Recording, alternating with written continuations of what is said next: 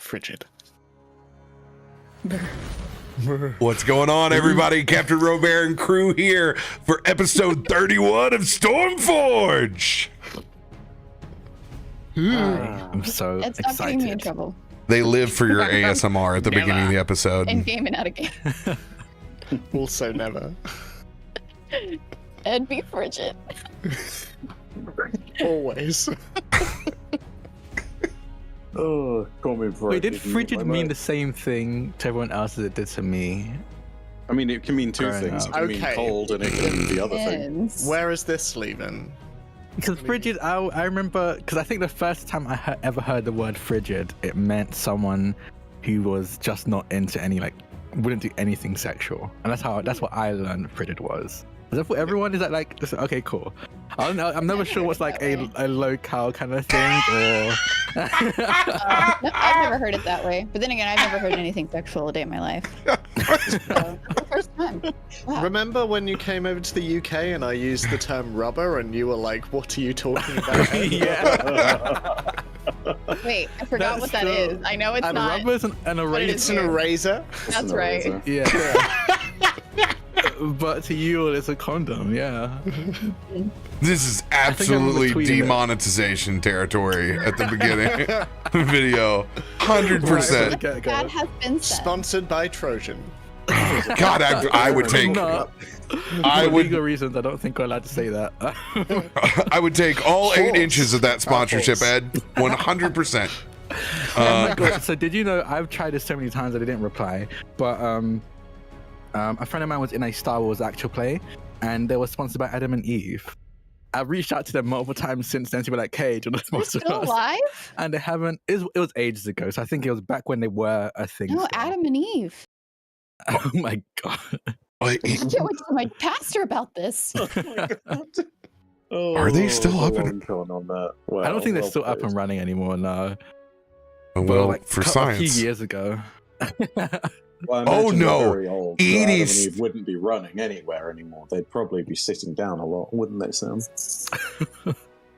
They don't, their website is not in dark mode anymore. This is, somebody had to buy them out. They They used- come to the light. They used to have the most GeoCities looking website of all time. Oh wow, this is great. This is nostalgia right here.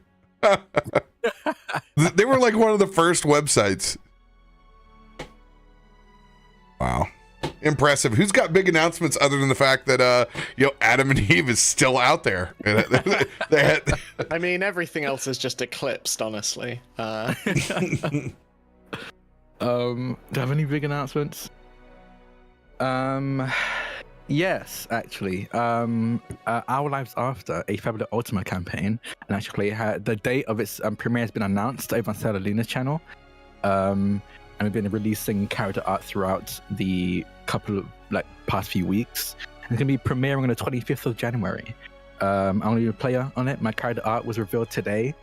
And I'm very excited because it's gonna be great. It's gonna be really good. I think I'm very proud of what we've kind of put together on the back end of it.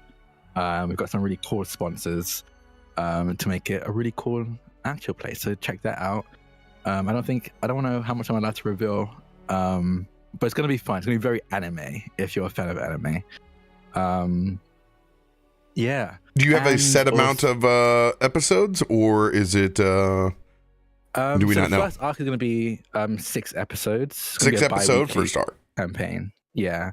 And then we're going to see if you keep going after that. The 6th episode is going to be like a tester to see if we all kind of like the system and the world we're playing in. And after that, it might become a long-term campaign, but we'll see. But yeah, keep an eye out for that. So we've been releasing character art. We have really cool character art and pixel art of our characters as well. Because we're going really lean into that kind of JRPG aspect of it all.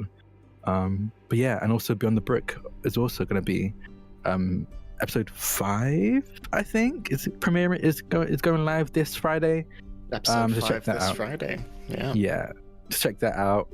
It's a much lighter episode than the previous one. I think you'd be laughing a lot more than you'd be crying compared to the previous one. But If there's you still like, some very soft moments. silly amphibian shenanigans. It's definitely the episode for you. I just need to say, I think this episode and the last was the hardest to caption because most of the captions were frog noises or howling, and the auto captions don't capture that, so I have to write that. Besides a croak. Yeah, but like, so it sounds like vomit. We love it. Yeah. Accent. My favorite caption of the series thus far by you, Drak, was feral possum eating noise. yeah. Ed played a possum. He was offered a honey roll, and Ed ate it had to kind of eat it with such vigor. I was With like, gusto. I need to caption it. So it just says feral possum eating noises.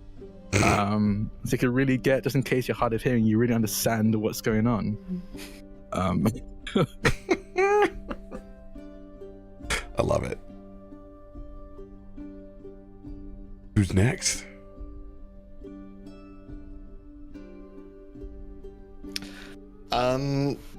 Well, I will say, in addition to Beyond the Brook, which we are now moving into the second half of the series, which is where everything is going to get a lot more real, a lot darker, and a lot chillier, and it's going to be very, very exciting.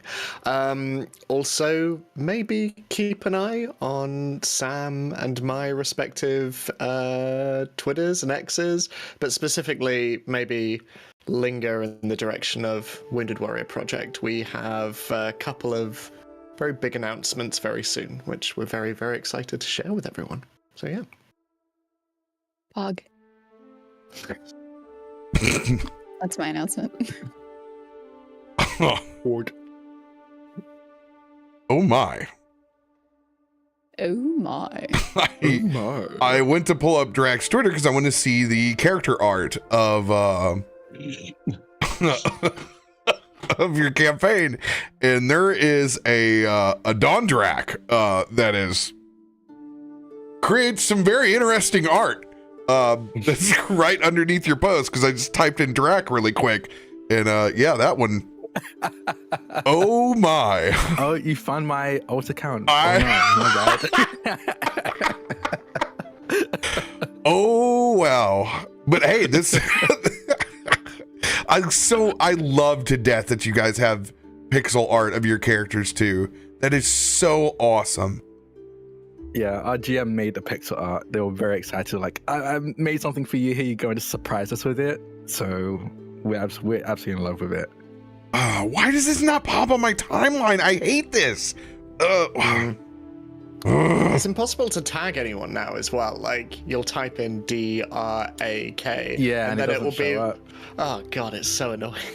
It doesn't show up, it just shows everyone else except for the one person you're following with that combination of letters.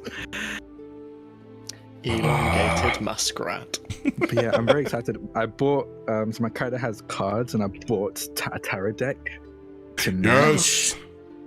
So I'm gonna be using a lot of those with my character. So keep an eye out. Those cards. More fortunes, please. I do not have to read tarot. I wish I could. Hey, 10 minutes in the Foundry app, I can get you reading tarot cards, baby. Look, if we survive this encounter, we can have a tarot session. Man, what it will take to get Kallisto to get a tarot card reading? Man, that'd be interesting. Yeah, that's a sell. Anyone else with big announcements they want to let the community know about?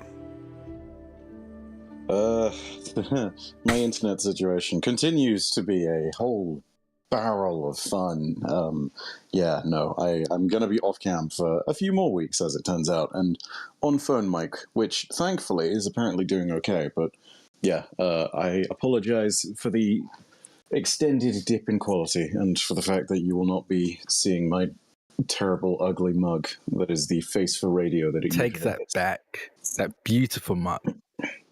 We can't wait to see everyone return. It's a beautiful voice, and the quality comes from your choice of words, which are always mellifluous. You're beautiful, I love that word. right? Ah. It's Isn't from it lovely? Shakespeare, innit? You UK It is, wordsmiths. It's culture. There we go. To be raised on Shakespeare instead of American Pie. Wait, what? American? You were raised on American Pie? Do you mean the pie or the show? It's a very different thing. Both. Or the Don McLean song. Both, actually. But the thrice. All of them. Verily, verily, Madame American Pie. Drove my Chevy to the levee. The levee was dry. But hark the levee, yonder levee, 'twas dry. Then there was some good old boys drinking whiskey and beer.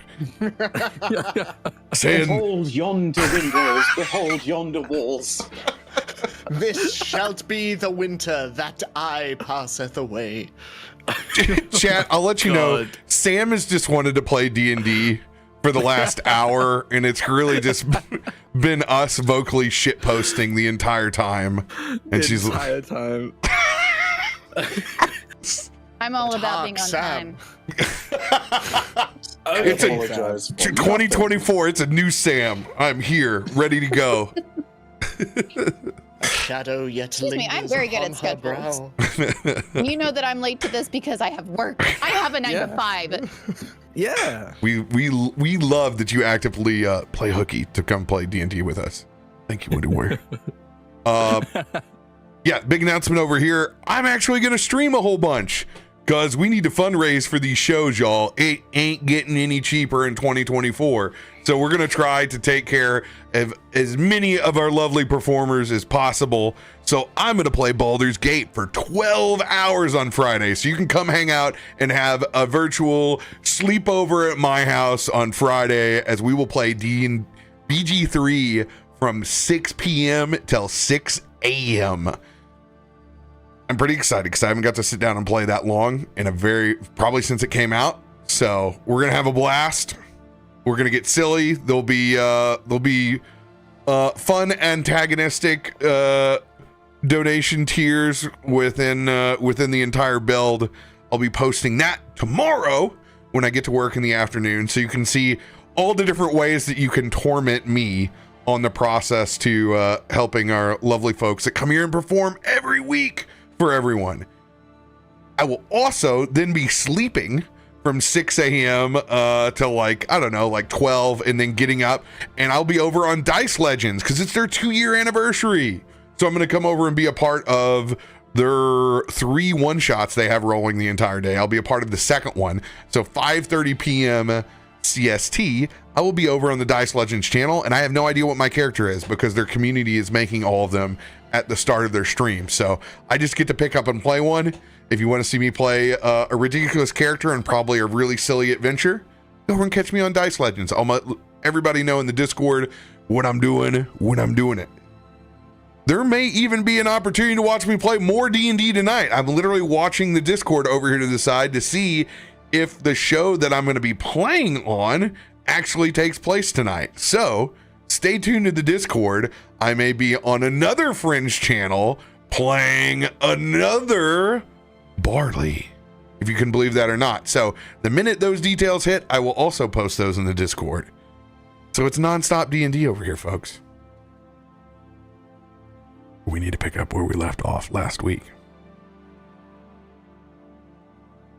Further adventuring down inside the crash site, you will have now come across strange amalgamations of both old human souls and machine, all the while circumventing this massive dig site that seems to contain bones from something ginormous and otherworldly. Ended with a culmination of splitting the party. Kaivar, Kallisto, and Faroük heading off in a different direction and starting to climb through old hollowed bones. While Loluphia, Kelthud, and Myshkin headed in a different direction. However, Myshkin's what's it called again? Shadow Shadow Spy. His Raven Shadow Spy, further venturing farther to the north, has now been entrapped inside of a skeletal golem, marching north in a different direction, unbeknownst to the rest of the party. We pick back up with Loluphia, Kelthud, and Myshkin somewhere. You used me as my shadow spy. Yes, I could see. I had past me decisions. You little board. Catbird. Catbird. Good old catbird.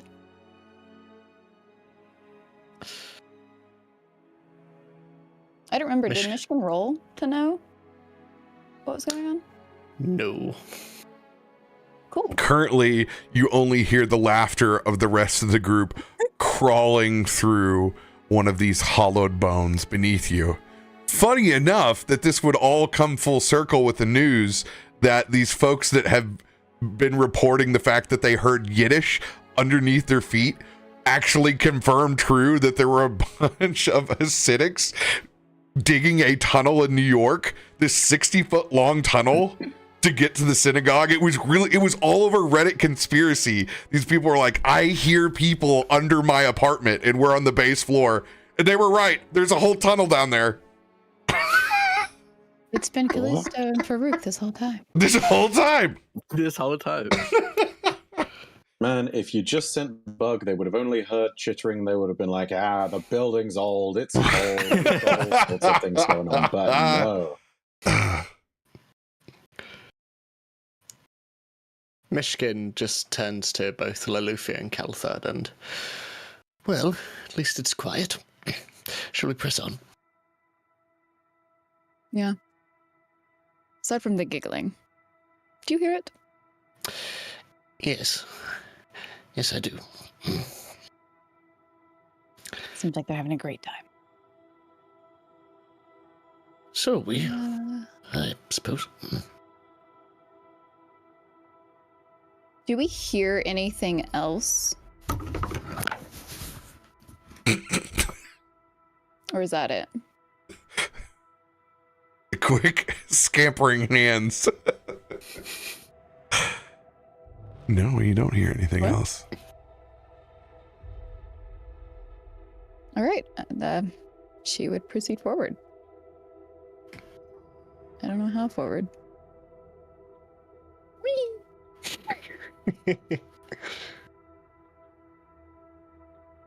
I'm going to raise your camera up just a little bit, Sam. What? I was just slouching. Oh. My bad. I thought I had you truly gnomed over there for a minute. No, I was leaning in. All 5 foot, however many things slouching. 6'9", thank you. There we go. That's that. Is this anything in particular, or is that just map? Just map. Okay. As you all begin traveling further north, back inside the tunnel, curving through. Roll perception checks again to see if you can keep up with the skittering that you heard. Hey.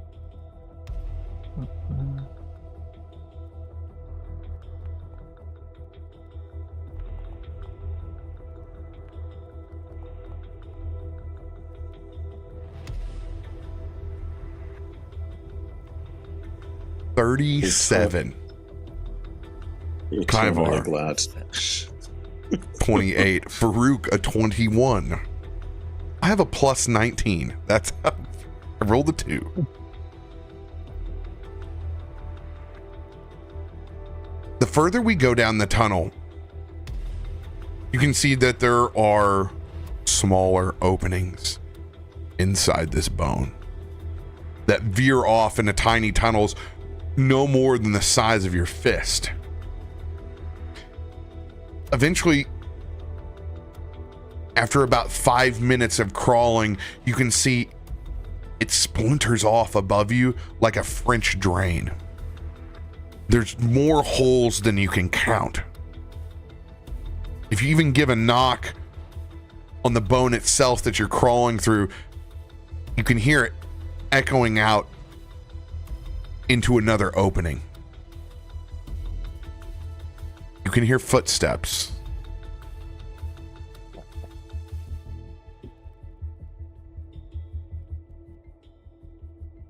Okay. You said it leads, it opens up, upwards, kind of like, or down? Upwards with several different small holes. So whatever was skittering through here seems to have gone through this spiraling network of smaller tunnels. Okay. Okay, well, we can probably keep following the main channel up, but whether we're following probably is left through the smaller openings, smaller tunnels. Who was at the front? Everyone was following you, right? I believe Drak. I was in the front, yes. Yeah, I mean, you basically you feel the nod and the sort of the agreement flood towards your head. Kaivar's going to follow your lead. He chose to be part of your group for a reason. With a 37, there'll be no doubt in your mind that the sounds that you hear are of your partner, Loluphia and Myshkin and Kelthud, as it's quite a comical moment of Kallisto's head poking out of this small bone tunnel right about the time that you arrive in front, Loluphia. You'll see a hand pop out first, and then another as he pulls himself up. Ended up going in the same direction, I suppose. Just scenic route. Welcome. Do you need help out? Yes, please. My hand. I'll reach your hand up. Thank you. What about the two of you? Do you need help as well? This is quite the sight to behold. Yes. Kaivar is not designed not designed for small holes. Not quite like that. Brought to you by Trojan. Let's go. Faroük, tuck and roll as I unceremoniously roll out very Beverly Hills Ninja style. Chris Farley, dust myself off.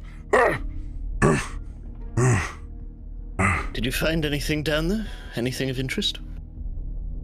Nothing that we don't already know. The tunnels, they seem to tunnel through the bone and have made other smaller tunnels branching off of it into different parts of here.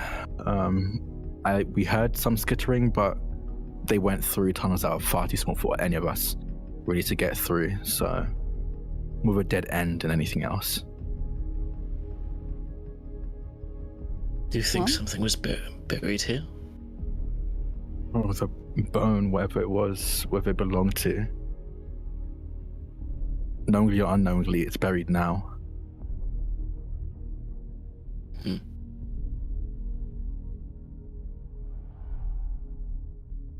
we still haven't found anything ourselves, so I'm gonna continue with us, or?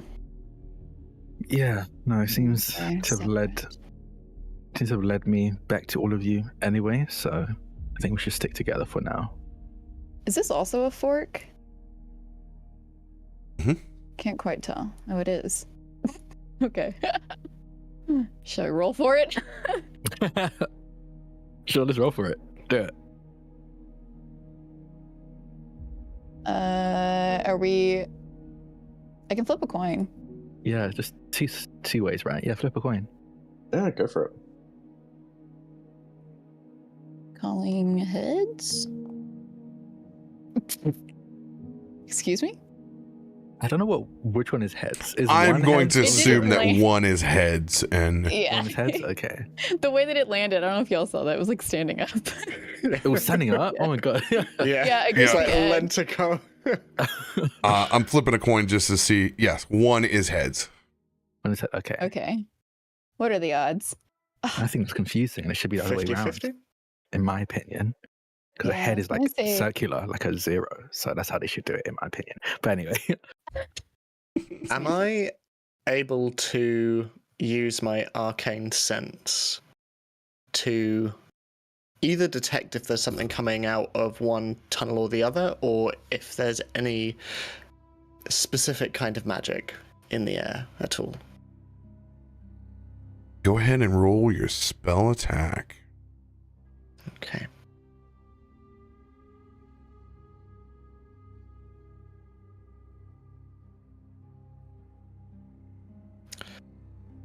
Doing this the old-fashioned way again.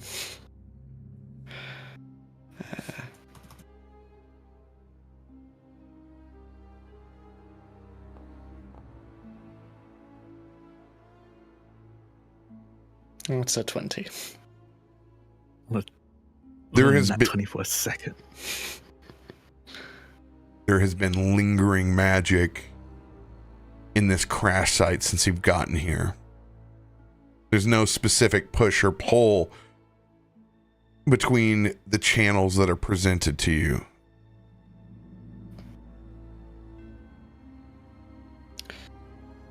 Right. Where does your gut say? Well, heads was gonna tell us right, and tails is gonna tell us left. So, we can continue this way. All right. Sounds good.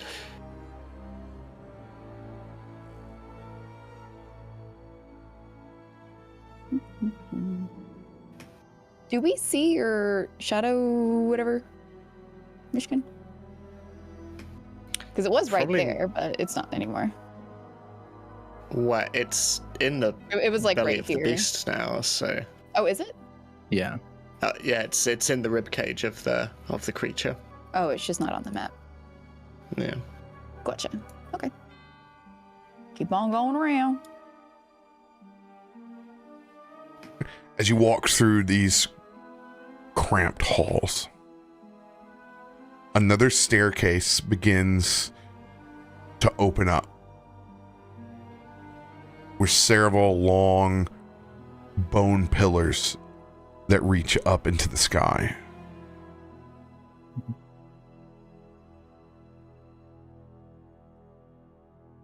Still cannot believe that there's anything this large that walked Earth. Well, I'm glad that's past tense. Whoever said that it walked this planet?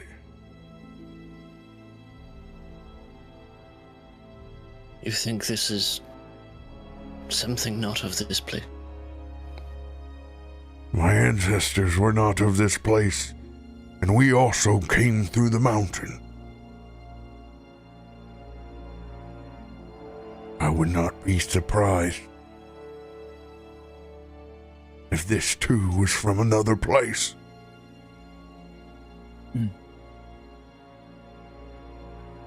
The creatures we had in the plane of fire have been described to me as much larger than anything on Faltura.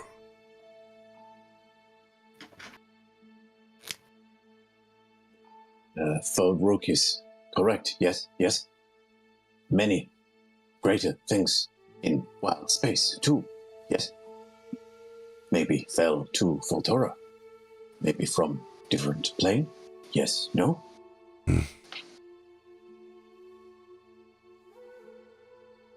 Kyvor.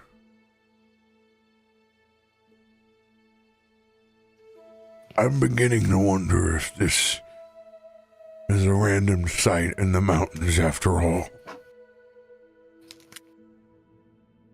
Can I roll a bardic lore to see if I recognize anything now that we're a little bit deeper into these corridors?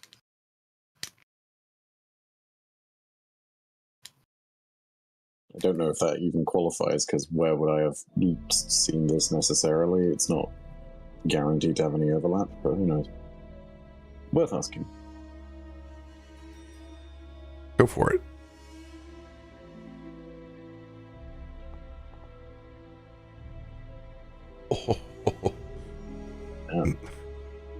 That was a lean roll.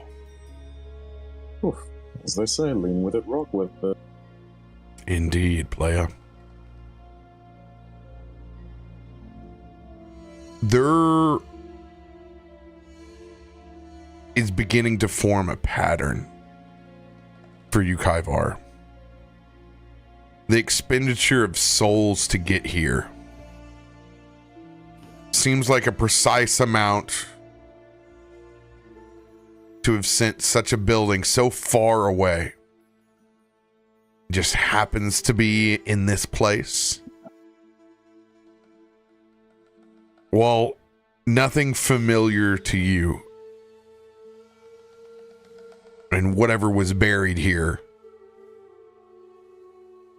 the constant theme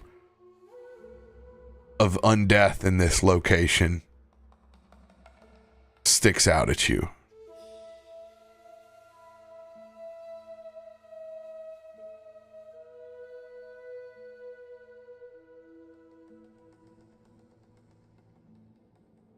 I think you hear a very loud sort of clitter-clatter as the equivalent of a shiver runs up Kaivar's spine.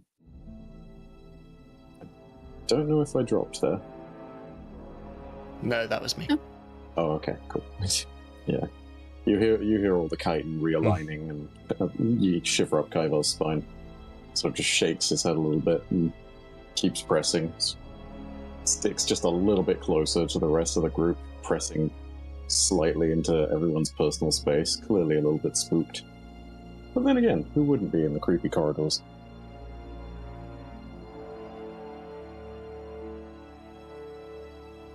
Kallisto's busy keeping an eye out as I think he makes sure to walk right beside or as close as possible to Loluphia as he walks through these halls.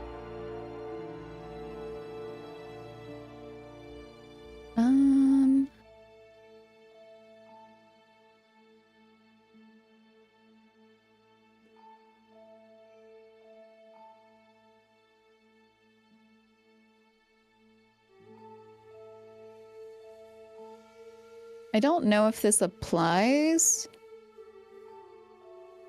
but I would like to utilize... What the heck?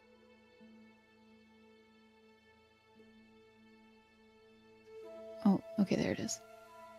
This?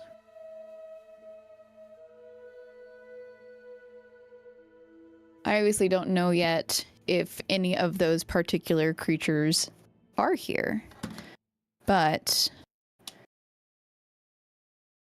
utilizing this for +1 to Absolutely use that +1 stuff.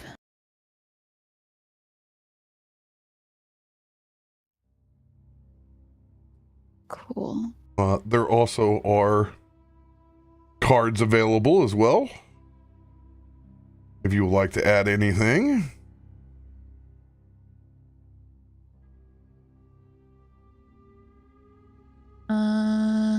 Looks like there's a +3 hanging out there, a +1, and a couple of lucks. I would like to roll a perception just to see if there is anything. I don't know what else she could determine. She sees this. And then I think this gives me a +1 perception as well. Oop, that's initiative. Don't do that, Sam.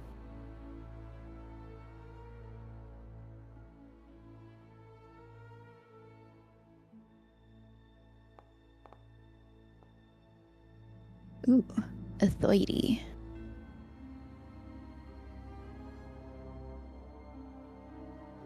You stare back up these carved steps inside this old mine. The first thing that you notice are the pillars that go up. Whatever it was, they discovered these bones a long time ago. These have all been well cleaned. And this entire chamber I was about to ask that. has long been carved out.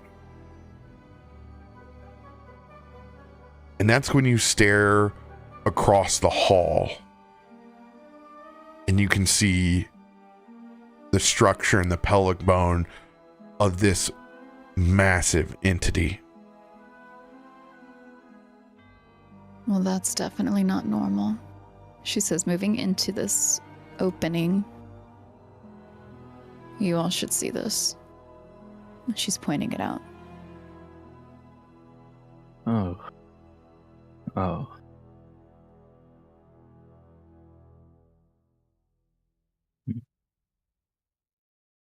Now, from your view right here, the tendrils that are there are gone. There was only an open chamber into the actual spinal cord.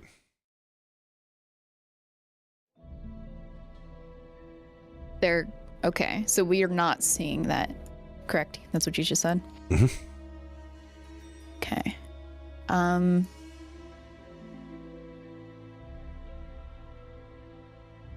She looks up at Kallisto. Shall we approach? See what this is, perchance? He'll turn to Loluphia, and I think, at least from the corner of his eye, notice the other chamber that's behind us, and just say, keep an eye on it for now in case anything does step out, but I will check this room quickly first. At the very least, it'll be a quicker survey than whatever's going on in there. All right. She's gonna yell back at Kilthud. Kilthud, are you coming? Or are you hanging back? I go where you go. All right. I want to check this out a bit more. She would go up the staircase. And I'm gonna go into this chamber with the, I don't know what this is, the water in the center, that flower-shaped chamber, and just do a quick look around of what exactly I'm looking at. Go ahead and roll a perception check. I think Kaivar will sheepishly follow you in, but he is way too spooked to be looking with any intent. A 30. The first thing that you notice about this chamber, Kallisto,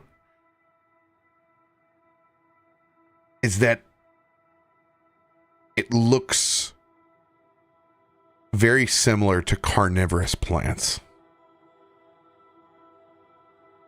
It seems to mimic the internal structure.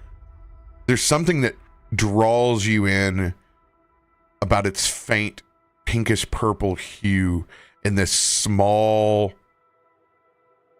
convex droplet of water that is in the center of it, that you can see these small little creatures skittering about on the inside.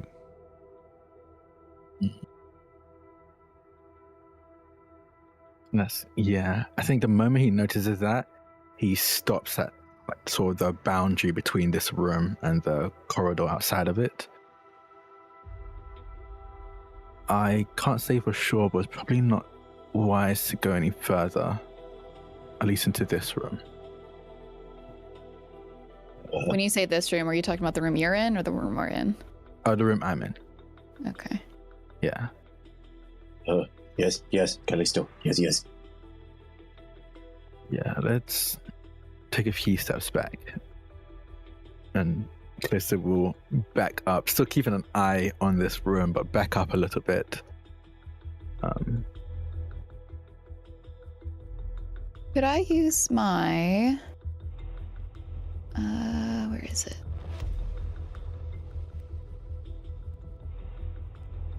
My soul sight.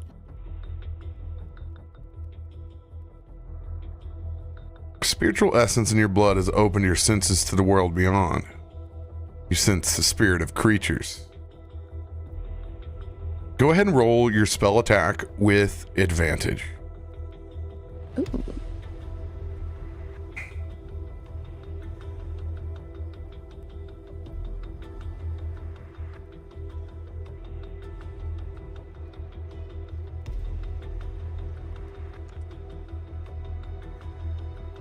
$34.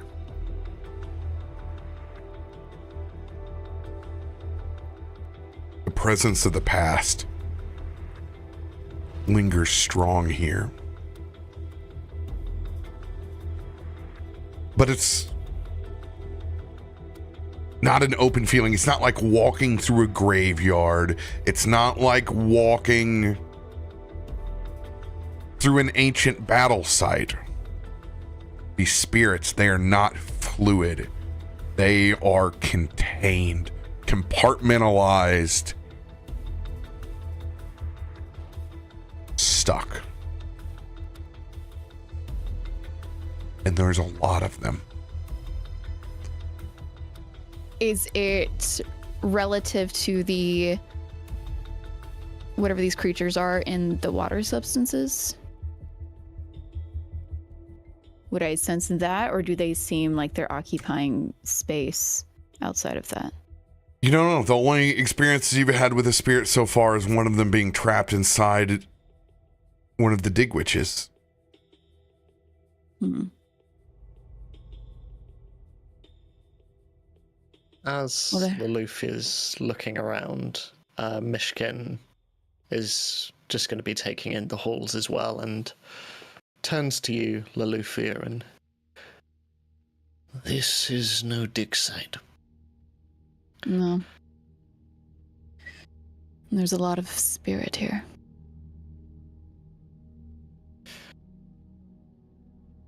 In terms of architecture, it looks not unakin to a temple, and that its altar.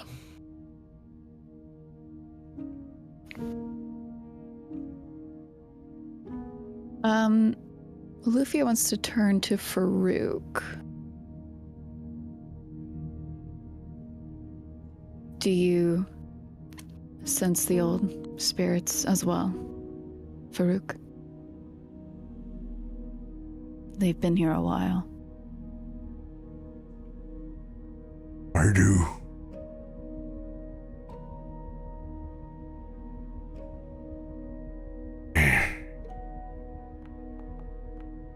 This place, it sits heavy on my chest. It's as if even if I wanted to reach out, I couldn't. It's like walking through a kennel or a jail. People are everywhere, but individual cells trap them. I don't know what this is, Loluphia, but I don't like it. Do you want to leave? Not until we've done our due diligence. If we leave now, what was the point of coming at all?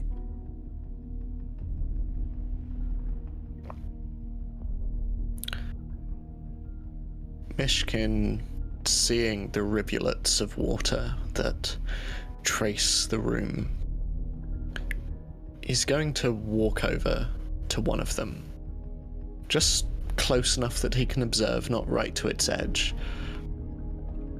And can he ascertain anything at all from the creatures in the water? What do they look like? Are they organic? Are they biomechanical in nature? Perception check.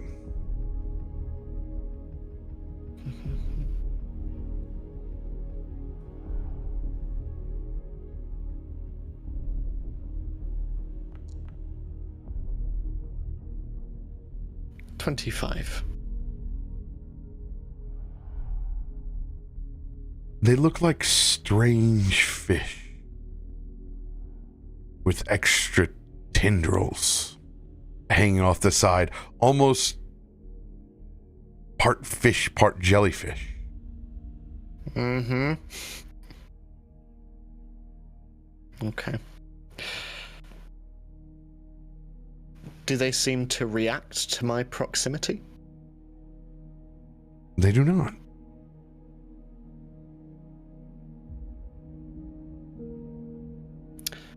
Myshkin is going to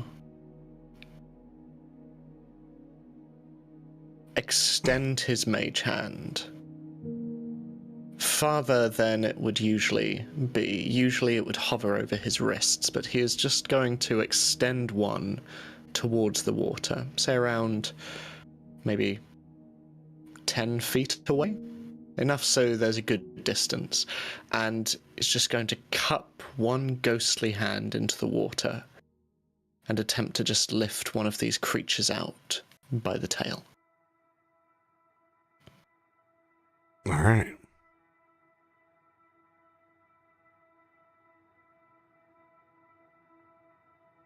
Go ahead and roll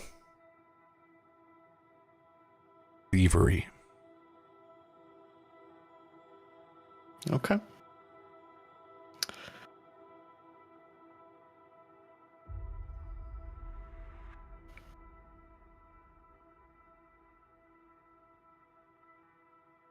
We have cards. We do. I don't like that Yeah. laugh. You can stop that. Yeah, I'm on the basis of that timbre of chuckle alone. I think I'm going to. What cards do we have? Do we have an advantage? Believe so. We definitely have an advantage. Okay. Surely. I'll just leave it at advantage for now because I have a feeling we might need more. So there's one roll and then there's another. Yeah, Okay, I'll so pick it. 32.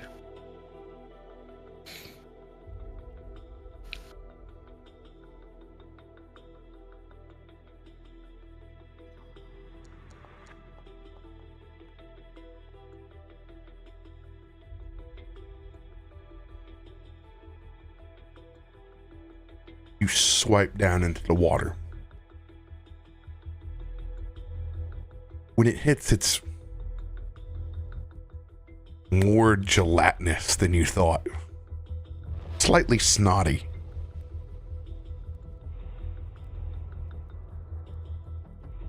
And all of those creatures stop when your hand goes in.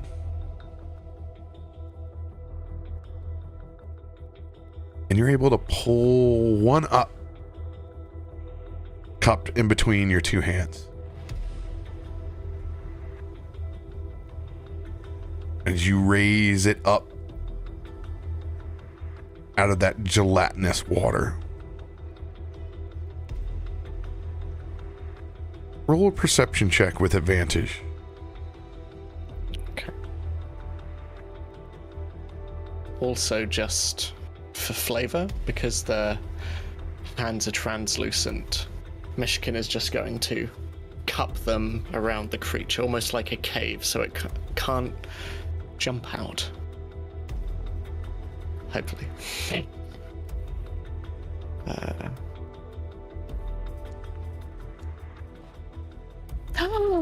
Oh yeah. What is that nat 20 on? You see. That was perception. Yeah. Perception advantage roll. As you clasp around this small creature, as it's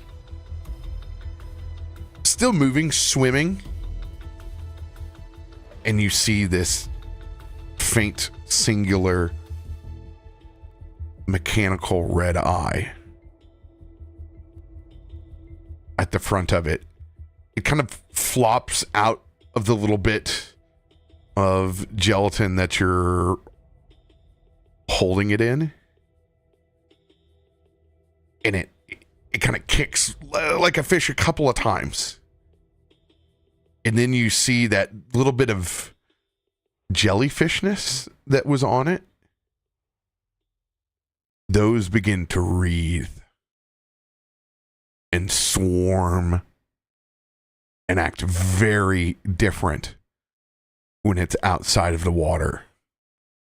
It doesn't take but mere moments before they seem to just sprout and begin to expand and as it hits all sides of your controlled cage. Myshkin, what's happening? Myshkin immediately just drops it back in the water, and I'm not sure what these are, but you see your mage hand when you do absorbed through these very biological looking tendrils. And you look down, Loluphia? you can see that creature with these two mage hands swimming now down through the gelatinous. Look at that guy go. He's got some big flippers on him now. I'm gonna try casting Mage Hand again.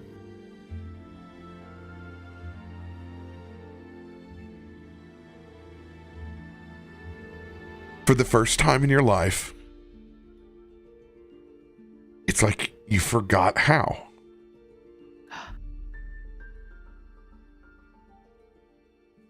I need you to roll a spell attack.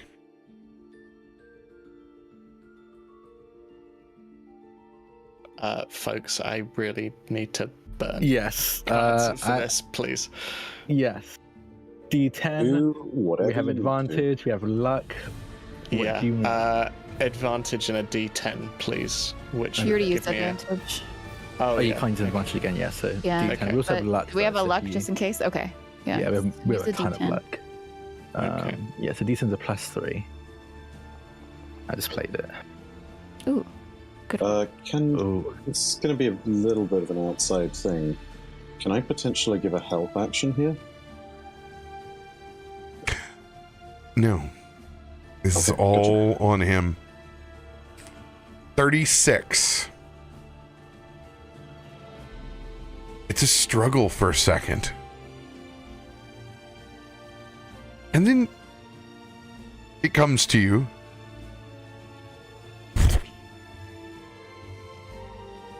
And your mage hands come back. But you look down. That creature is still toying around with your hands inside that gelatinous. You can see That's- it actually races over towards the pillar. And you see it grab on as it climbs out of the jello. Instinctively, as soon as the hands are back over his wrists, Myshkin immediately reaches up and just clasps both of the pendants around his neck and just whispers under his breath, "Thank God. Loluphia, stay away from the water, all of you. Yeah, stay away it looks like it, Kallisto. And she's turning around and yeah, I think Kallisto We is have just an walking issue. in. Okay, what happened? What is that? So she's he pointing. I see like climbing. I assume, does the mage hands have the same glow as like glowing green of Myshkin's mage hands? No, they look the purplish of the mine that we're in. What happened and why does it have hands? Whatever those creatures are, they have biological and mechanical aspects to them. They steal magic. Be careful, all of you. He's twisting a silencer on to his pistol, and he's gonna fire at this thing climbing up the pillar. Go ahead. Roll to attack. You know what? Yeah, let's roll. I didn't need that 20 there, but okay. Obliterate it, baby. That's my man. I swear to God, you better keep this RNG when it comes to D&D stuff. Just let me tell you. Oh. Just like a explosive snotty sneeze, just Ew. small streak of blood and a little bit of metal falls to the ground. Okay, well, I assume don't touch those things in the pools. Yeah. You no look problem. over Okay. at Myshkin, and there is the bullet hole through both of his mage hands. Luckily, you feel no pain in this situation, Myshkin.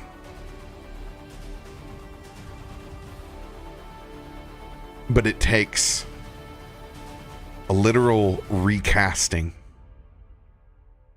for your hands to form back up.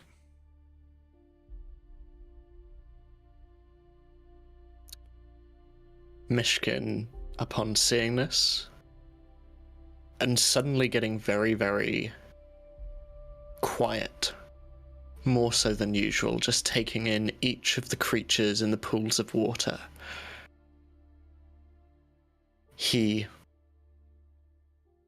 disperses the mage hands, and while we're in this room, I would keep magic to a minimum. I will We don't- try my best. Well, that's a problem. Yeah. That's all I am. Me too.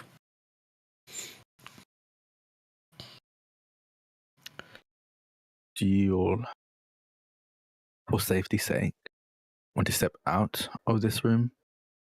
I think out of everyone here, I'm the only one who doesn't use magic. Well, actually, Myshkin, where's your bird? It's a good question. It flies back to me once it has information that's been useful, or before the day is out. I presume it flew through here, but I cannot be certain. There's no way for me to track its movements. Just guide it.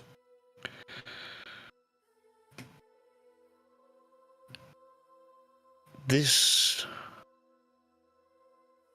structure, and he gestures towards the large pelvis at the end of the room and the spine that arcs up to the ceiling. These creatures of old, Farouk, that you mentioned of in the fire plane, would they resemble anything like this?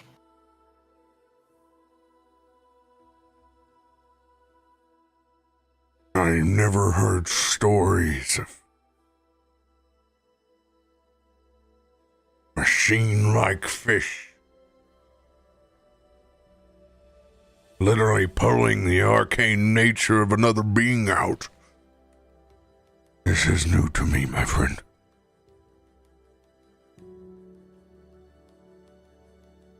Where does this water flow from? That is what I plan on checking. Seems to me it might be coming from the pelvis, but no real way to know for sure, so I was going to check. I just don't know how safe it is for all of you to get too close. see these things. I think we're already in territory that's dangerous, Kallisto. And I think it's safe to assume that no matter where we travel within these caves, we'll come up against similar troubles, whatever this place was. I do not believe it was formed in the wake of the crash site. No. I think this was here beforehand. Whatever those things are in this gelatinous pool. I do not believe it would be a stretch to believe that they have been infected somehow. In a similar manner to the other creatures we have seen in our delve down here. Myshkin, with you handling one of the creatures and dipping your mage hands in, it's kind of an epiphany moment. This is like, it's like pudding, but clear. This liquid is from the bones. This is part of the protein.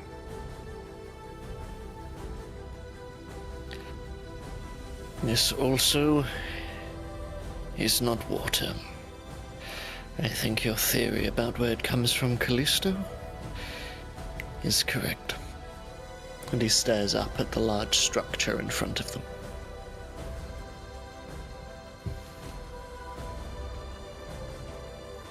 Let's see what else we can figure out.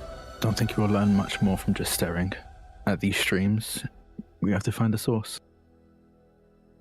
Given that we crawled through this earlier, Kaivar's going to look himself over. I'm going to roll a perception check.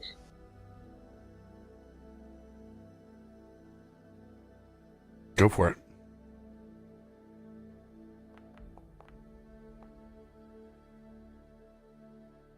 Oh, let's see if there's any buggy boys that went for a ride, huh?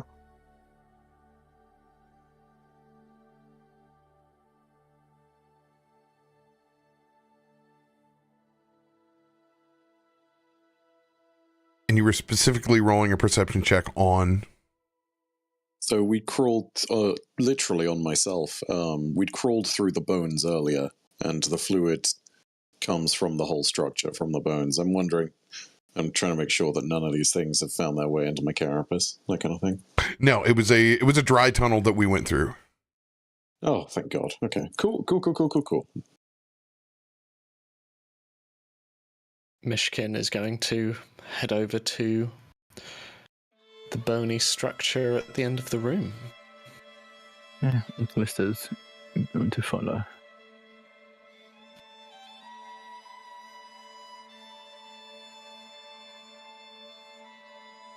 As you guys walk through this chamber, Kaivar, Myshkin, Loluphia, you feel the presence of one of those spirits adrift.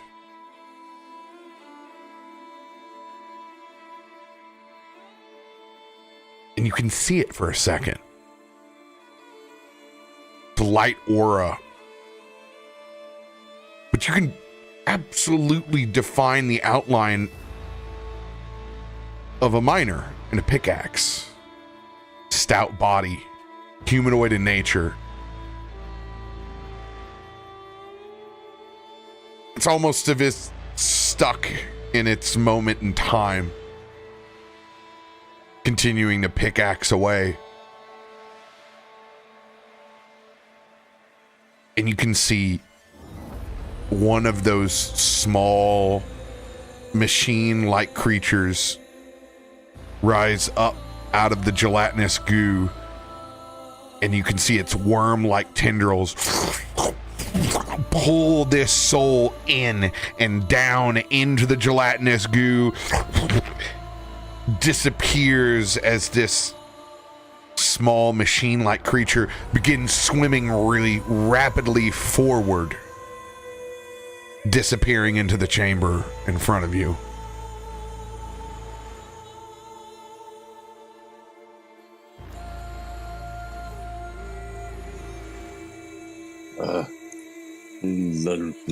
Loluphia. You see that? Yes? No? I do. Oh. I do.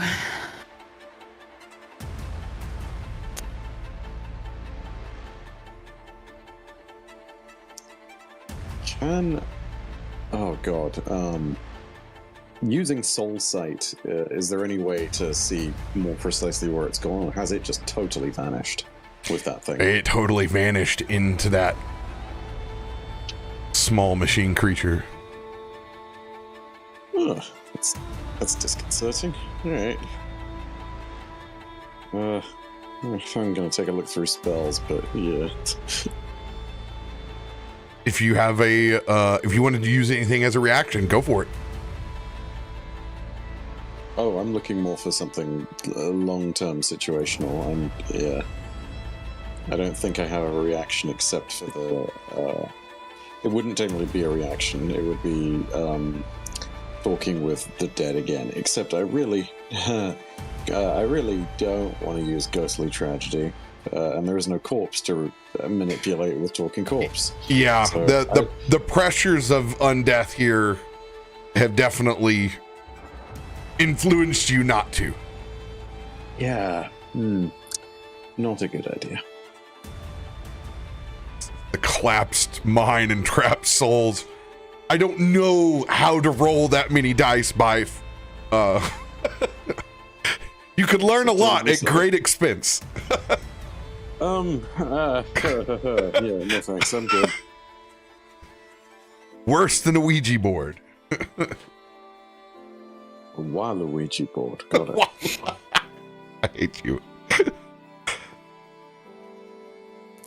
These rivers that appear to be coming out of the spine itself, how large are the gaps through which they run? It looks like they're 2 or 3 feet wide. Okay. Larger than the tunnels that you found from the mini machines, for sure. Okay. But And those little creatures are around the same size. And do the tunnels appear to have been hewn with the miner's tools that we see all around? The tiny tunnels have definitely been from the micro machines that you've tracked from the actual crash site. It's an odd combination here of events.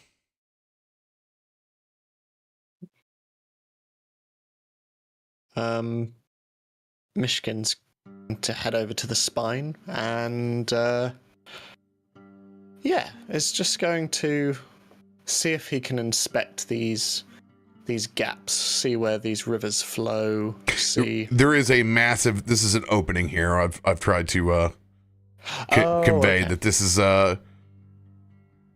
almost a 12-foot like corridor doorway, and there are none of these tendrils that exist right here. These are not here. So what appears to be through this doorway? It is a very dark and long corridor.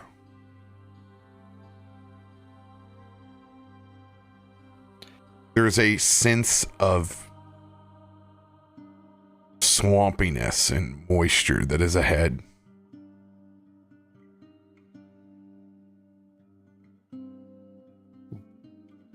What do you think, Gunslinger? I think either we walk through that hallway and find whatever is on the other side of that, or we investigate that path down there and see if there's anything we can gather from that. Either way, they're both unknowns. Can't say for sure what we'll find. Whatever we do find, however, I would suggest that it be together rather than apart. Yeah, no, I think at this point that's definitely the right call with what we've learned.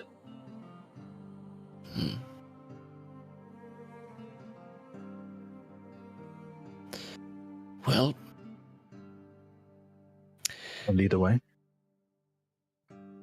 oh. I was going to ask you to do the same thing. How does everyone feel about, the dark, scary corridor? No. Loluphia puts a hand on your shoulder. Don't worry. I'll stay next to you. Not sure if that got through on the mic or not. Oh, it did. It did. Okay, cool. I didn't even know bugs could gulp. Believe me, my friend, were this one not entirely sure that the heart of all of this trouble might lie beyond that darkness, this one would not be suggesting it. This one promises. Friend. Yeah, I'm gonna give you a tiny hand, and I don't know, hold on to the tunic or something. Myshkin just puts out a forearm for you to hold. And yeah, Myshkin is going to lead the way with his...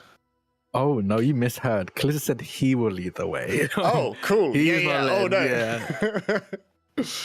Kallisto will lead the way, yeah. But seeing as everyone is ready and down to go ahead, Kallisto will start heading into this channel, this passage in the spine of this creature. You hear a little whisper of gratitude from Myshkin as you pass.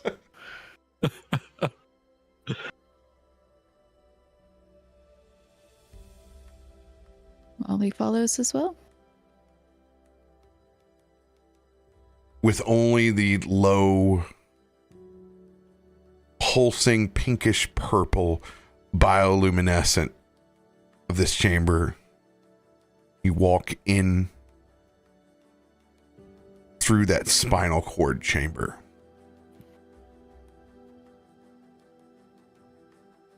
And it opens up into a much larger room. That humidity hits you and just that smell of ammonia. The first time as a child that you smelled a dead mouse or a rat somewhere stuck in between a wall or a garage. It is strong inside this chamber.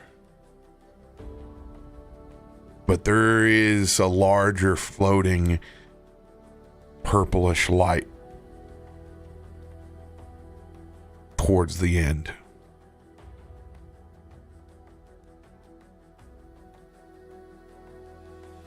Your foot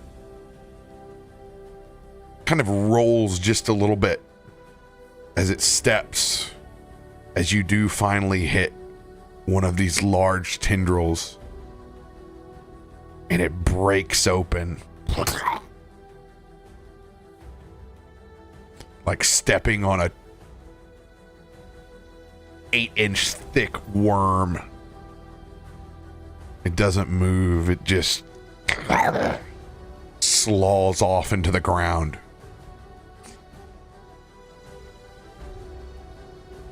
And you see there is something large and wreathing across the hall. As it pulses slightly, almost heaving up and down like the breaths that you take from your chest. And then in a flash, it's almost as if the air is sucked out of the room.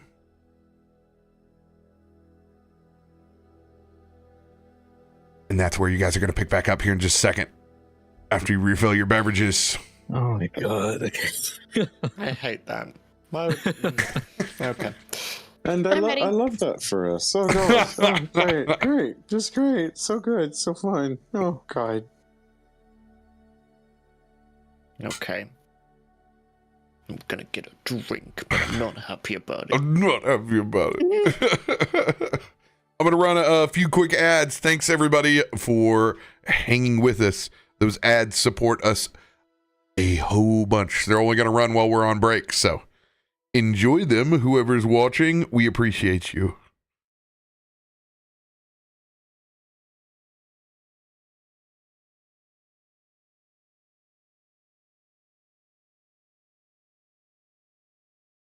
Like trying to read up on every single feat that I have. Let's see what I have available. Look at all the things. Yeah, I mean, there's stuff I've never used, so I'm like, there's another time. Maybe, I hope not, but maybe. Because a lot of my stuff has to do with either in nature or in the city. And we're kind of in a weird spot. Yeah, this is an odd spot for Lolly. Yeah. I am not built for this area. And if my magic is bad, peace out, suckers. She doesn't carry weapons. She has nothing. She's got her fists, but I don't think she wants to touch that little jellyfish after seeing hands get taken. I don't blame anybody. It's pretty grody. If in doubt, I suppose Kaiba can always use the strong hands. Nom nom nom nom nom nom nom. Yeah, that's why whenever Kallisto and Myshkin were going forward, I was like, go ahead, I'm going. I don't know what's happening yet. I gotta be careful. I mean, Kallisto was feeling like, hey, do you want to step out of the room entirely? Kallisto gets it. He does not sure how this is gonna work out, but I haven't slept. Yeah. Actually, it turns out I didn't use. No, just kidding. I only have 1/4 rank.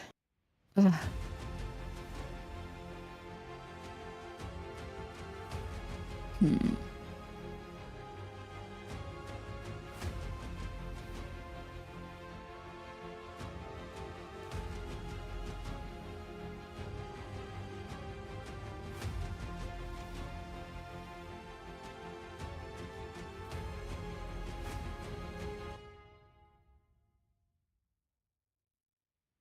RoBear, you said earlier when you were describing this area, these pillars go up to the sky. Is this open?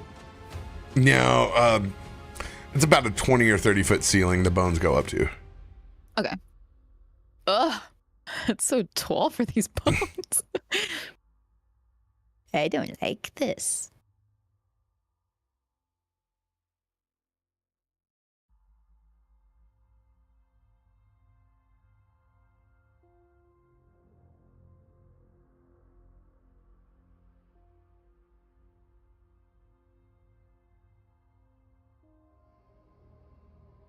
Hello.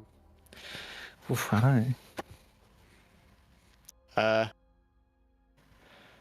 think everything on my character sheet, I can hover over it and it, like, has a little animation, like on dice and stuff, but nothing I click on seems to activate. So when I go to spells or feats, even if I double click them, they don't appear to do anything. Oh. So I'm not sure why. I'm having to roll everything manually at the moment, which I can do, that's fine, but just in terms of spells specifically, I'm thinking it means I can't really look at what they do. I don't know what, I mean, you're the owner of the token. I don't know why you can't interact with the sheet. I'll see what happens if I do it when it's not popped out. Let me have a look. Oh, you can't pop it out. That's why it doesn't work.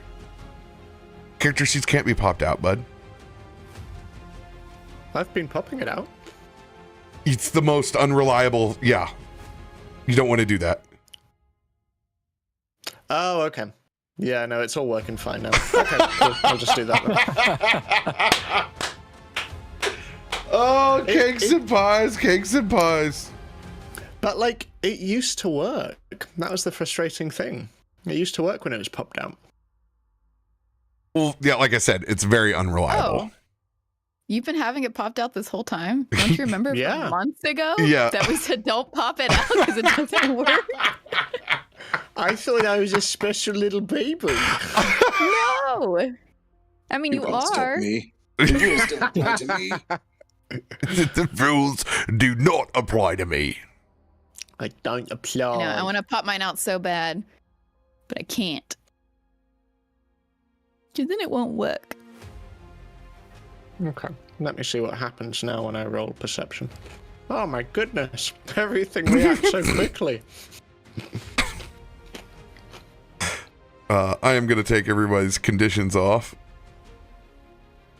Oh yeah. By the way, how much HP do we have? Your When Kill HP's said healed us. your HP's all topped off. Anytime we take a short rest, you guys get your HP back. Okay. Yes, we stayed for a very long time in that room. How do you add a short rest on Foundry? There is no short rest in Pathfinder, Okay, so you just that's what I thought. You just take the just rest. bump up your HP. Yeah. I just want a long rest so I can get spell slots. Yeah. Come on. Yeah, you just got to type it in. All right. Oh no, suddenly I'm also a level 20. Ooh. I want to get to level 10 so bad, but Well, don't die this round and maybe we will. we leveled up like 2 sessions ago. I don't think we're going to level up Stop. again. Come on. All right. I'm getting a coffee. I'll be right back. Yeah.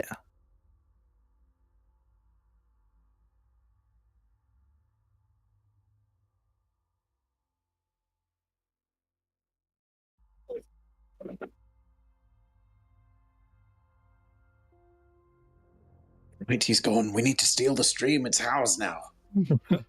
I'm trying for so long, but he always comes back. Let's everyone level up and just not tell him. Oh my god. Oh.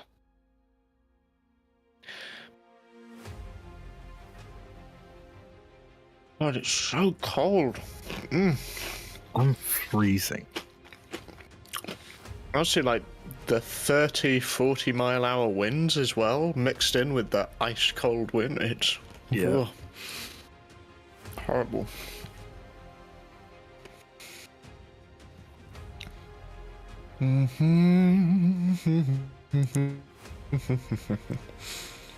Also, I don't mind telling you all, I've been working out my legs so much recently, and my butt hurts to sit on. It's really horrible. Time to stand. Time to get a standing desk.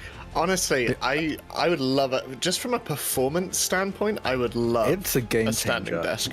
I can need to imagine. send you a link because I don't have a standing desk, but I have a thing that I put on my desk that I can lift up. Oh, yeah, To rising. act as one. A riser, yeah. And it's Oh, really yeah. like I need longer cables. The reason why I don't use it is because my cables are barely long enough to handle like that change in height. Yeah. But it's such a game changer getting to roleplay while standing. It feels so good. I won't lie, with this move, I only just set up the standing desk properly, which I've had for ages. And, oh wow, that is a game changer. Yeah. Speaking of which, I'm going to throw that up now, and I'm going to mute while I do it, because otherwise it's going to be big machine. Also, because my chair is super uncomfortable, it would be nice to just have a bit of Yeah. an option. Yeah, standing up and roleplaying is so much fun. It's way easier to like roleplay when you have your whole body to use, I guess. You can Oh, for bounce sure. around the screen as well. I might just get like I might save up for like a full-on standing desk. I just need a pretty small one to fit my workspace. As Elle would say, you can put your whole ussy into it. I wish I was joking. Yeah. Yeah. Oh,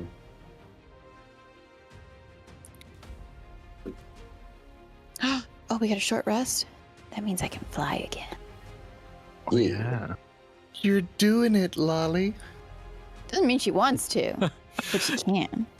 I was just when I was editing Beyond the Brick, he said we had that exact same joke. Oh, you're doing it, Peter. You're doing it. You're doing it, Peter. You're doing it.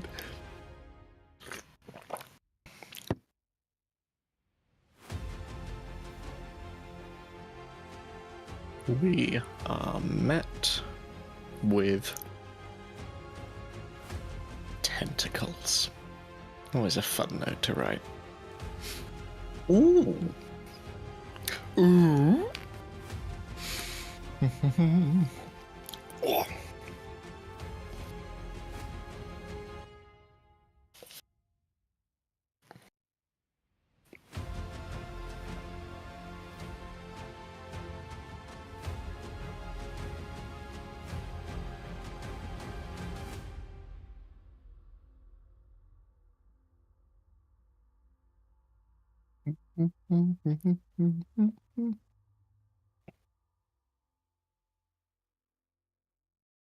You're back.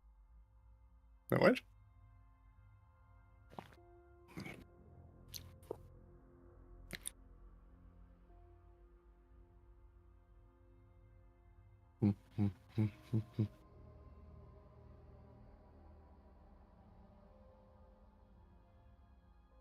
Also, Drak, everyone's slowly been sending me their Orbital Blues characters, and I think it's going to be a very fun, very eclectic group, I think.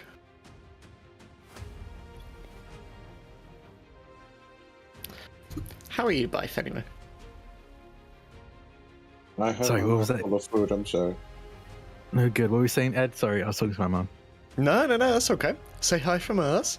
No, I was just saying, people have been sending me their Orbital Blues characters, and I think it's going to be a very, very fun and very eclectic group of characters, I think.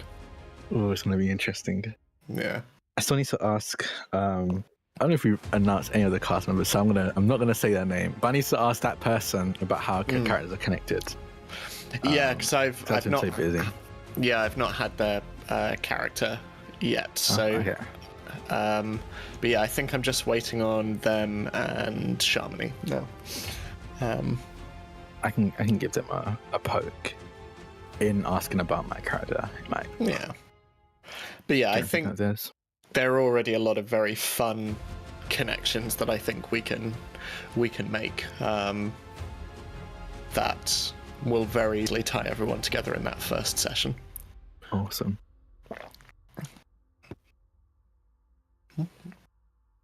No, I'm very stoked. Yeah, me too. It's such an easy system as well, which just makes role playing so much easier. There's like no mechanics at all. It's just great. And what mechanics there are just so perfectly serve the kind of story that you want to tell with that kind of system. Yeah.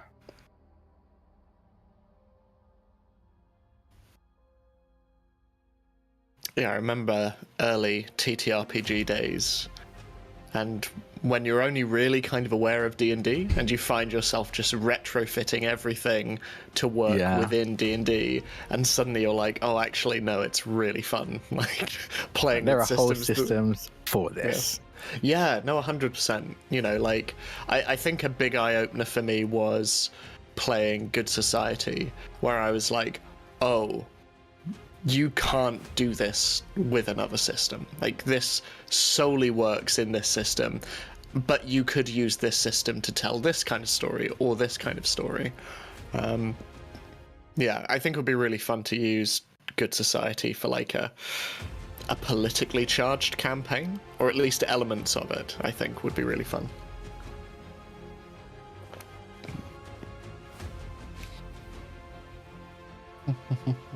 I'm thinking about producing a Horizon Zero Dawn kind of style, kind of genre actual play. I'm thinking cyber system for it, probably. Okay. Because they have Predation, which is like all about being in the time of dinosaurs and having like a pet dinosaur and stuff like that.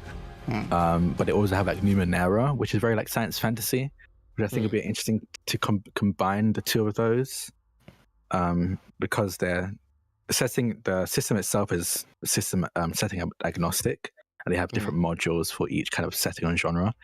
So I think it'd be interesting to get like the Predation setting and the Numenera books and kind of like meld them together and see what we get out of that. 'Cause I think that'd be fun. That sounds great. And Horizon Zero Dawn, just the whole aesthetic is so fun anyway.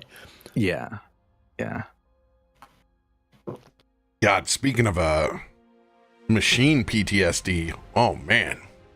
What's worse than getting hunted and predated by a giant wild animal than the fact that it is also a giant wild animal made of machine? Yeah.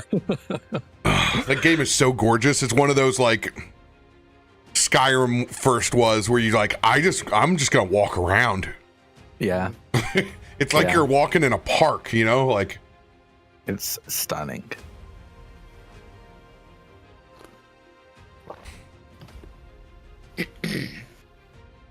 all right. We got everybody back. Mm-hmm. Think so. Ready. Okay.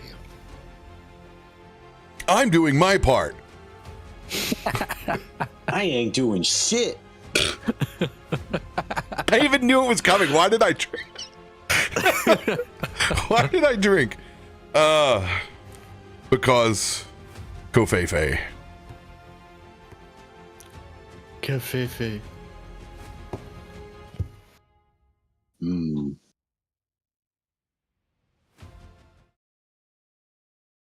Kallisto.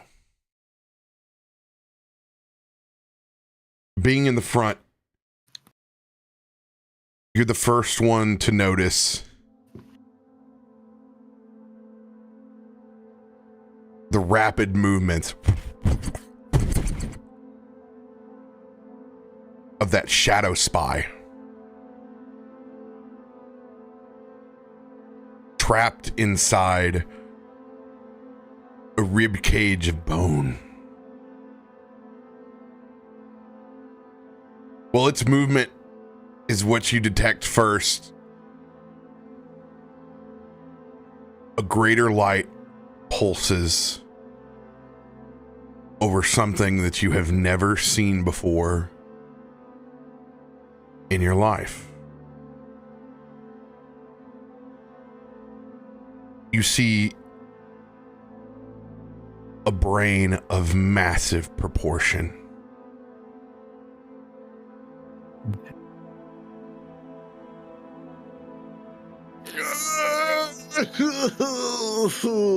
Okay, cool. Pulsing. Why? But it's only pulsing around the top. The tendrils are all long, decomposing. The smell from here is otherworldly. And you continue to see that brightest purplish light floating like an orb in front of whatever this head of this creature was. Slowly, bit by bit, more of the room begins to light. Purplish, pinkish, but very faint, as you can see turnstiles of a weird biological membrane sifting through next to the two bone golems that stand solemnly in front of you. There seem to be channels going everywhere. You can also see small bits of machine coming from the sides of these walls and slowly descending down into these gelatinous pools. Headed towards the colanders, they seem to combine with something else that is there.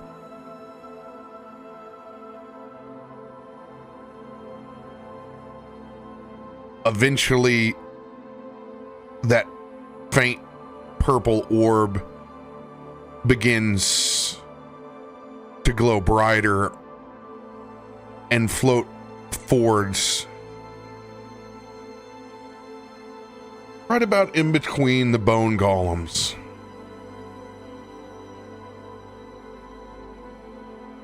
And you hear an iconic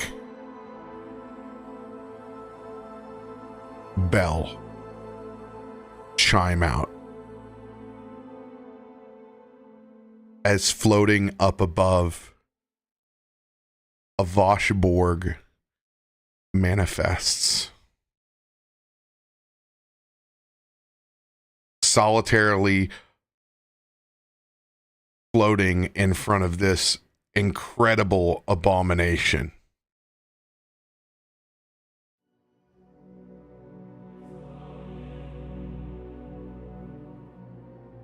You can see its pale skin underneath its hood and its undeniable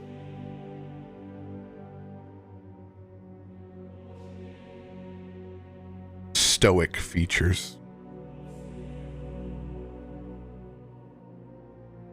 I think upon hearing the bell, Kallisto's pennant will glow, and Loluphia, you'll hear your stopwatch check the time on your watch. She does. She has a little pocket watch. Is there a specific time right now, RoBear?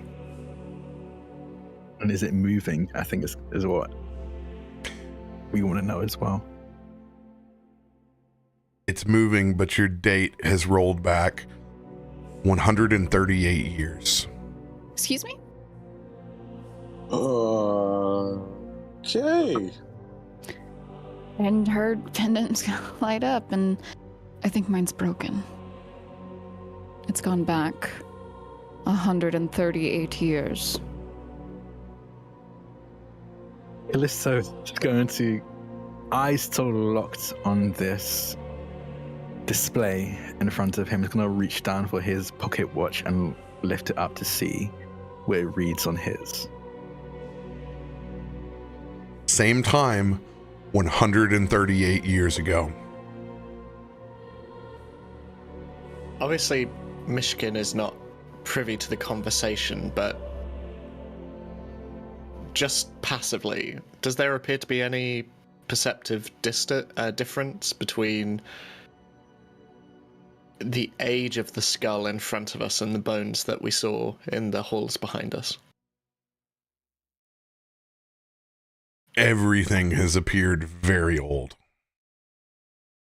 But does this appear to be younger than outside of this room, I guess is what I'm saying.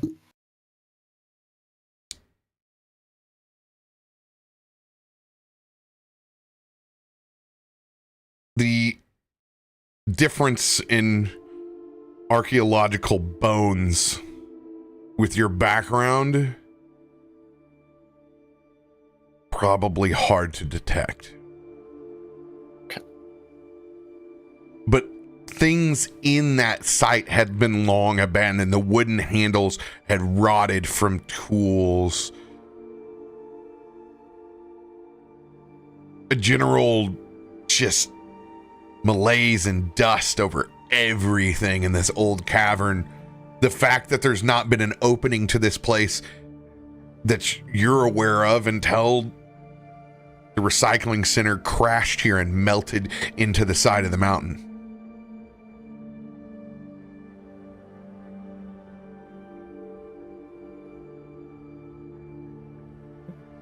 I think seeing that his watch reads the same time,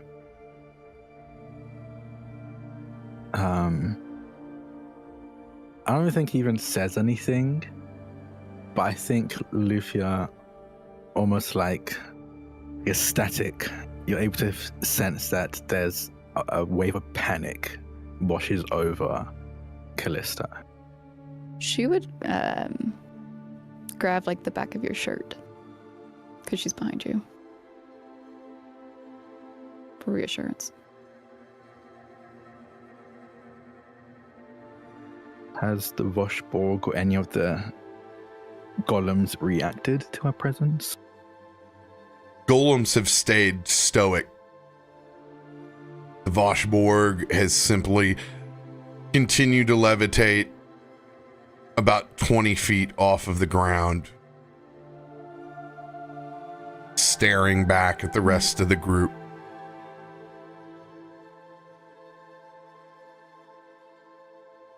Does anyone interact? Yes, Kallisto. Or Kallisto or Speak up. Loluphia? I mean, I've got great diplomacy as well. Maybe we're diplomatic together. I'm down for that. Then she would step up next to you.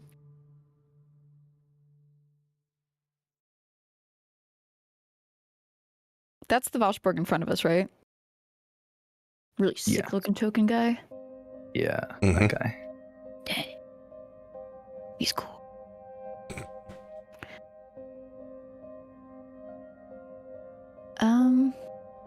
And he hasn't reacted to us?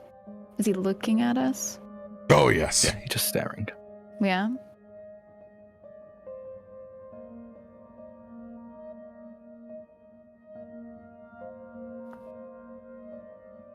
Her pendant's lighting up, and you start the conversation, and I will read him.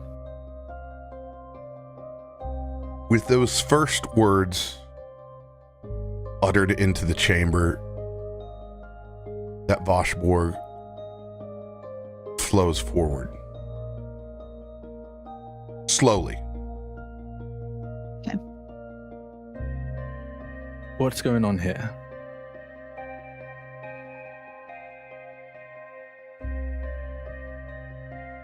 Where have you come from, wardens? As it is not said, it is telepathically sent back in a wave to where everyone hears this inside their own mind.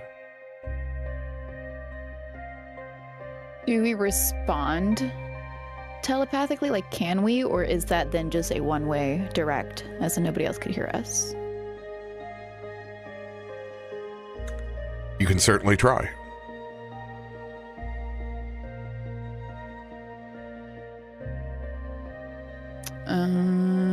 She wouldn't, just because I am waiting a little bit for something. Kallisto doesn't. Well, we're wardens, so where do you think we're from?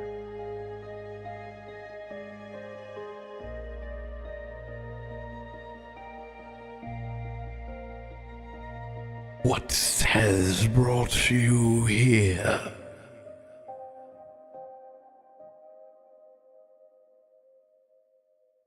There was a crash on the side of the mountain, and we went to investigate, and we found ourselves here. Now, what's going on here? What is this?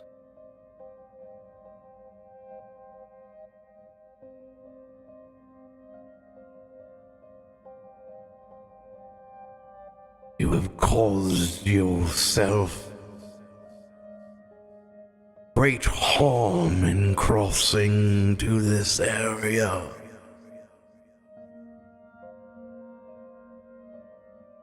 How is that?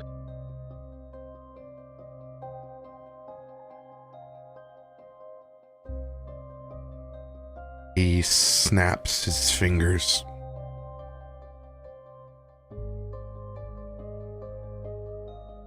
And you can feel what is almost like the weight of gravity pulling you down further. But you look at your body, and it is 138 years older.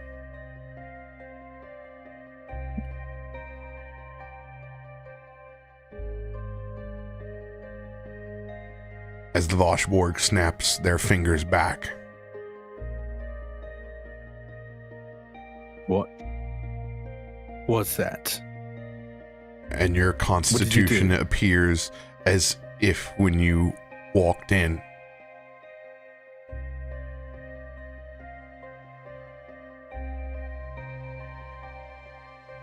You have traveled farther than you thought.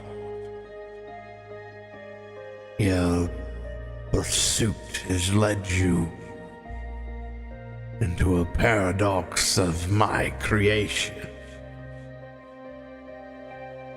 My work is not yet finished here, and I must maintain this site as such.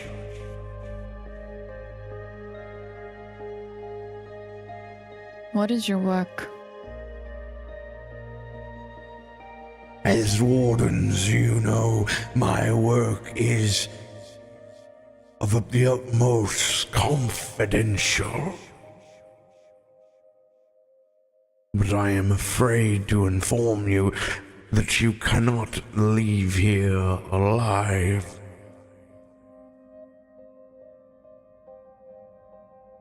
Why is that? Voshborg usually don't do anything with the living. It's usually the dead. Or is that your purpose? You are dead. Do I feel that way? Felt like death when he snapped his fingers. You did not feel good.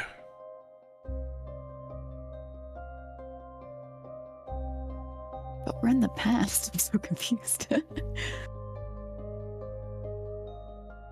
Myshkin steps forward and takes in the figure.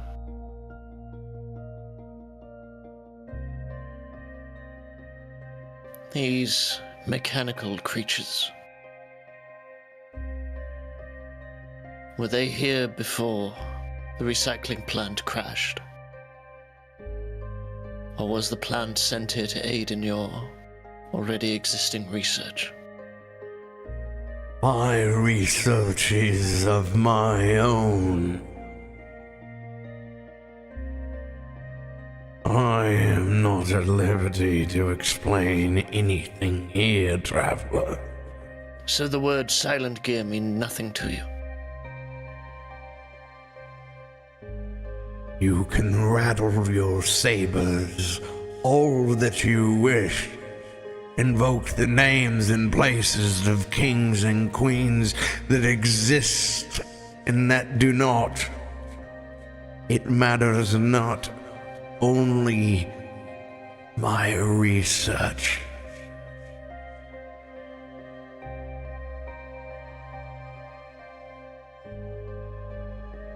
Is it possible for me to use my biographical eye? Of course, if I pass, to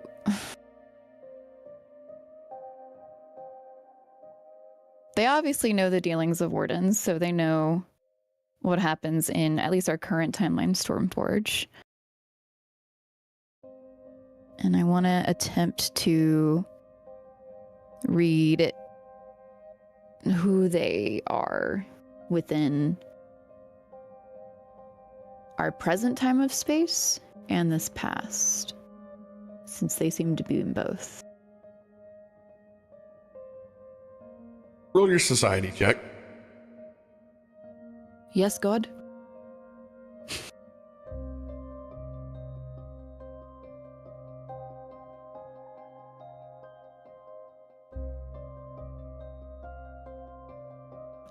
Do we have any D10s?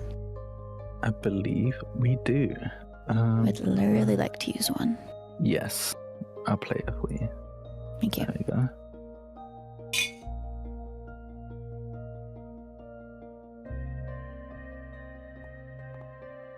Why? It's private. I can't see it. What did I roll, RoBear? I suppose we'll never know. Even Lolly doesn't know. Oh no! Why? Of course it is. You rolled a why. 1. Oh God! It's always the private rolls. It's always the private rolls. But why was it private? It was trying to protect me for a second. All Lolly. right.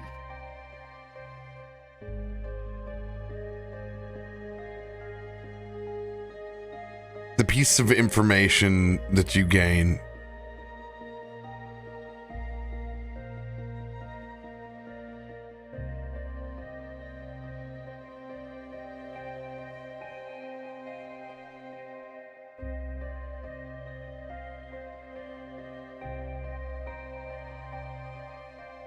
I don't like this time. I'm nervous. Oh no. There's a thinking face. you have made a grave mistake Mm-hmm. by walking in to a sanctum that is clearly controlled by the Voshborg. This entire trip has led you essentially onto the property of someone else. What do you mean? If you can clarify that. Like This as if I'm trip through the trespassing? crash site has brought you into someone else's temple. And it's that unsettling feeling when they say that you can't leave, that you know that you walked in here willingly and that you cannot leave. You have entered some place that you shouldn't have, and that the rules of engagement, no matter what, that you're a warden, you know not to enter. The Voshborg clearly act within a level of immunity within side of the community, and their temples Did I feel are this very before we off entered? limits. You felt everything that was described up until the point of getting here. Her necklace lights up. I think he's serious, Kallisto. I think leaving here will be difficult, if not impossible.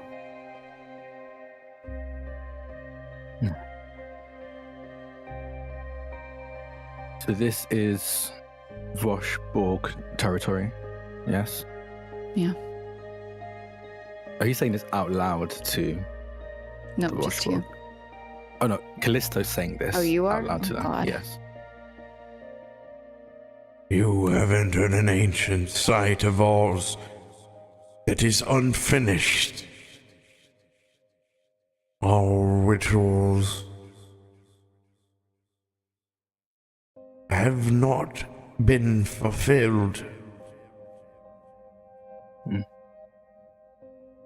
I assume that this is yours. As he points over to the shadow spy inside the ribcage. Yes, although I probably don't need to know what it saw now.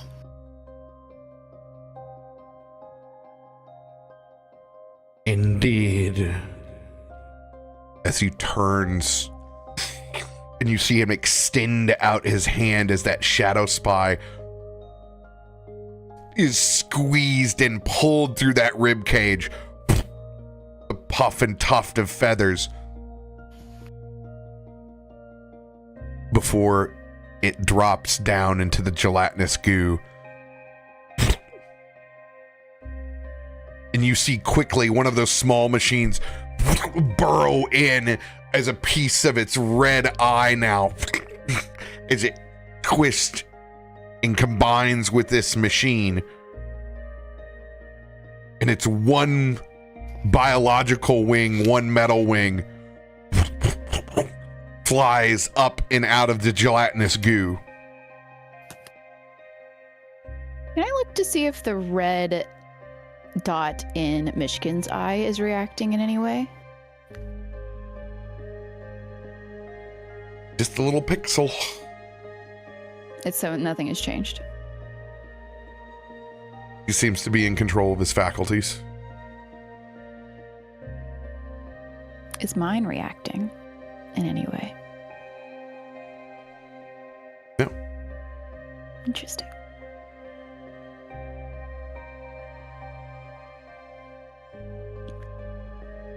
Like I said, we came here to investigate the crash. There was no markings or signs to tell us that there was any washboard activity here. So, as much as I'm not fond at the very least with the aesthetic of what you have going on here, we will be leaving.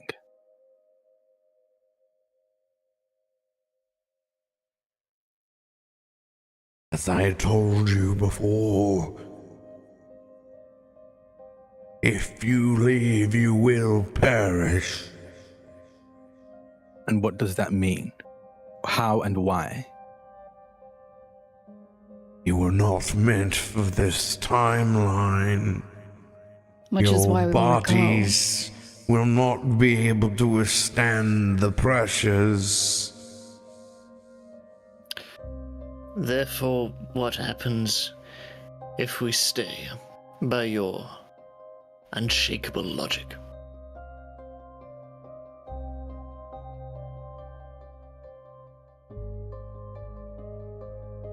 Do what you will, but avoid interfering with our research. How do we get back home?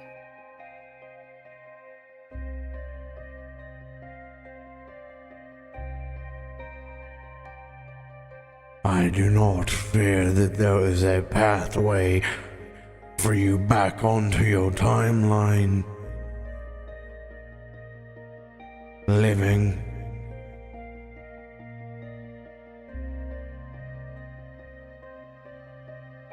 Is that your doing? Your research here? I've told you that my research is confidential to the Voshborg. You also said that this is a paradox of your making, so be clear. You breached my temple, bringing these most interesting machines. You come from farther down the timeline. In truth, it was not us that brought these machines, but rather, by your logic, your friends from the future.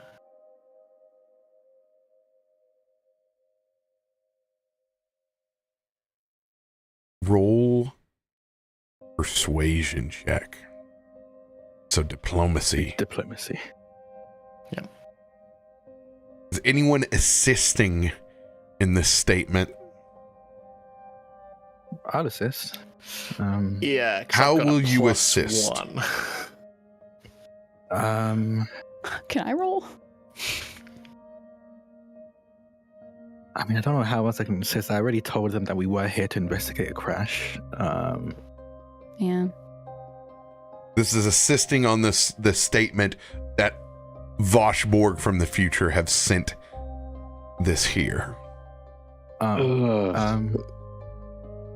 Being honest, in character, I don't think I'd say anything, so I don't want to give anything else to this person, so I wouldn't say anything to confirm that. This is literally my lowest stat. One sec. So, let me see if Trevor's feeling like a brave man. Oh, come on. It like hit the side and rolled back. It was going to be a 20. Oh, Lolly would assist. I just don't know what words to say. I'm struggling. I mean, Sam is very down to assist. well, because we went through the like recycling thing together, and then I mean, I think that was this our is the thing. purpose. This is the thing, right? Kaivar can just... I would totally do it if I hadn't rolled a 2, but I could just mind link and send the information. Like, I've seen the people working with the Voshborg from, oh god, was it Ward 8? I can't remember which ward it was in the city, but you know, like he can physically, sorry, he can psychically transfer and send all that knowledge. Like, he remembers everything, you know? Well, Myshkin's going to make an initial check, and then we'll see what happens from there. I think Myshkin is going to back up his argument in a little bit, but I'm just going to do a straight roll for now. Okay. Oh, damn, it rolled off a 20.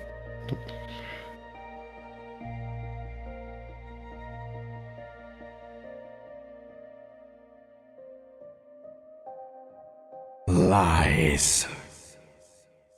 You can believe their lies if you want, but it may well be what your research is leading to. Your friends, maybe even you yourself, in the future partner with an organization known as the Silent Gear. Your partners, they work upon a recycling plant just outside of a city called Stormforge. A recycling plant that we happen upon, and it crashes back into the city. This city of Stormforge that I speak of, and in an effort to cover it up, your Voshborg, they get rid of the evidence and send it here.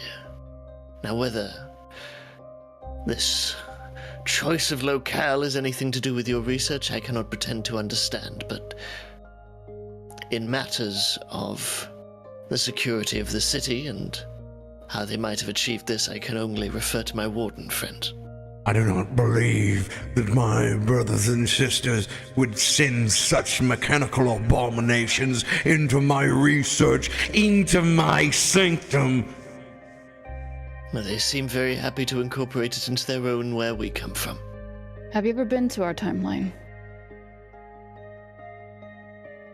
I am One not step in and you would see. answering any more questions about myself or my research. You all have brought these abominations, overrunning everything, combining, setting my research back inevitably.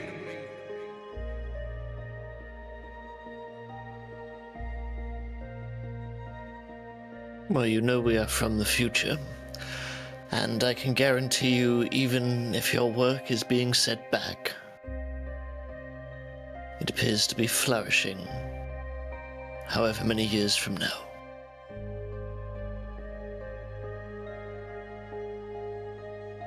Ed, would you like me to wash your luck on that roll with you having just sort of said, hey, we're from the future, man?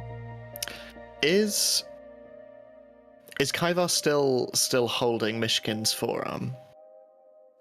Yeah, I believe so. I mean, tighter if anything else. Still totally freaked out. I think Myshkin, sensing your grip tightening, is going to look in your direction and just... Kaivar. Friend. This one could use some help.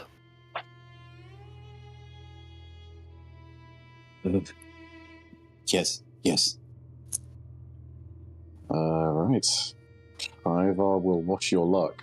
Or, if you want, I can go ahead and try to mind link to the Voshborg to show that you are telling the truth. You need to wash your luck of your own will save. Oh, okay. Alright, let's give that a go then.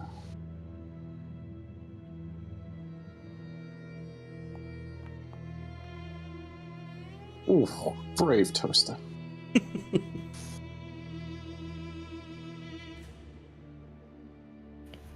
Okay.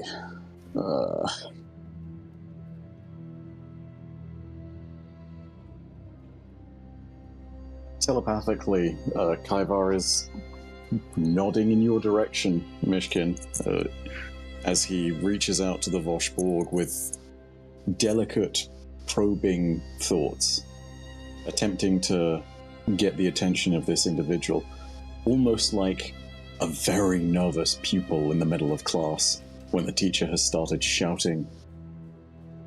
And probing forth, Kaivar almost presents the psychic equivalent of an open hand with something in it that needs to be shown, as he invites the Voshborg to mind link.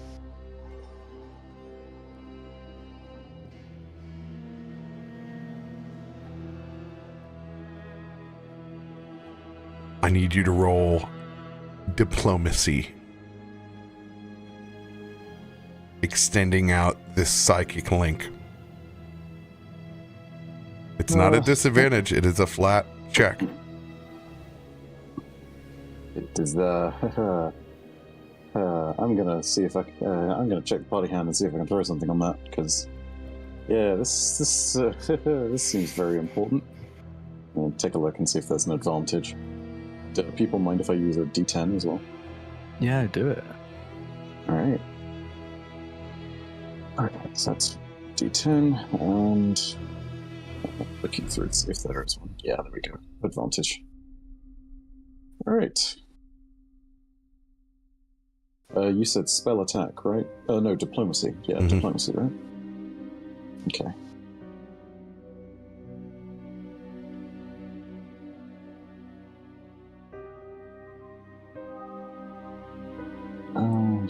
So, add... Keep higher. Alright, here we go.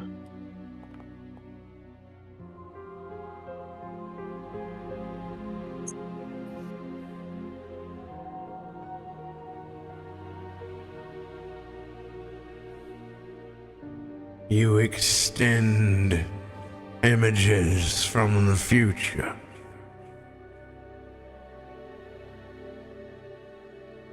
I will accept.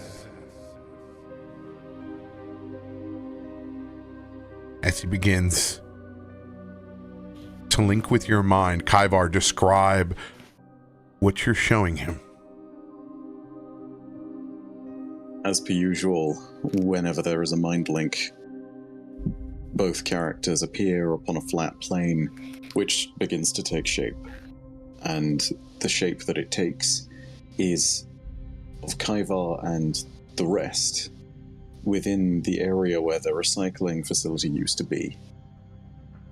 In the moment when he perceives the ghostly tragedy that nearly took his own life, in that moment, he is able to show the full extent of the 9 minutes or so where that ghostly tragedy took place, including the various counselors of the ward who came along, and the members of the Voshborg afterwards, showing the clear involvement, showing the tracking of the recycling facility upwards, showing the deaths of people involved, and showing that the two were clearly in cahoots.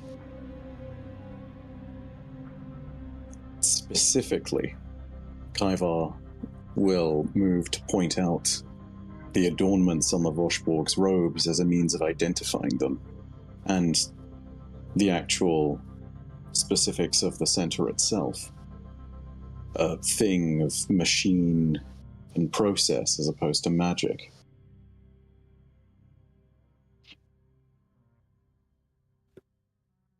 Go ahead and roll diplomacy with advantage. Oh. So, yeah. Okay.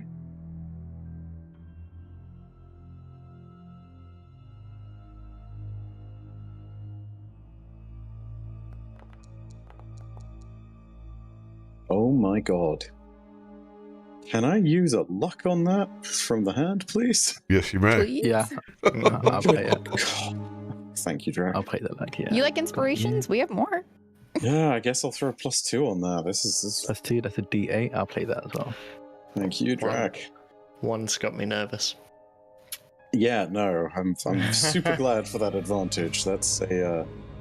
It's coming in clutch right now. Okay.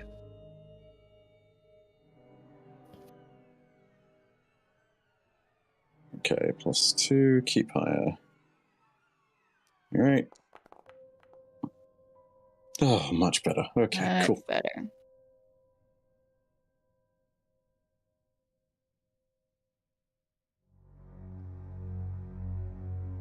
You see that Foshborg seem to almost go in a trance as it and Kaivar continue to exchange scenes from a memory.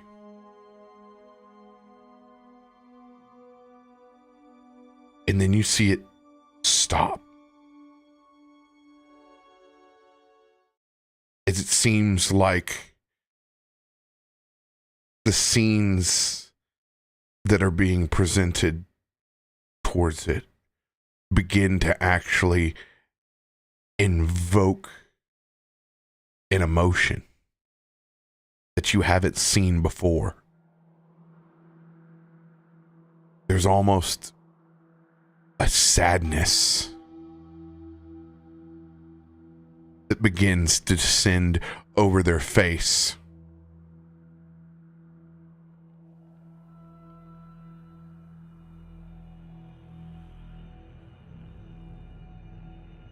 This cannot be true. No. No, after all of this time, this cannot be true. Would we know what he's referring to? I think it's just him and Kaivar inside the mind link, so unless he's saying this psychically to everyone. Yeah, this is just him and Kaivar right now. Okay. Why? Were it so? Why would they send such abominations here? This is why we came here. Yes. This is not of flesh and bone. These machines.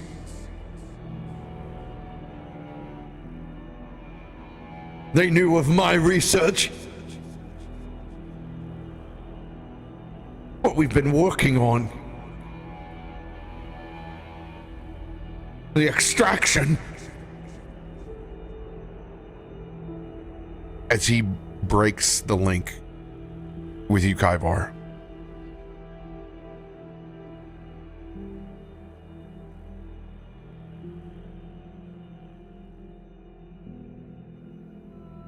And he pulls down a bit of his mask and begins to speak.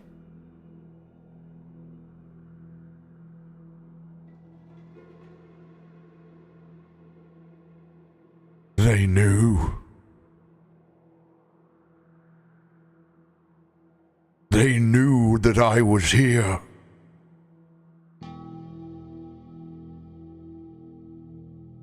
My name is Fane. And we are all in grave danger now. What do you mean?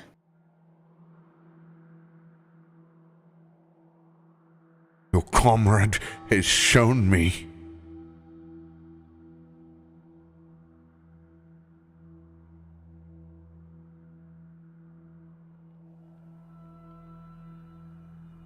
This is not by mere accident. Something has changed.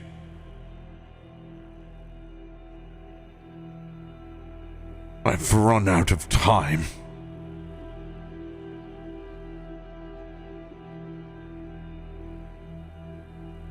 My work reversed before my eyes.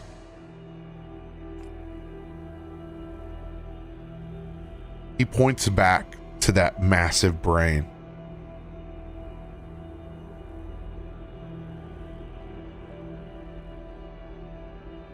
This otherworldly creature. We discovered this Titan's form. Well over 138 years ago. Thankfully deceased, but still holding on. 138 years from this 138 years ago.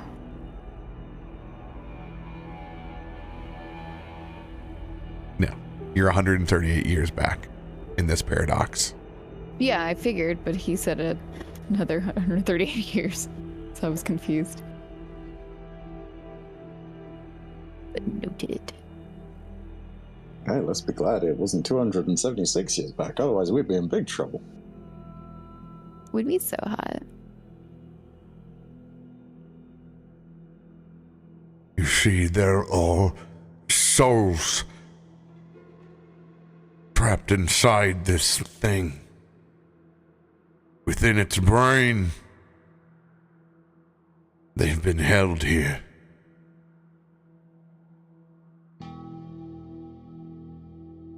I've been removing them for years. Only now to they be snatched up into these abominations. It has taken so much time to decipher what this great psionic being once was. These miners carved too far. They found something eldritch they should have never discovered. It took all of them at once. Every last one of them. Its wisdom is infinite. It has arrived from dimensions far from here. If they sent this floating machine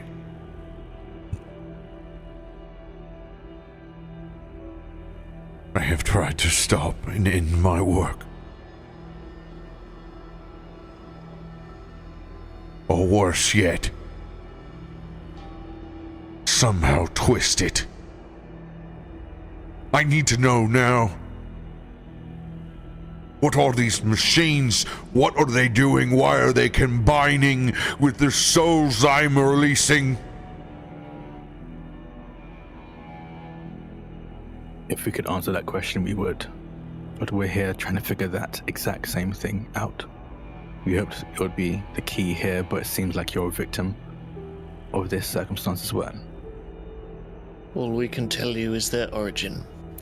That of an organization called the Silent Gear.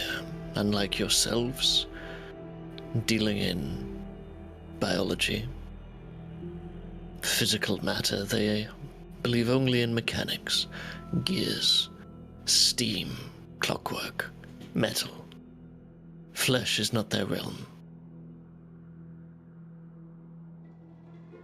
But they are working with my brothers and sisters from the future. Something Yes. twisted.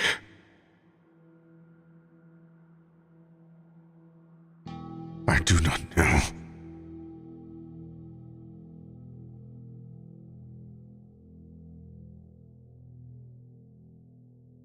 We haven't much time. Why do you say that? What clock are we running up against?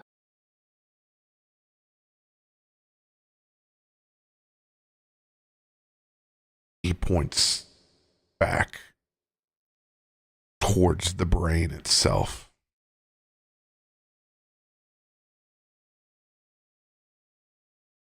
And you can see its pulse and the breathing.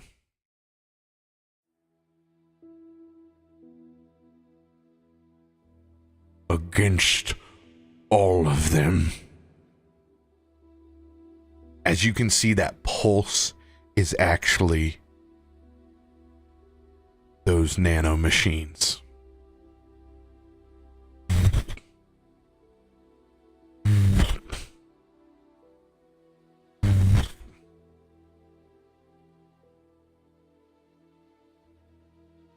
The individuals that sent this here are seeking souls.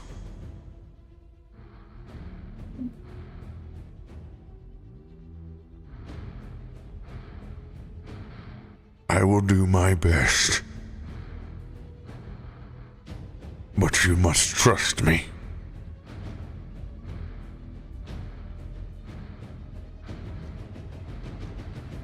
As he extends out from one center purplish orb in his hand that divides into a small one to each of you. As it floats in front of you.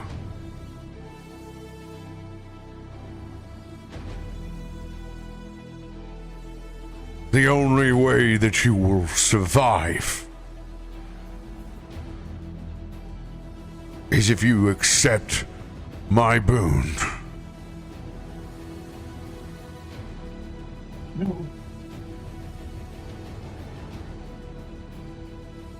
Can we tell if he's telling the truth? You can roll all you want.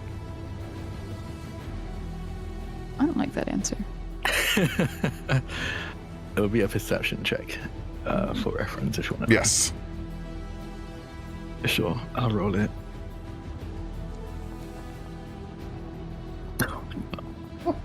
Oh God. Bad roll. I'm gonna use a luck. Myshkin with a nat 1, Kaivar with a 23, Kallisto with a 25, Loluphia with a 23. I'm gonna use a luck for sure. Can I reaction to watch my luck as well? Or has it been too soon since I used the last one? Oh, Kelthud with a 3 and a 21. That's a cool dice.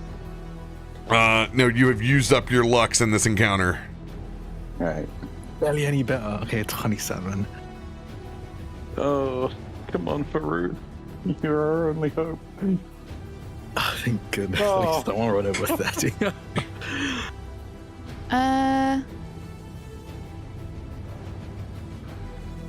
I don't know if this counts. Can I use this?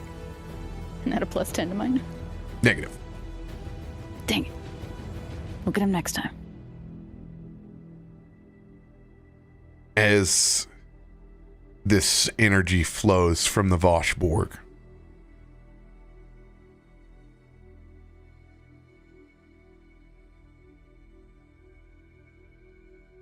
I don't know how to explain this. as Farouk looks back at the rest.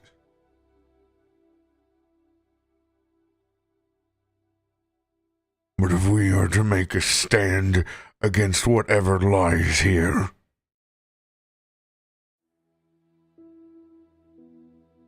we will have to accept the ritual of the Voshborg.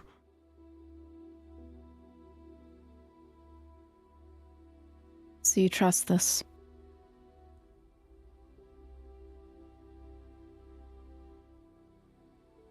I look back at Lolly. I don't trust myself alone.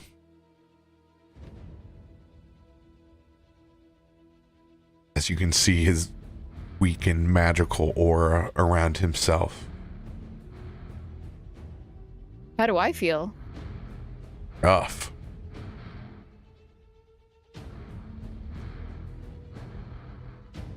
Kallisto is still facing Fane, and he says, "My wife and I have a kid to go back to. If this doesn't work, I promise you, whether you survive or die, I will make the rest of existence a living hell. This better work." One could only be so lucky.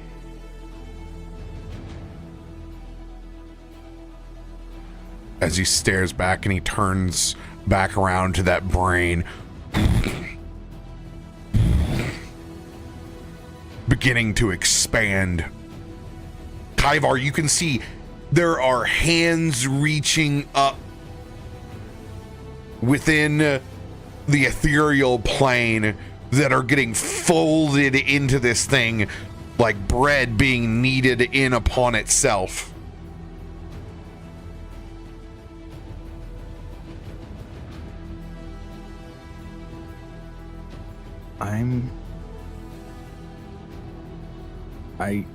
Kallisto accepts the boon, reaching out to it with their hand of thunder, or they'll grasp it.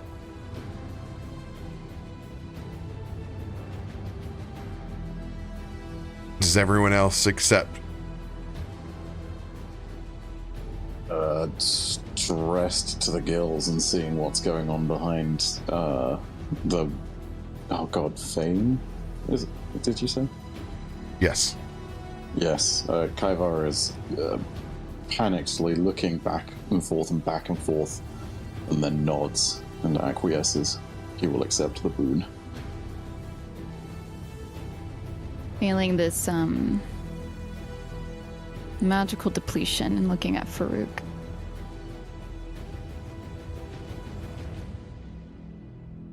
All right. She reaches out and grabs it.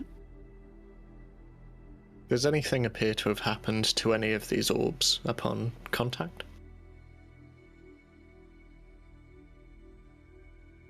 I've been doing this as everyone accepts at the same time or not. Oh, okay. I think Myshkin's going to hold off.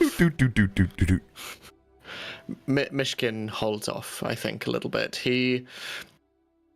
He's weighing up the figure before them. This figure who, though seemingly an ally, it is Fane's people who are partnering with those that Myshkin has been hunting for a very long time. And he is unsure whether to immediately trust this individual.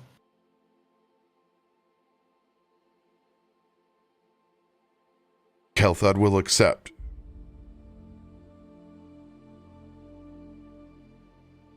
Lolly looks at Myshkin. And I'm assuming he's feeling not the greatest as well, right? You're also magical. You should take it. We don't have many choices. I know. I am not fond of being pushed into a corner. And no, but we're already there. I know. And his right pendant sort of flickering a little more than it usually would, as a very unstable mage hand just appears at the end of his wrist. There's no one I'd rather be trapped with. He just takes the orb. As you accept the boon of the Voshborg, the veil drops over all of you as you conceal your pale and sunken nature. As Myshkin, for moments before you take the boon, you feel your life expire as you die.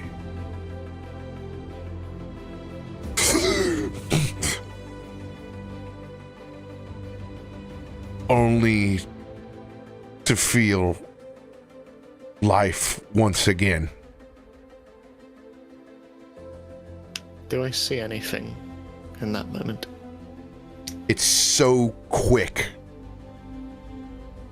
You're only able to feel the sting of death before this odd feeling of undeath. As you all begin to levitate up off of the ground, looking at each other, you see this strange,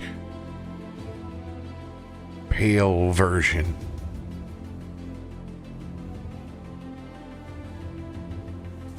Still one another, but now void of color. And eyes that seem to be washed out and gray. But a strength that washes over you. As you can reset all of your abilities and spell slots. You also have equal flying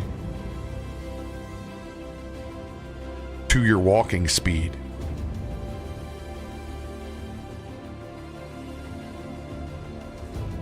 As Fane floats back over the top of you.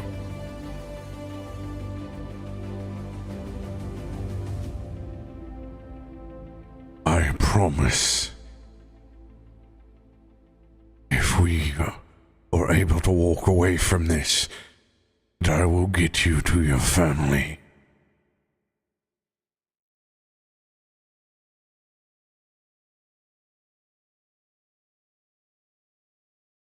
And he points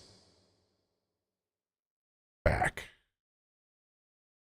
towards that ever expanding brain.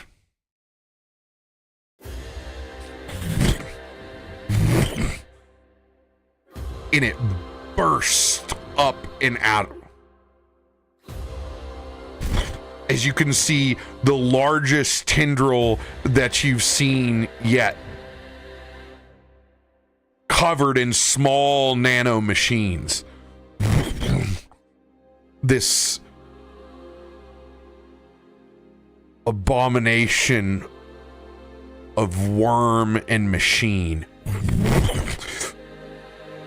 wreathe up and out.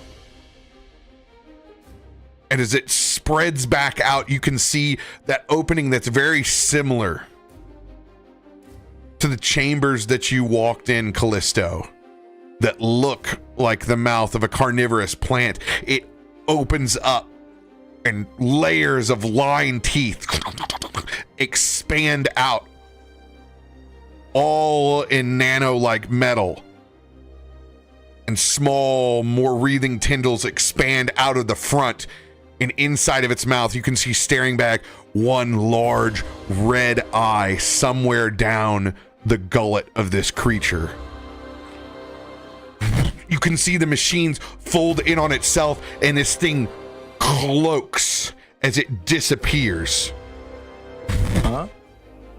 Wreathing and peering in another spot over to the side, folding in itself and moving back over towards this. Kaivar, you can see inside of its maw as it comes back where the red eye is, hands and souls trying to pry themselves out of this creation as it wreathes back around and literally pulls these two bone golems into itself and spits them out into a pile on either side as they go flying. I need everybody to roll for initiative. Oh my god. As the battle starts, can I see if I can drop a Bardic lore to figure out what the hell this thing is?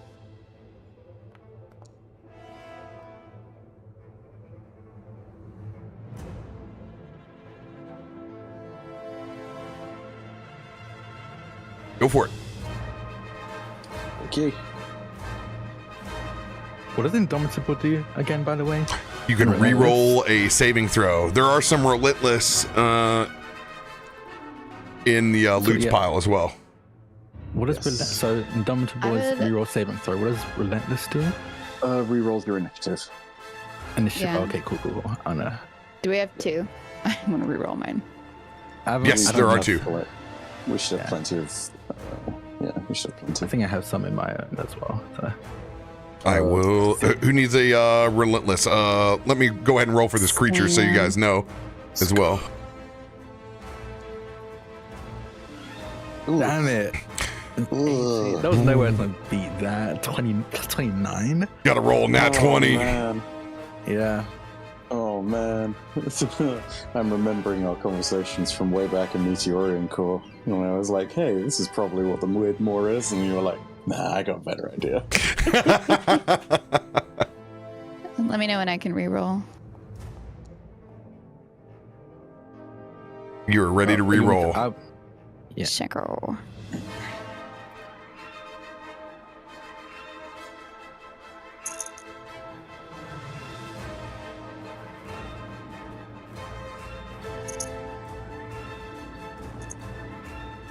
Anybody else need to reroll? Nope. I rolled pretty good. I'll take the higher roll on my bardic lore than on the initiative roll, frankly, because I'm Oh, pretty happy with that. clicked the wrong one. Damn it. Okay, hold on. I clicked perception instead of initiative. Your bardic lore is a 37. I'll get to that in just a second. Yeah.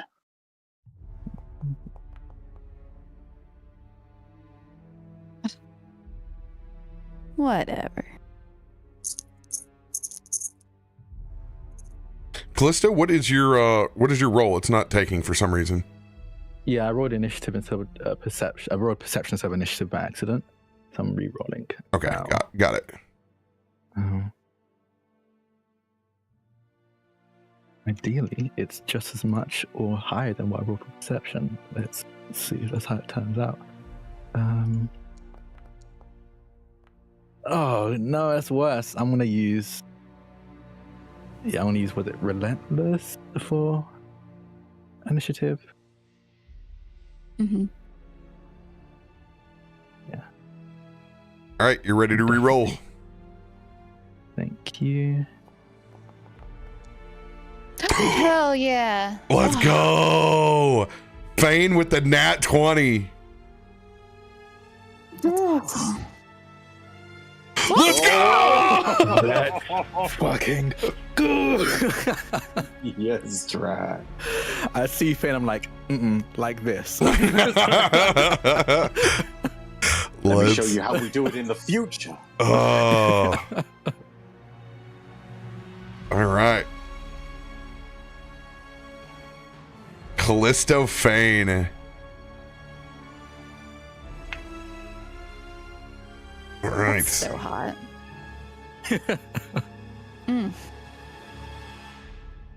Kaivar.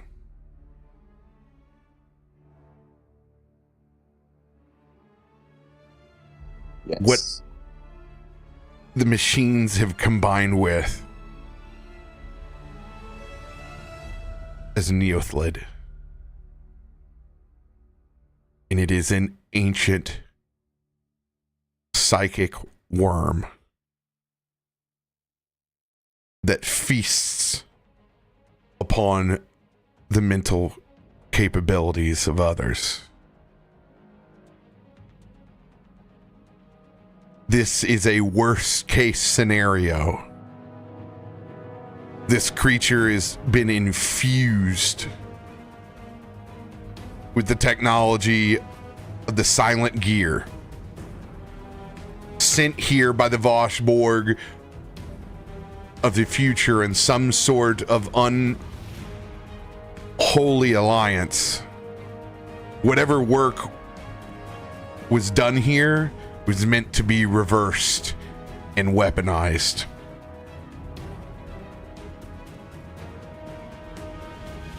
This is a big of a threat as your party has ever faced.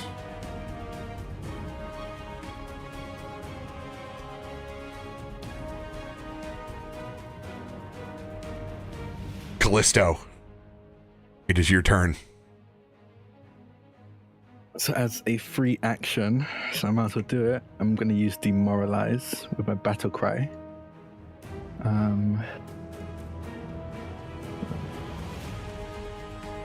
See how this goes. Oh, by 8. Damn. I need a nat 20 for that. Okay, so Demoralize fails. Okay. I mean, I'm gonna fire. It is off guard because I'm acting first, so I just want to add that onto there. But yeah, I'm gonna do a paired shot and fire twice at this creature.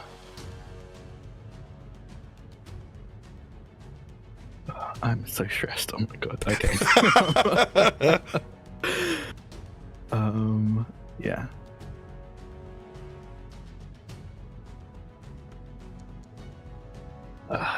Bad. Critical miss. I am. Oh my gosh! I just noticed the AC. Yeah. I think I haven't used a luck yet. I don't think. No. Yeah. and that's Robert not- Captain Bear, how dare you? It gets worse. Oh, boy. It's worse. I can't wait. What do you mean it gets worse? Oh god. Yeah, I'm gonna use a luck. There's a phase 2.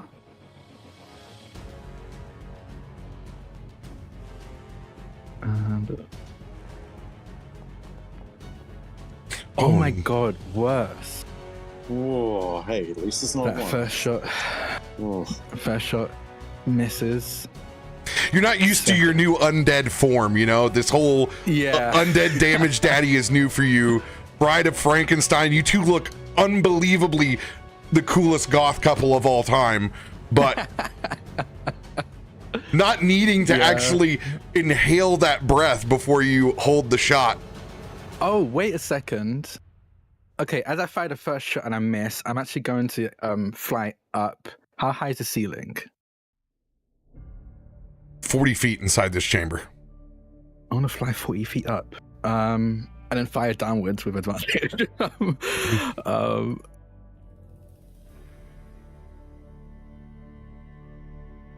Hopefully, I do better this time. Oh my god. Oh, I'm this just is rolling scary. terrible all of a sudden. Oh, Yeah, no, I man. missed. Both shots miss. As I fly 40 feet up in the air. It's like, shit. I have one action left. You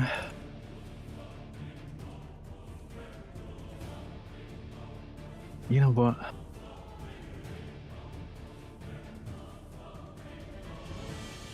Yeah, no, that's gonna be the end of my turn, I think.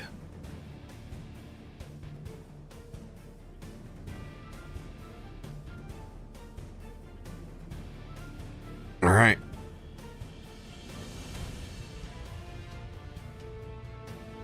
Fane will fly up and over to the side.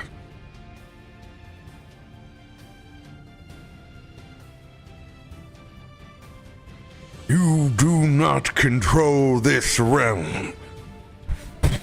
As it sends out a spiral of purple orbs that circle it, and you can see that worm wreathe out at them as he causes the creature to be off guard with his lair action.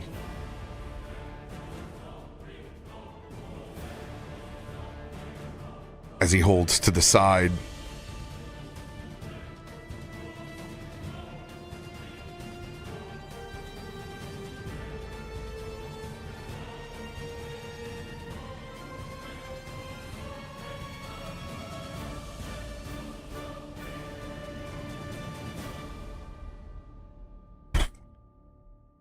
That worm goes straight up into the air towards you, Kallisto. As it is now up 50 feet.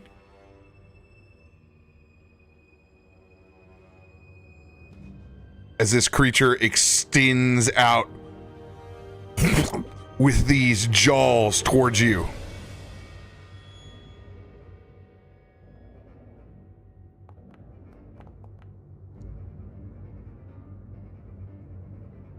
As it clamps down.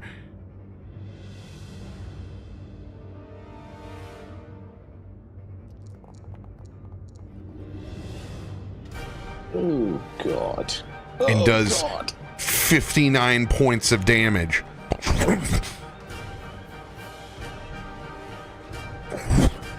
retracting back, extends out and over towards Fane.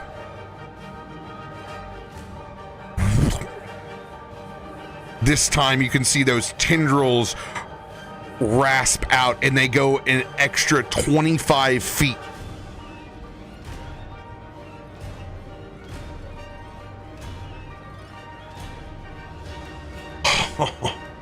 Just hitting by 2.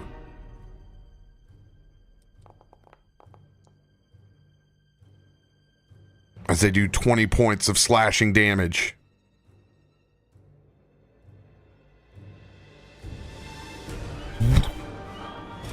And you see itself begin to warp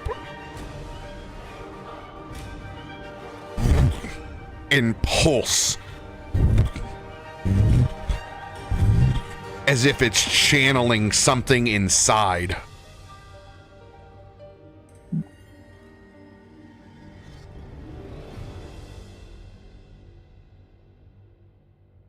Kelthud's turn. He is going to cast a heal over your way.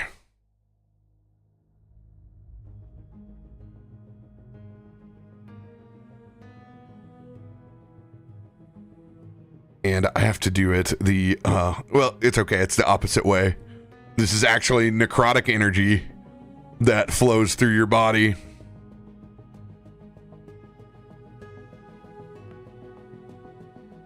Does not crit.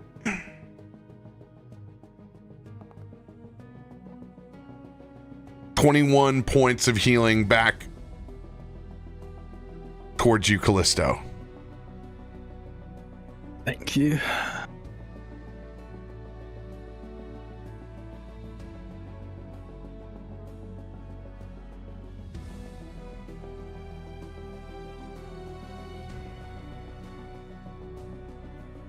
For chat out there, you guys can see their health bars by looking up at the top combat carousel.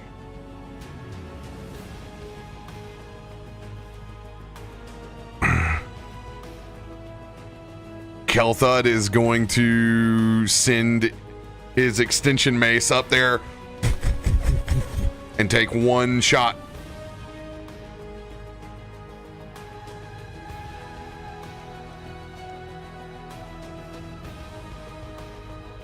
As he misses by 5.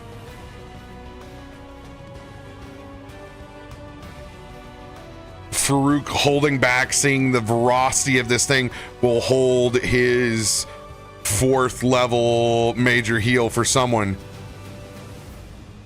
Myshkin, it is your turn.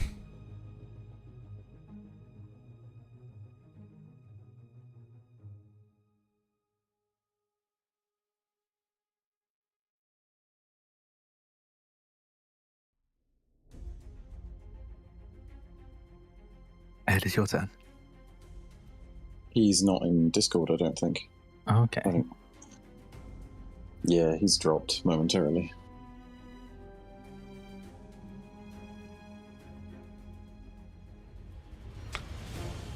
We'll go with Lolly until he connects. Kyvar's next. Oh, sorry, Kyvar. Oh boy. Well, knowing what I have gleaned about this creature from Bardic lore, Kyvar is going to try and communicate that to everybody. He's also going to roll for Inspire Courage. Which brings us to the horrifying question, what is the DC for this fight? Go ahead and roll it. Okay. Yeah, sure. Sod it. I mean, what else can we do? We just gotta go straight up, really, don't we?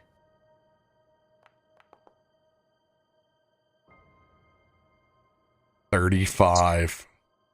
It's not bad, though. It's not bad. Not bad at all.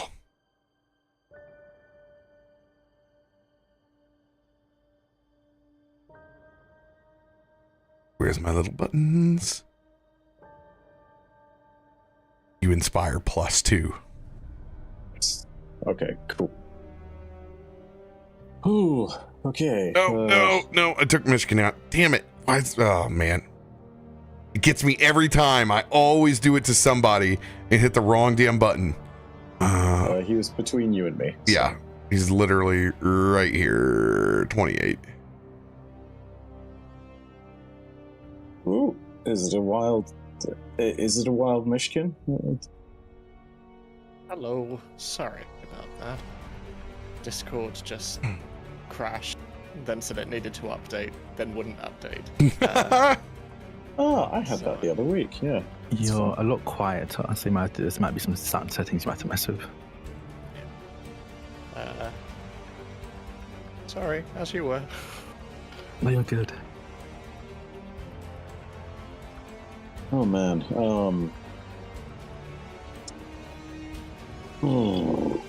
Yeah, this is gonna be a tough one for certain. I think the only thing that can immediately be done right now is to I've got to probe this thing to see about what its saves are.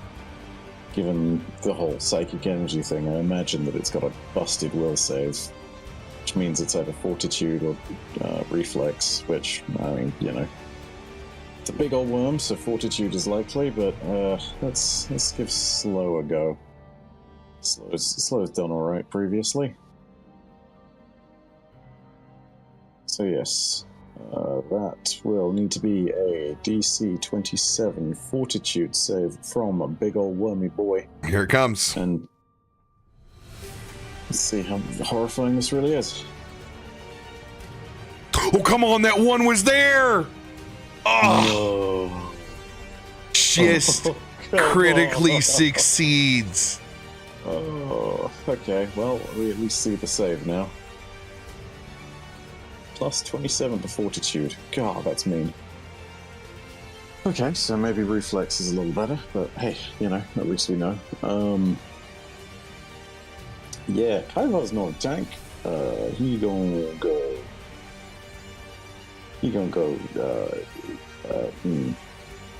Yeah, he's gonna hide. These pillars are, you know, these pillars are lovely.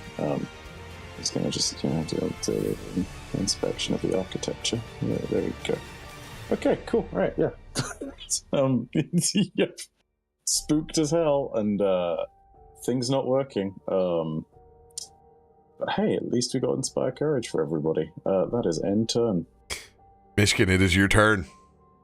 Cool. So Foundry's not working for me, but I know what I want to do. So, if Myshkin can hop over that river of gelatin, kind of as far away from the Neolithid as possible. Yeah. Oh, it's coming back. Never mind. I should be able to move myself. I hate tech. Okay. So, as he's hopping over the river, just gonna pop myself up a little bit. How flammable does the gelatinous liquid?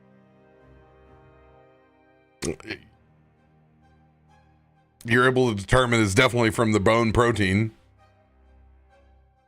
Okay. Cool. I'm going to, in that case, I'm gonna go tried, true, and tested. So I am going to cast. Sorry, let me just bring my character sheet up.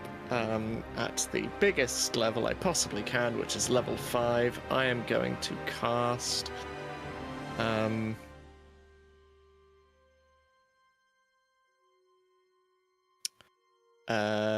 I'm gonna cast Fireball.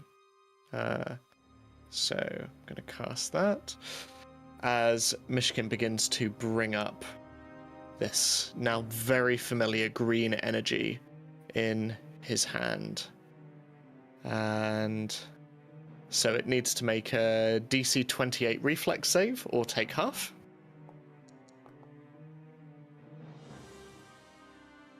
Reflex is low. succeeds only by 2. Okay, so it still has to take half damage. So 10d6, and Myshkin is immediately going to follow that up, bringing the fire up from the ground and just directing it back into the Neolithid. So that's 39 damage halved, and he's going to cast Scorching Blast at the creature as well. Or he's going to try to. So let me just... Is this an attack roll? It is, yes. Frustrated with the misses earlier, I'm going to use the aid action and help with this. Okay. So does that mean I roll at advantage, or? I have to roll first, and then depending on what I roll, you roll. I'll also help with this via Shadow Projectile, but yeah, you first, Drak. Go for it. 35.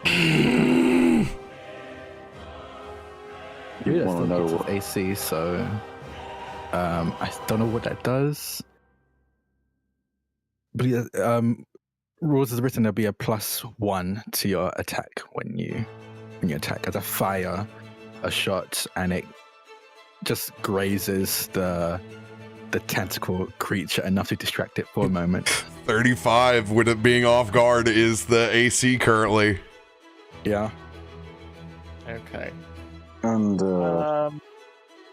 Ed, I'm gonna see if I can help you out a little bit more. I'm gonna, as your attack comes out, I'm gonna reaction Shadow Projectile, and create an illusionary copy of another cat-like being, this time clearly defined more as an actual Rakshasa, also throwing forth a torrent of fire. Rolls a 2 and succeeds by 5. Oh my, okay, well at least we know that the will save is gross as well. You still have a +2 to the triggering attack, so I mean, you know. And the creature is already off guard. Oh, bugger. Well, hey, we see the will save this way.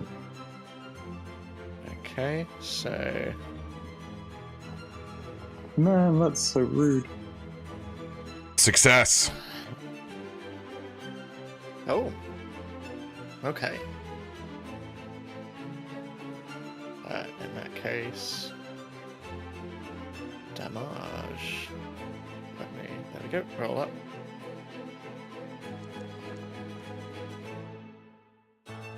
Oh, 35 God, that's points of fire damage as it takes all of it, wreathing back and forth. Damn, that's a meaty hit. Oof. Does the surrounding fire appear to have done anything to the gelatin in the trenches? The gelatin remains the same, but as this thing gets hit, it disappears using dimensional wormhole. Okay, that's the end of my turn. As it reappears back behind you. Oh no.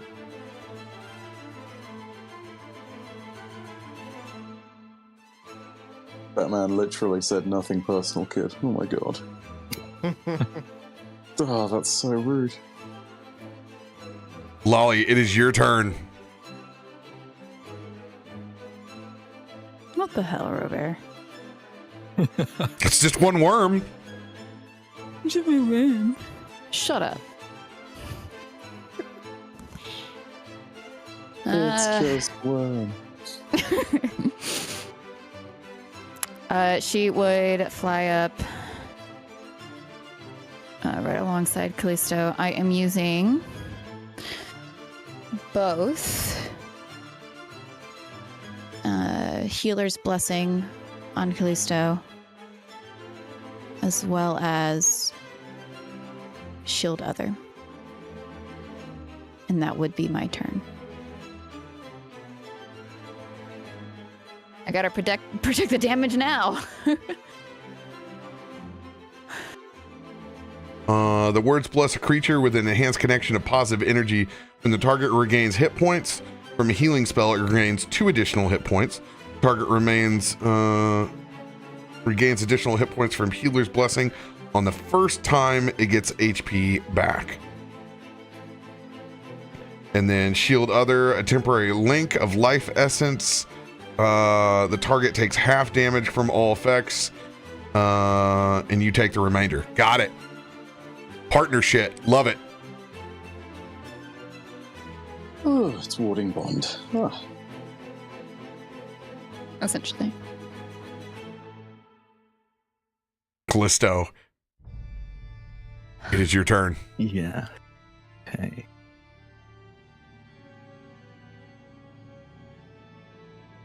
Okay.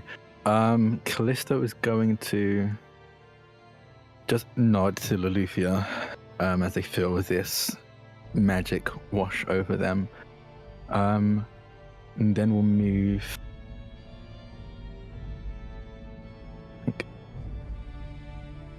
to here. And then fire at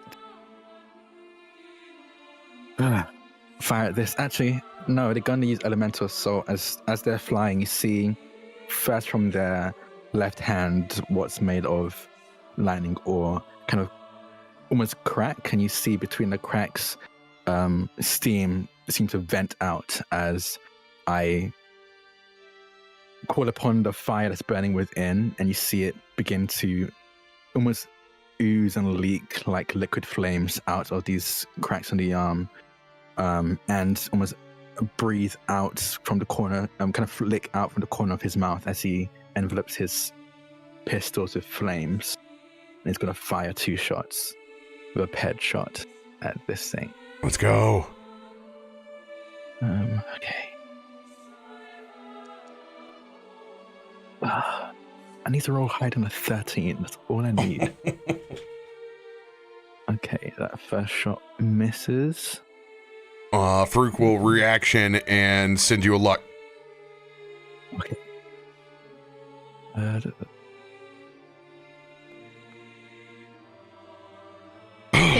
Exact same thing. I was gonna say I would like to aid. I mean, I'm gonna do another shot, so if you want to aid with that one. Yep. Seeing this. Can I use these?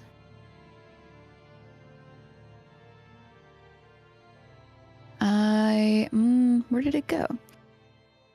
I have this bullet thing for you. On heals.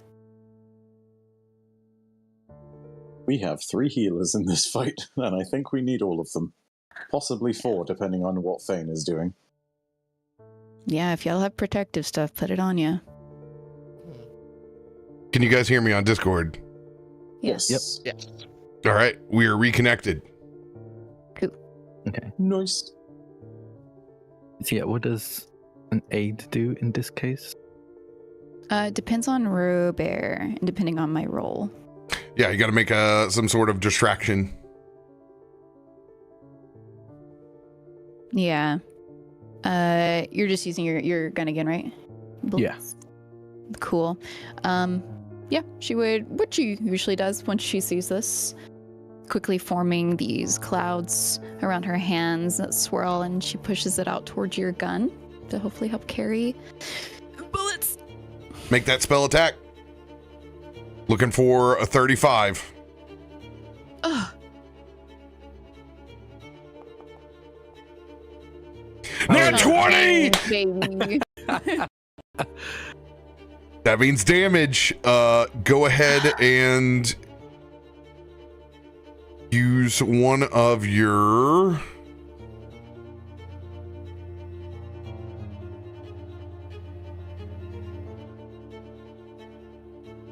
Oh, Captain froze? Did we lose you, RoBear? He looks so happy. I'm still here. Can you hear me? We can hear you, but you're frozen yeah. on your screen. I guess that's probably You're just a happy guy. I'm just about to eat that mic. Life is a very happy guy. Yeah.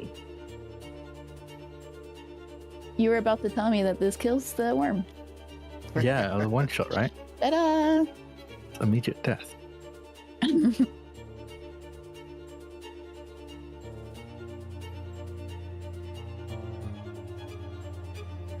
One second. Yeah, good.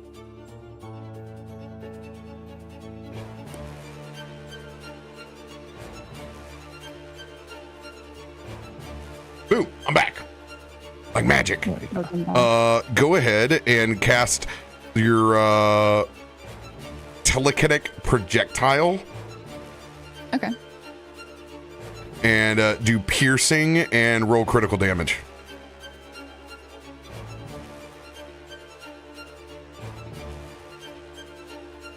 Do I select other variant or just roll damage?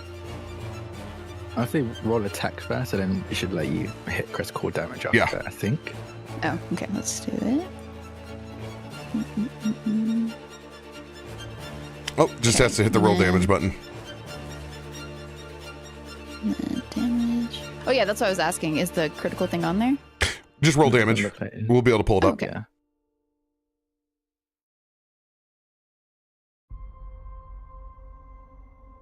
Actually, can I add something else to this, perchance? No. Ah, but it's a 20. Nope. Boo. Ew. All right. So in this case, it is it's a double damager. 42 points.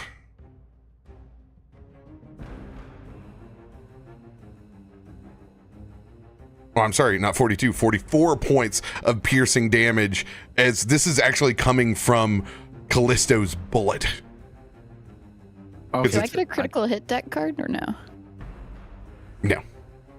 No, the aid was It's Kallisto's bullet. You're just sending this thing into warp speed. Attached to him.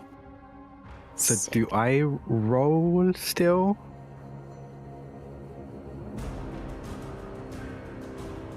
Yeah, you really need to hit. Okay, cool. So I still roll it. Okay, cool.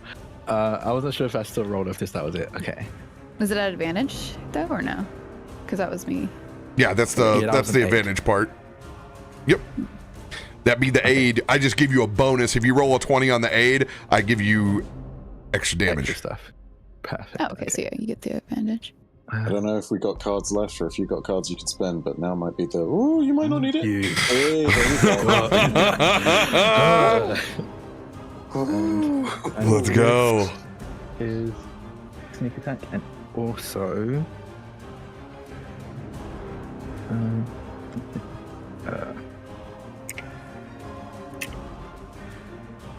have to add elemental assault to it as well.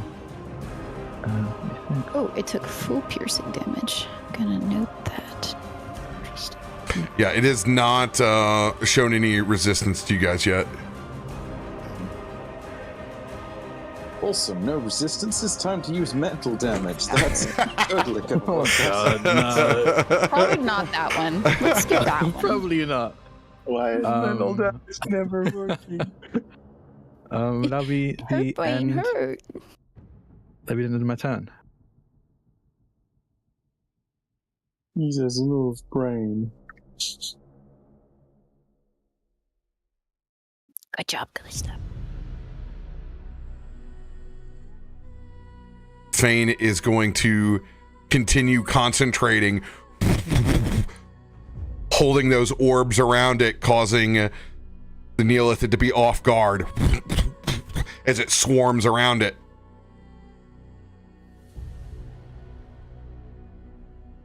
But then you see it stops.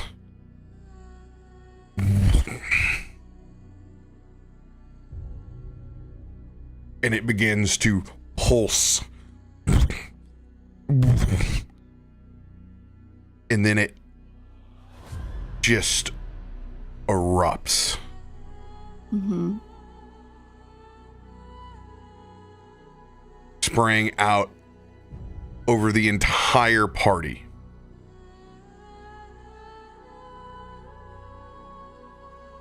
You need to make a DC 38 reflex save.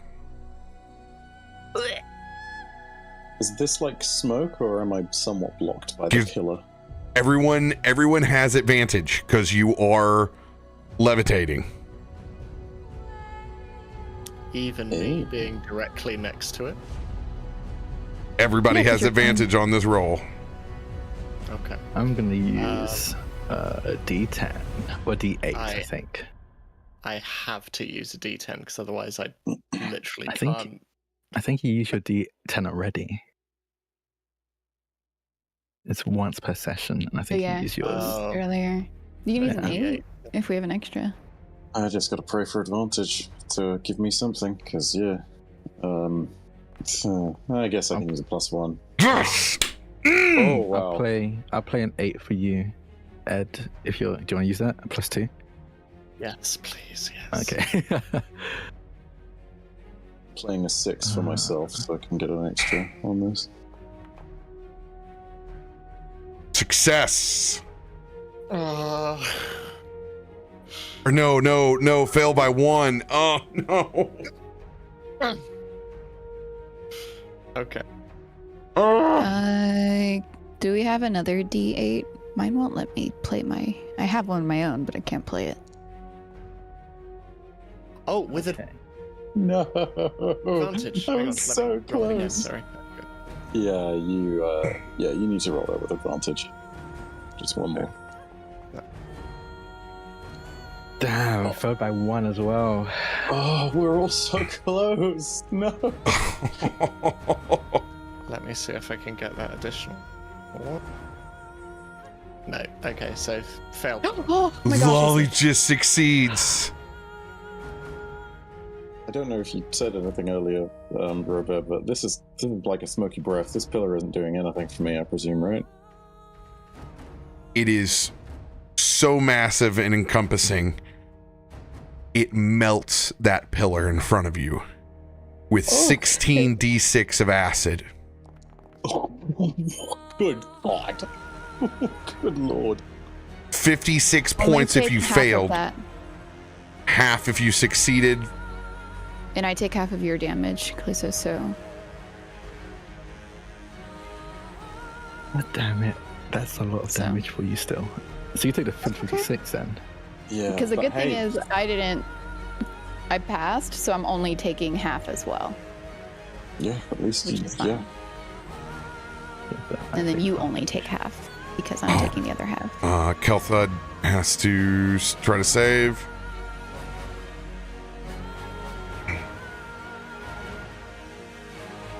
Yeah, if I didn't save, it'd be 56 plus 28. Yeah. Oh no. Oh dear. This is not good. Yeah. This is not good. Kelthud fails. Takes 56 points of acid damage.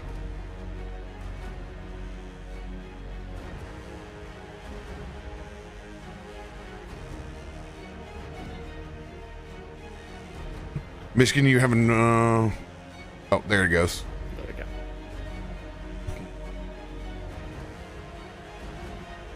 And you see those tongues extend down towards you, Myshkin.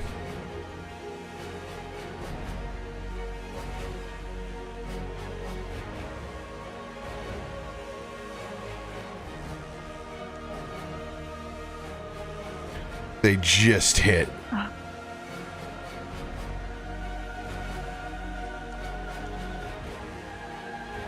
Low, 25 points of damage.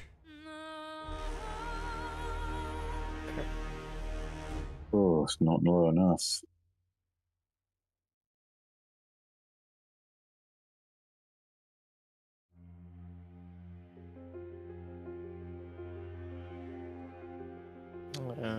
How much? The damage hasn't appeared on my screen yet, so I'll just add it. It is 25, and you would go to 1 hit point. However, this will trigger my held action because you were the lowest of HP. I mean, 25 takes me below my HP. Yeah, you would be at 1, or you're below by 1. But Yeah. I have a 4th level heal for you that was held. Okay. So this will trigger. Let's see if I can crit. I do not.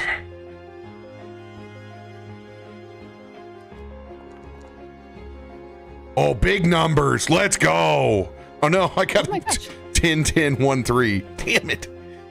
56 points of healing, Myshkin. That's what you just took from acid. Good job. Don't take acid, kids. So you will have 55. Oh, you did the reverse. That'll work as well. Everything's freezing on me. Don't worry. I'll help you out.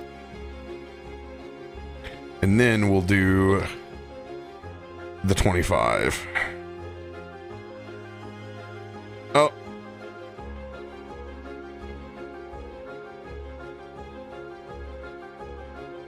There we go. Okay. Into the worm's turn. Kelthud's turn.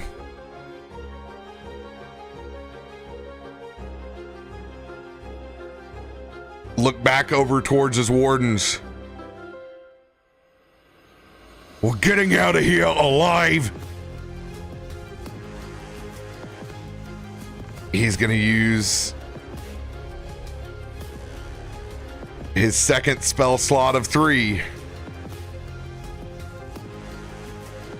And he's going to hit you, Kallisto.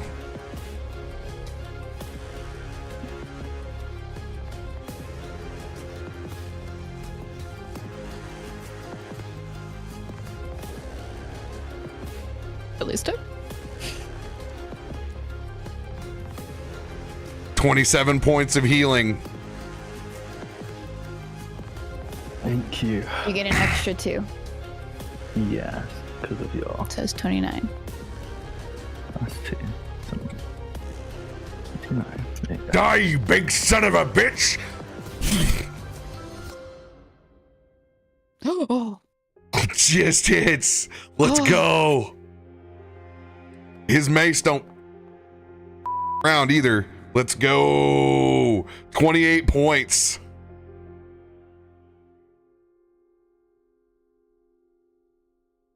You can see it takes a large chunk of that worm out, and the machine part of it crashes to the ground. You can see the acid spewing out the side of it as it is bloodied. Already? Oh, damn. Okay. Then again, it is still really hard to hit. Yeah, it's very hard to hit and hits very hard. We can still die when he does those big ol' AoEs. We have got very used to things dying much quicker than this because of, we'll call it the Kallisto factor. No, sorry, the Kallisto protocol. Oh, wow. Okay. I know, I'm sorry. No, I love it. That was good. I didn't think about that. I am sorry, it will happen again. It will happen again.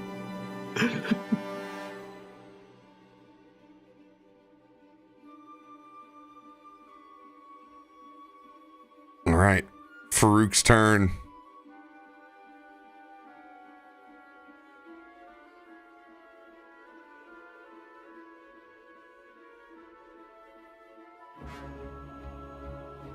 I will once again choose to hold for a massive heal for someone in need. Myshkin, it is your turn. Okay, so I'm not going to move because that will provoke an opportunity attack, and I think that's probably a bad idea.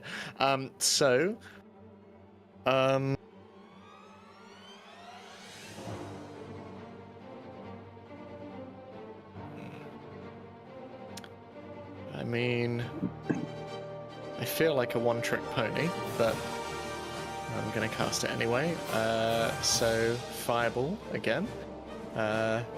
As throwing a hand over in the direction of where he previously cast it, Myshkin just brings the green fire in this arc across that everyone's shadows just slowly move across the room from one direction to the other, almost like the sun moving in a time lapse as it explodes on the other side of the room, just behind the Neolithid, illuminating and silhouetting its form. It needs to make a reflex saving throw for me, please. You see the machines begin to repair itself as it gets a little bit larger and seems to get a bit stronger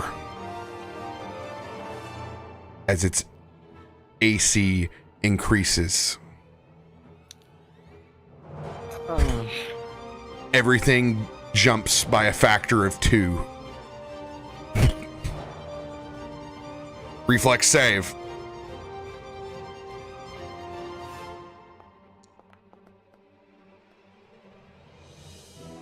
Succeeds. Okay. Still takes half. That's okay. See, big number.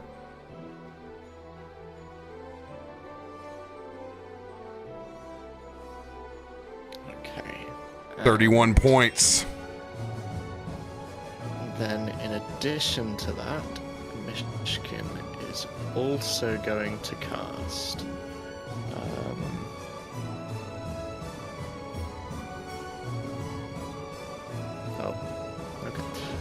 He's also going to cast.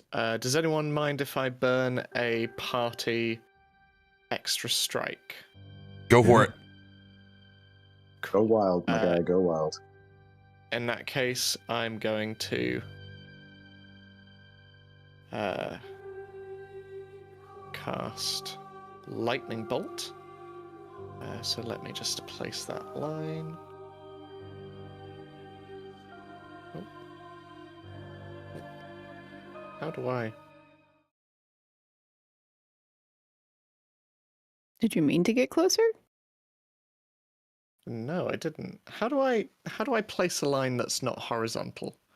I mean, I think you're good. You're good. You're fine. Don't worry about it. It's Okay. there's nothing in reflex save. yeah. There's nothing in a bad spot here. Move back to where you were. Yeah, I don't know why I moved. But yeah, if it can make another DC8 reflex save for me, please. There we go.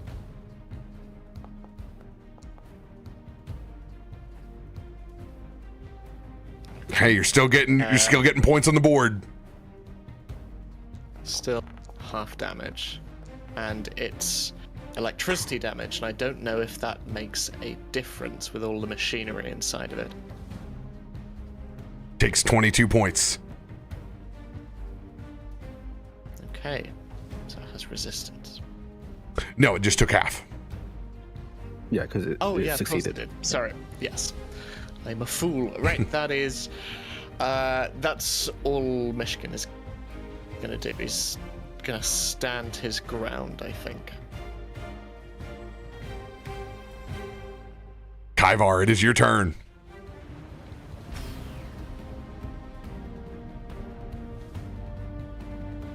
Okay.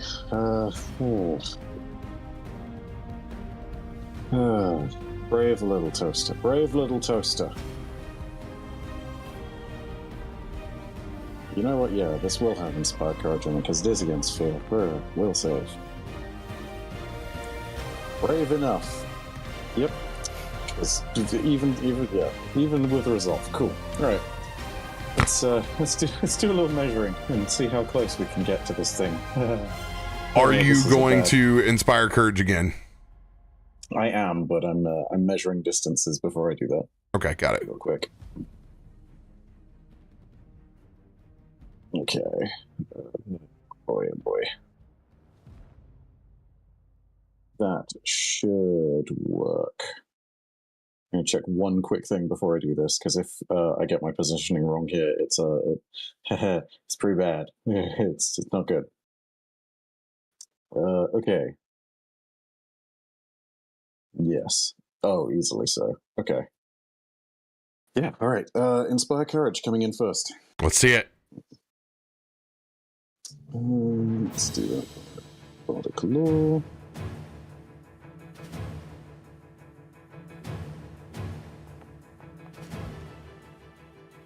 Oh God. Can I wash my luck on that? Yes, you can. All right. Ay. One more time, because that's not going to cut a mustard.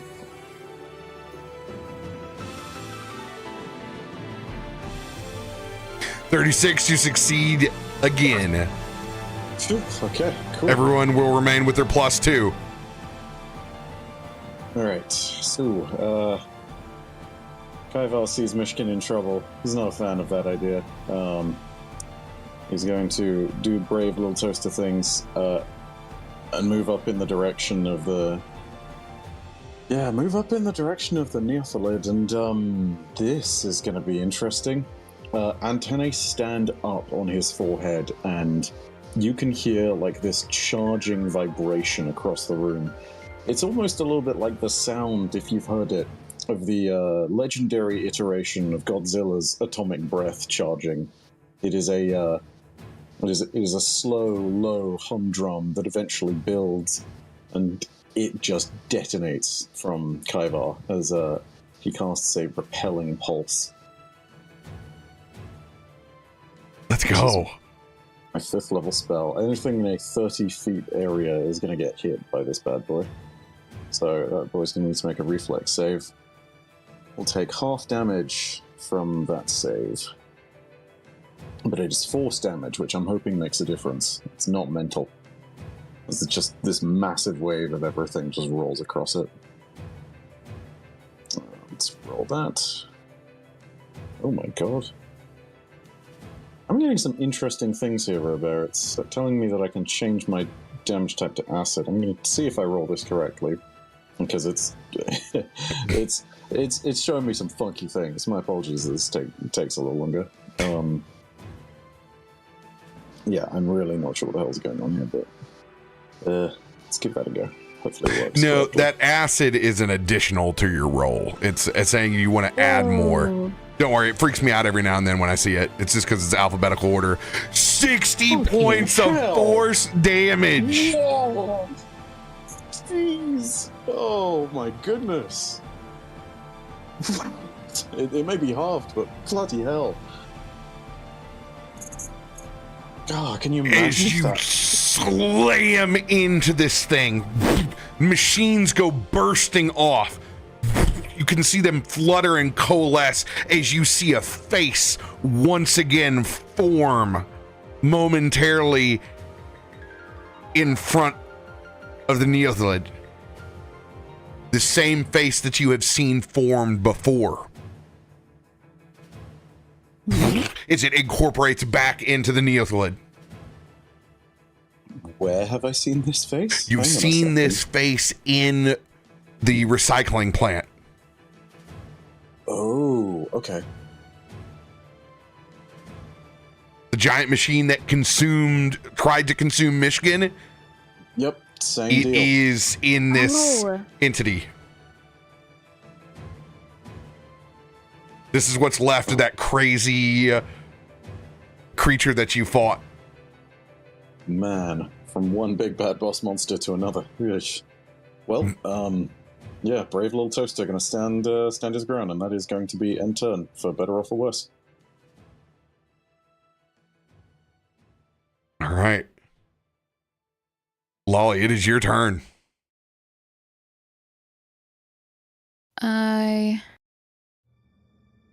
Oops, I'm on the wrong thing.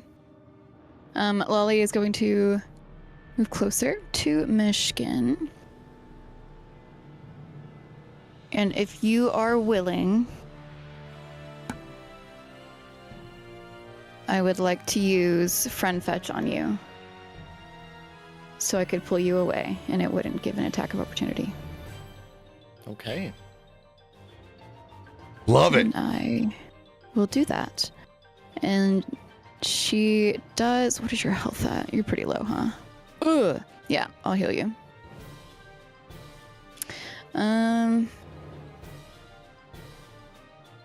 Let's do...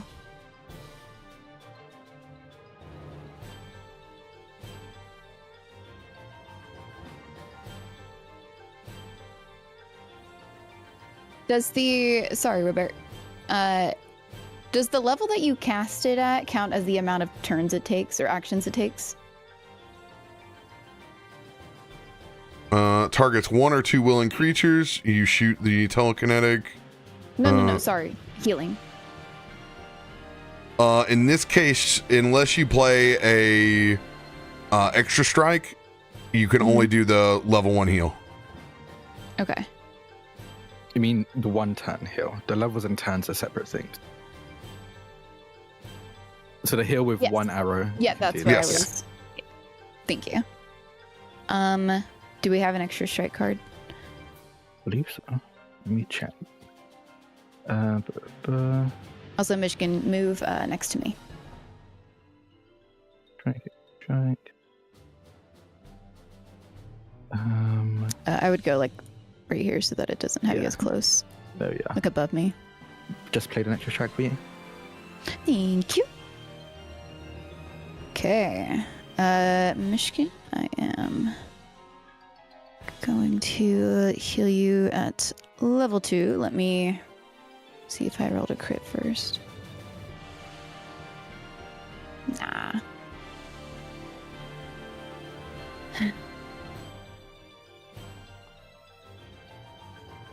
$22 points back. As Myshkin skitters across the ground, sliding back towards you and just coming to a halt, he just looks at you and nods and, thank you. Yeah, you're welcome. And then that would end my turn.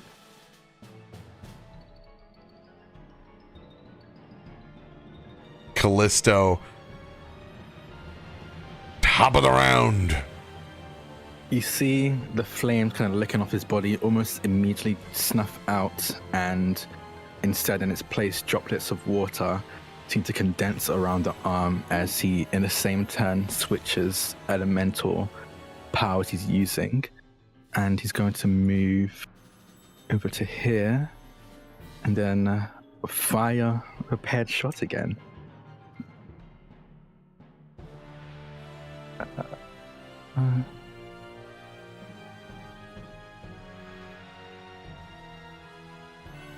I think that's way higher now. Okay. I've used a D10, I've used a D8.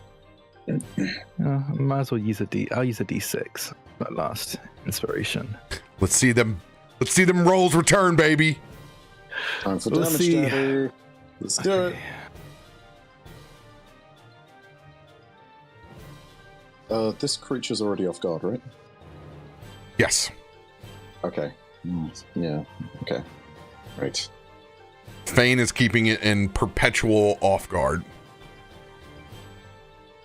Alas, I would send a shadow projectile to assist, but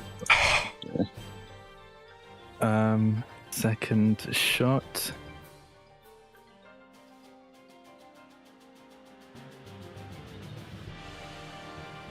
Yeah, second shot. Nope. No.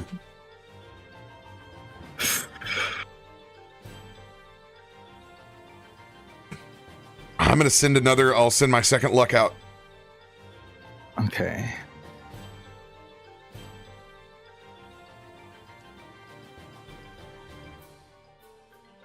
No. I'm going to spend an extra strike. And pull out my long rifle Yes. and use accidental shot to give myself advantage. So let's see, there is.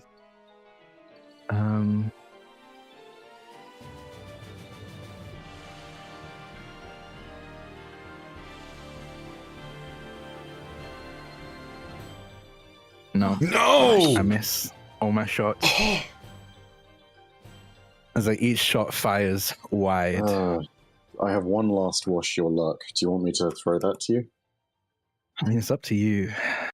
I mean, dude, you roll some stupid damage. Or with a luck, you'd be able to redo.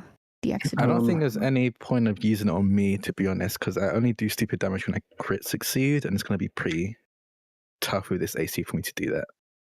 Yeah, but You're currently one of the only ones doing damage. So I'm the only one who's I'm the only one who's not doing Dude. damage. Yeah, you guys got this in reverse. What do you mean? I gave you I haven't hit it at crit, all.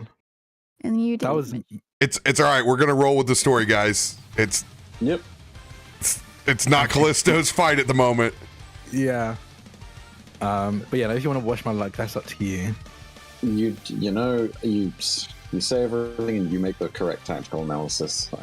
I'll save it, and if someone else makes a decent attack or something, maybe. I don't think I can use it to re-roll the thing's saves, but if someone needs saving, I can potentially use it that way.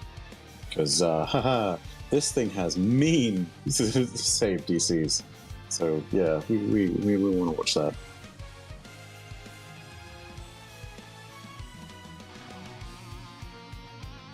All right. And if it's turn, Fane.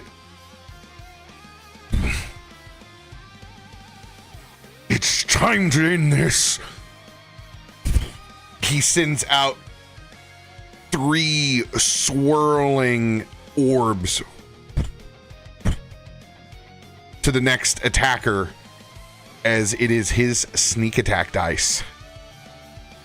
There's additional 3d6 that you can get if you hit.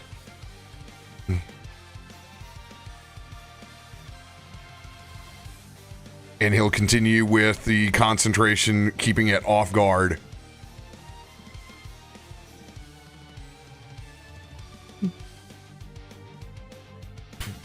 Engrossing itself, you can see the same manipulation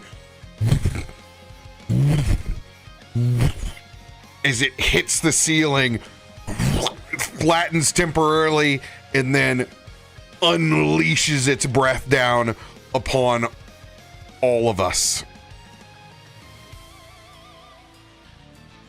DC 40 reflex save.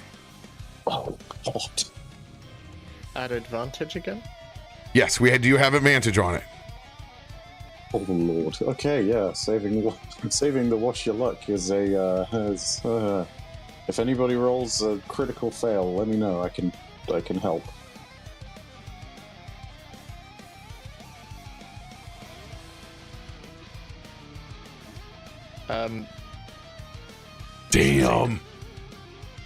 Damn.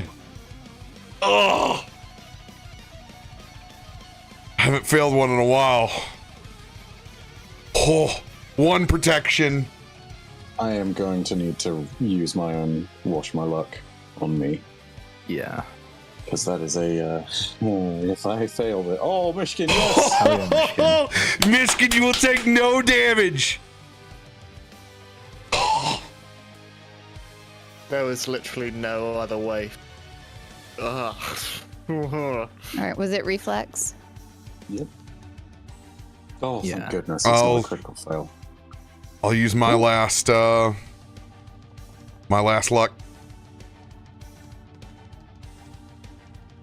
Okay. It's bad, but it could be so much worse. This is okay. I'm also gonna roll one of my looks. Ooh. Oh, Farouk. Oh, Farouk.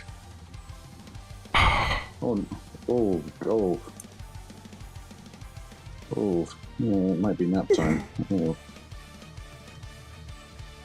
Oh.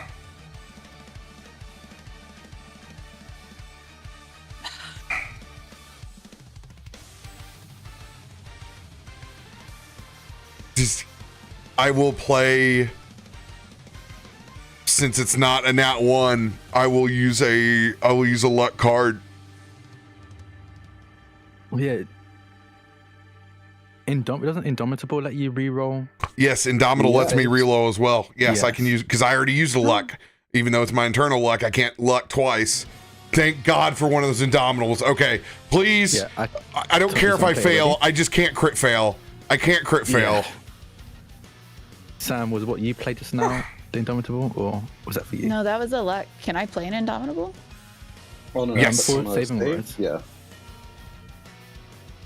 Do we have an extra, you said? Yeah, we have a ton. Yeah. I don't think we've used Indomitable like really at all in our campaign. Yeah. Yeah, so I just played one for you, RoBear, and I played one for you. Thank Sam. you.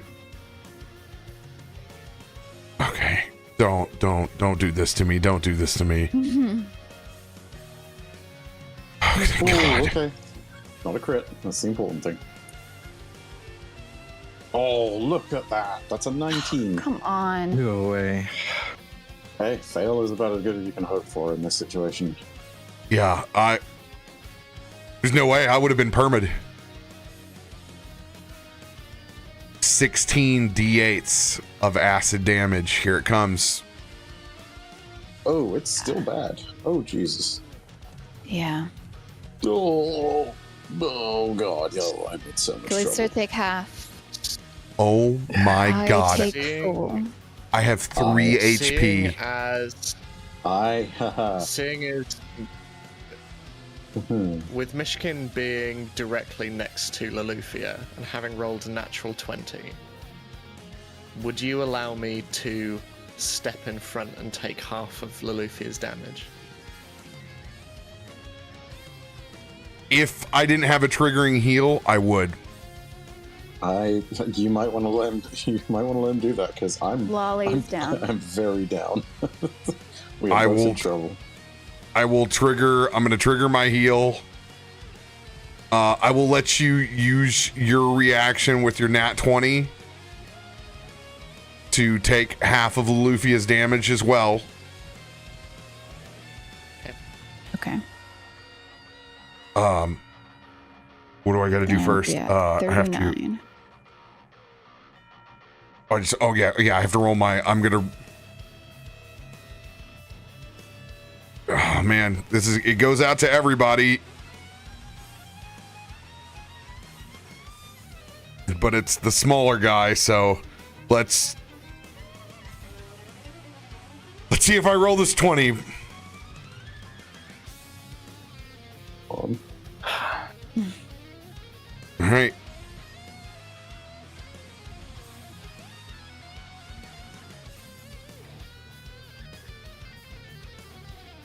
Come on, man. Be high, be high, be high. Oh, that's good. That's real good. Solid. That's Yeah. real good. Oh, God. Oh my God, RoBear. If it's deducted from the damage that I had previously, I am up at 3 hit points. You're 3 Again. HP. Oh man, this is bad.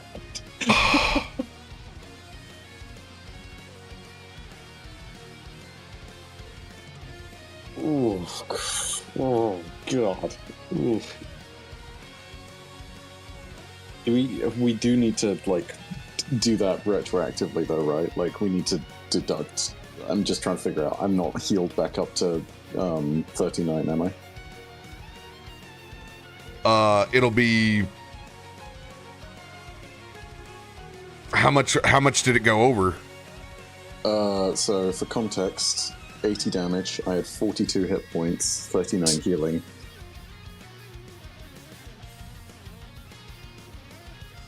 So the heal will go out before the acid hits, then you make the deduction. Okay, yeah, so...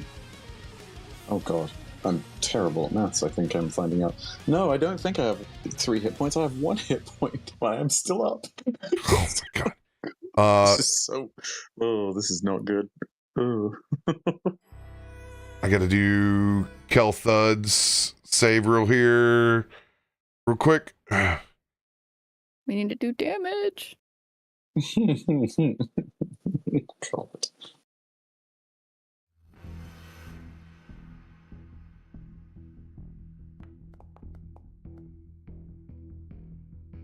Oh no.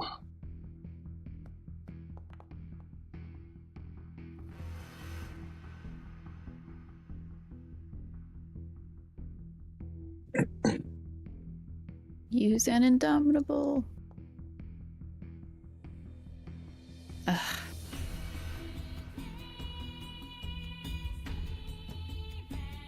All right.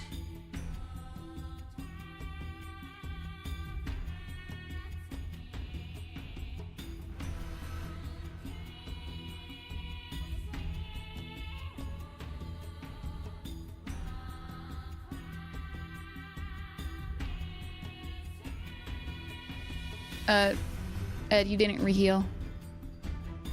You're still at 12. You need to heal. Oh. Kelthud with 39 points left. Fane with 10 HP left. Did you heal Kilthud too? After the big heal?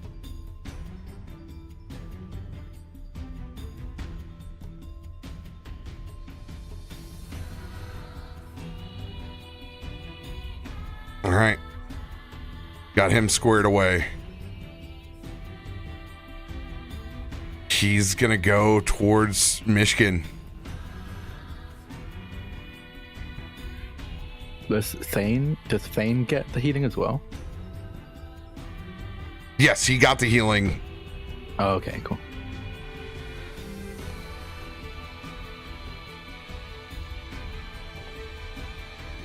Yes! It hits, but it's not critical. Okay.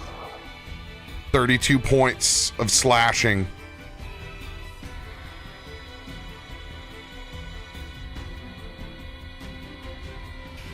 Oh god, this is like a seesaw.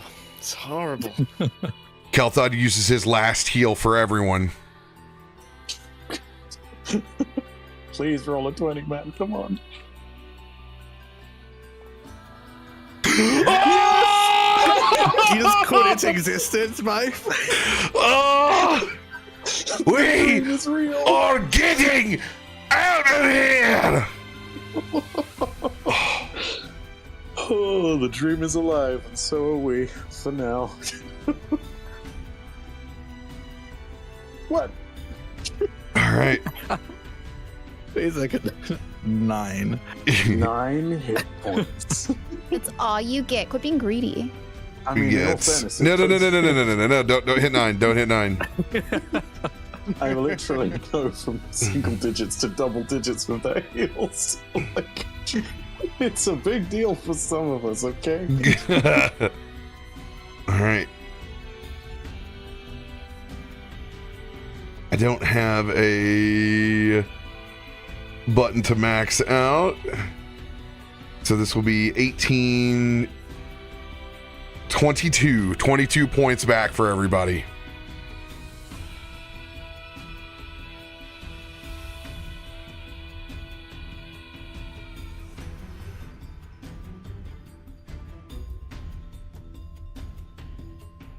Do you guys want me to do that? Because I can do that very easily.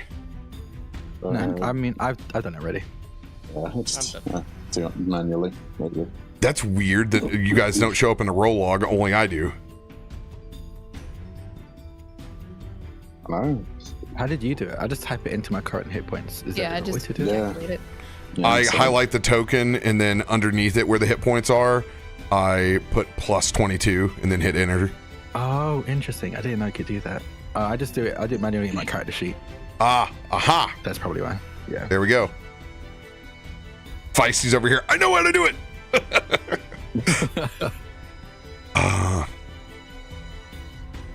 End of Kelthud's turn. Gonna stay where he's at. Come on, Farouk. I'm gonna do the same thing I've done, which is emergency save. I'm gonna hold my 4th level heal slot for everyone. Myshkin, it is your turn. Okay. Does anyone mind if I? No, do it. No, Put do out it. Do it. Okay. What are you So using? extra strike from the party hand. Yeah, let me see if we and have I'm one. Going. You already used extra strike, didn't you, to cast those 2 Did. spells? I did. In which case, never mind. Once again, it's gonna do exactly the same thing. It's gonna cast a. Oh. Gonna cast a. Critical success. Mm. Ah. So no damage at all. Okay, well, in that case, just a scorching blast then.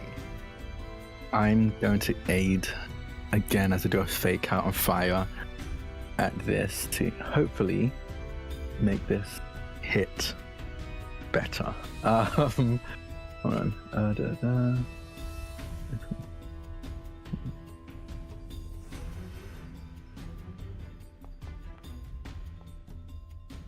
38. So 38 just hits, man. Perfect. Is that advantage then for your roll, right? Yeah, that's advantage for a scorching ray. The fire, it goes. I think it again pings off of the surface of this tentacle, but again enough to distract. No. Oh. Okay. That's all Myshkin can do, but still, his clothes still melting around him, having stood in front of Loluphia. He is very deliberately just going to draw himself up and just position himself in front of Loluphia, just drawing himself up to his not inconsiderable height. He is lanky, but he is tall, as he just steps in front of Loluphia to shield her. That is everything he's going to do. As your DM, I don't know if we can survive if we hit the breath weapon.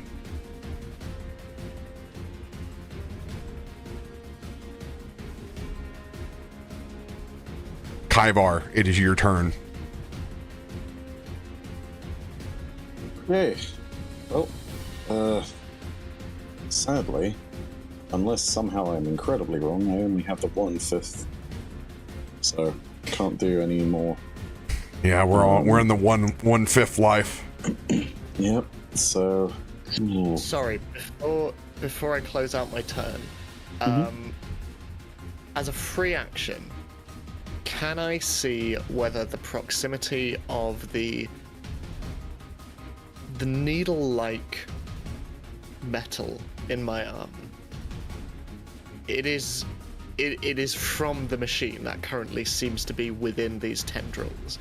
Does anything appear to be happening in regards to my proximity to the creature? No, you have no loss of agency, nor has it manipulated anything on you. Okay, cool.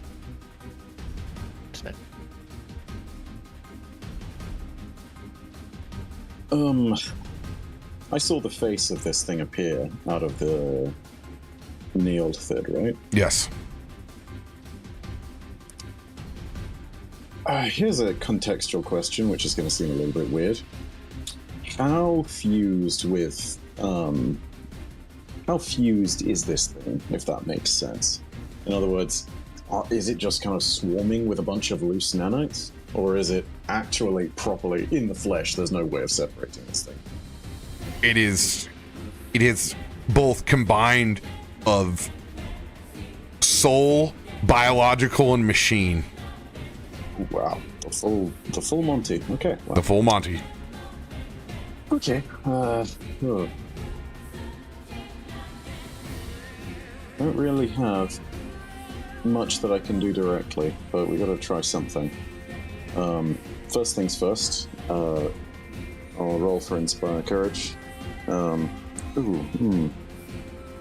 me check something actually. The only thing that I will add to that is that you know that there is an entity that is behind controlling all of these things that it takes over. I mean, I don't know. Let's try and Draxus this nonsense. Is it possible to target the entity behind it? No, that's just the same way that you attacked the machine before when you saw the face. Gotcha. Okay. All right.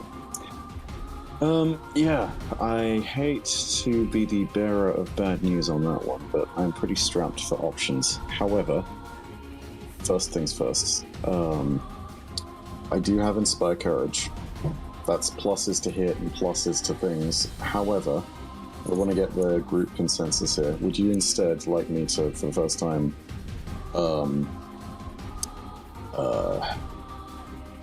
let's see, real quick, let me make sure I'm getting this right. Yeah, okay. Would you like me instead to try Inspire Defense? What that will do instead is it will give a bump to AC and saving throws, and it will give everybody, I think it's 2 damage resistance as well. Assuming the save, I don't think it's going to make. I don't think that would make too much of a difference. Mm-hmm. At least not enough, I think, to lose out on hitting this easier. Yeah.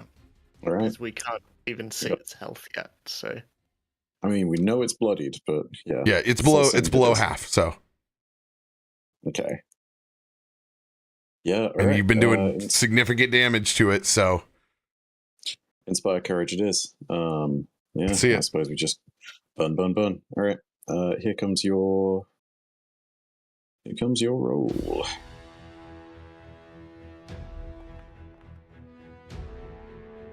Oh, Yes. so close to the 20. So close to a 40 on the good. numbers. Oh, that would have been the +3, but the 2 remains on everyone. Still, I'll take 3 + 2s in a row on a tough fight. That's nice. Okay. Yeah, I have very little I could do as far as any of this is concerned. It's between one of 2 spells. I'm just going to check which one gives me better value. Because one of them is a cantrip. Haha, this is... I need to think of some more reflex save spells. This is not good. Dude, just do telekinetic projectile, man. Nah, that targets its AC. Yeah. I mean, yeah, but its AC is way higher. And Dude, roll the dice. I'm telling you, you are in a DPS check right now. Go for it. Indeed, which is why I'm going to do Poland Rebel instead, because it's half damage even on a success, which means I can at least get something. I've not used an extra strike yet, though, so... All right, let's see it. You know what? Yeah. Do it. Why not? You know what? Why not do both? Yeah. It's different, but it's another saving throw situation. Actually, yeah, screw it. I'm also taking... you were prone, so I'm taking that off. So that does not affect you. You're back to normal. Hey, thank you very much. Okay. I'm going to play an extra strike from the body hand, assuming we... Don't worry, we'll get to it. You just do the thing. Okay, all right. I'll do the extra strike. You're good. Knowing that this thing's got to be able to breathe in at least one direction, I'm going to try and spread out to that particular angle there. Hopefully that does something. Telekinetic projectile will come in first, so I don't get a multi-attack penalty. Extra strike resets it, by the way. Yes, of course, absolutely. Oh god, I didn't do T for target. Hang on a sec. It's fine, it's a cantrip. It's okay. It'll be fine. I will fake out this again to hopefully make this hit better. Let's see it. Yeah, these are the numbers I needed. Oh! God damn it. God damn. 40 advantage. You didn't target, but that's a crit. Is it? Okay. Yeah, it's AC 35. Oh my lord. It's not a nat though. No, it's at 37. So it's not a crit. 37? Oh yeah, no, yeah. Yeah, it's at 37 right now because it... All right, Yeah, but you have advantage. at the very least. Okay, I'll take that. Yeah, sure. Okay, fingers crossed. This is gonna need to be a stupid roll. I'm pretty sure this is like 18 plus territory. Ugh, gross. Alright, well, it was worth the try. Couldn't have added any dice to it either, because it's done the thing. And in total desperation, knowing there's not really much else, Kaiva's gonna telekinetically pick up some rubble and fling that across. After the first smaller boulder has missed, Kaiva's gonna get desperate, pick up a bigger boulder. And, cast Pummeling Rubble. Reflex save. I'm gonna redo that actually, real quick. Unless it just did it.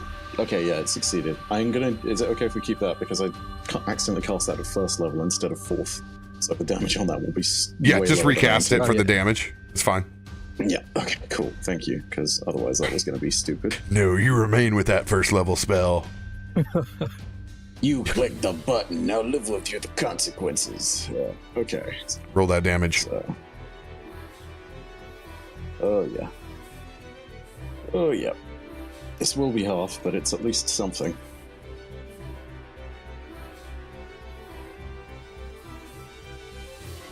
Takes 14 damage. Anything else for your turn, Kaivar? I think at this point, Kaivar's just gonna let out a buggy little scream to try and distract the thing. And that is end turn. Because there is jack shit else I can do. Lolly, it is your turn. I've taken prone off of you. You are good to go. Okay. Patting Myshkin on the back. Thank you, but I've got to get out of the way. So she moves over here. All right. I am going to cast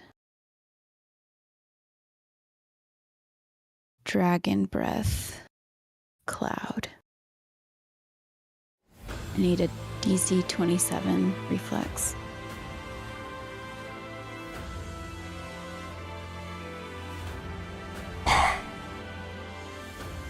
Okay. We'll take half damage. Yeah.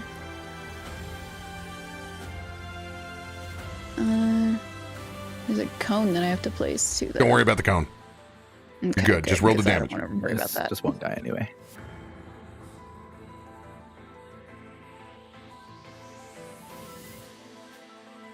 You can do it.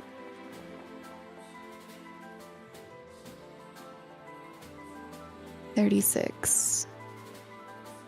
18 points of damage.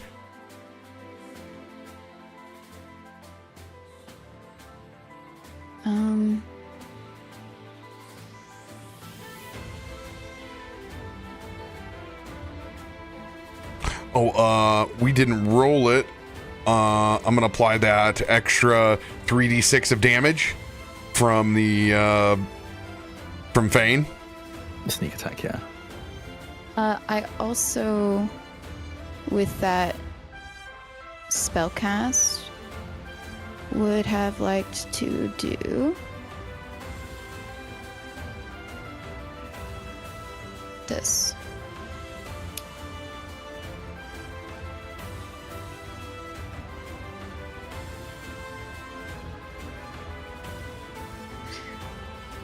Or wait, no, or is only that for other creatures?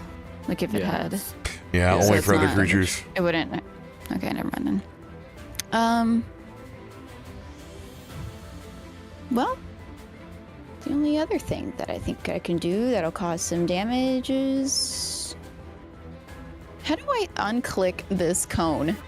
Will it let me unclick it? You need to go up to select your token on the top left-hand side. Just place the cone and then. Yes, thank you. It worked. Okay. And then we've got.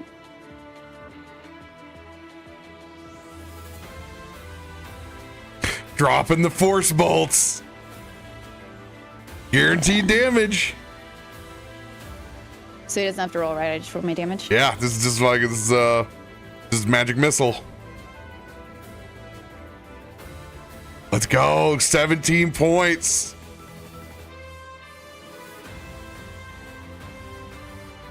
Still up. This thing is falling apart before your eyes. Cool.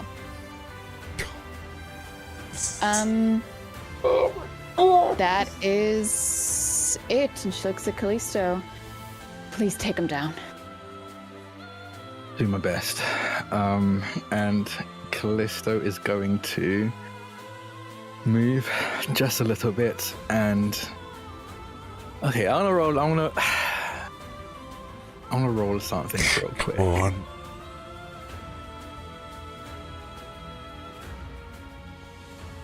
Just okay. Yes! Okay. Yes! Yes! Yes!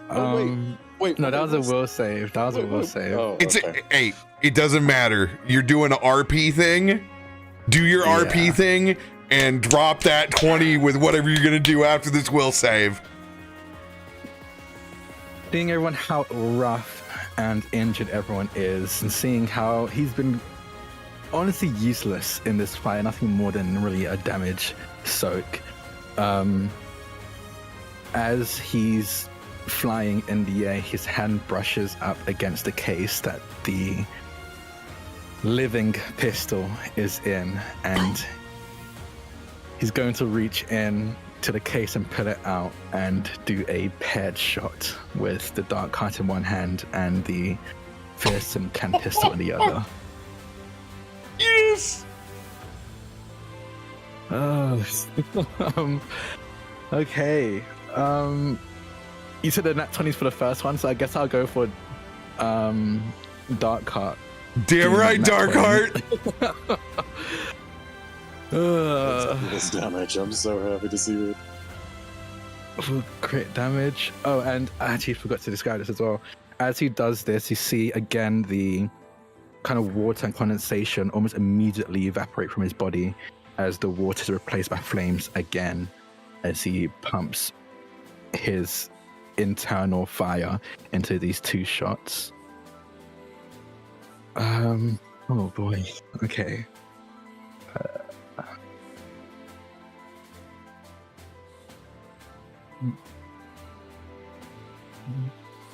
And there we go. For the first shot, and then for the second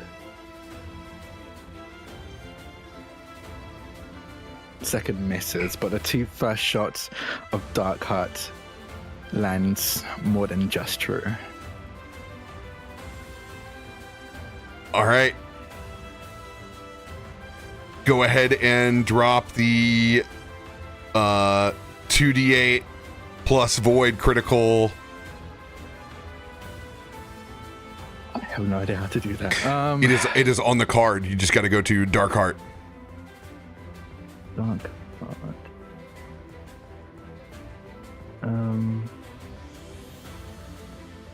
There's nothing for me to click on.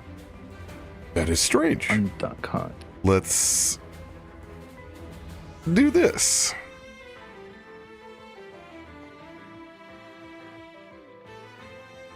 And that is doubled. So 43 points from the first shot of Dark Heart. 26 damage with 3 points to spare. DTD. Yes. Oh. Now, I will let you describe firing the shot and the void shot. I will have to handle the rest. Yeah, and I figured as much. Again, as you see Kallisto floating in the air, the condensation immediately burns off his body as almost volcanic lava and flames burst out from the almost vent-like cracks in his left arm and from just his person in general. And these spiral into the two pistols in either hand, the fearsome clan pistol, the pistol given to him by his mothers, and this beating heart in the other. And he fires the first shot, and it goes wide, slamming into the ground beside the Neothalid. And then the other one lands perfectly square in its gaping maw and bursts out the other side as it slumps to the ground. And I'll leave the rest to you, RoBear. As this void shot fires out. Yes! Finally, you've listened to me! As this almost tractor-like beam pulls these nano creatures out. As you can see them literally melting in the beam, you all can see that face being pulled up and out as it's the machines that form it.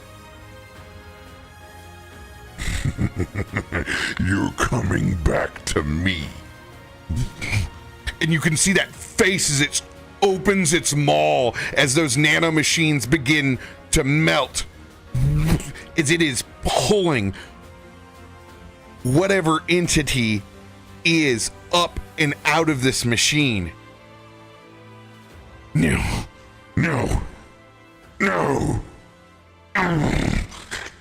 Not like this. You started this, and now I'll finish it. As it pulls in, and you can see that face as it melts away, is pulled into Darkheart. What? As the body of this Neolithid drops and falls, crashing down, only mere parts of it left, and mostly rotting and decomposing like it was probably found. The chamber on Darkheart simply spins.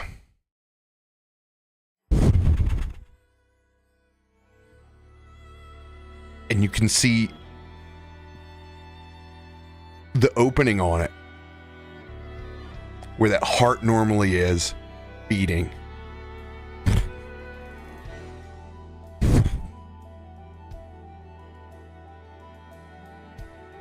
You can see a small face spinning around inside of it as well. Kallisto, do you accept the vision that Darkheart wants to show you? Oh boy. Liz has been doing so much accepting today. You got a 20 will save. You should accept.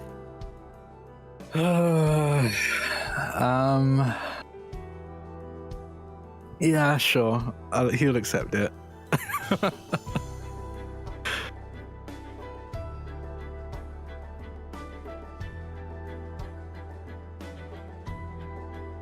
As you warg in to your pistol willingly for the first time, it's like almost like traveling through the tunnels that you've crawled in,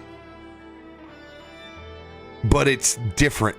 It's like flowing through circuits as you transverse into a place that you've never truly seen before. As it weaves in and through, you're somewhere inside of Stormforge. You just don't know where. And it's continuing to tunnel. As wherever this spot is seems to be deep inside the city.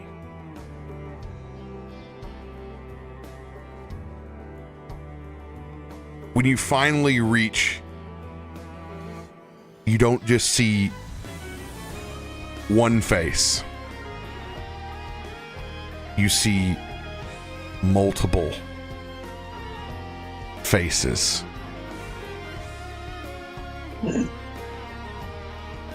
And you see their bodies hooked up two machines. And inside this room, there is one other massive beating heart that is connected to the rest of these lines. And you see their eyes all open up and look towards one that is vacant. And inside your gun. And that is where we will pick up.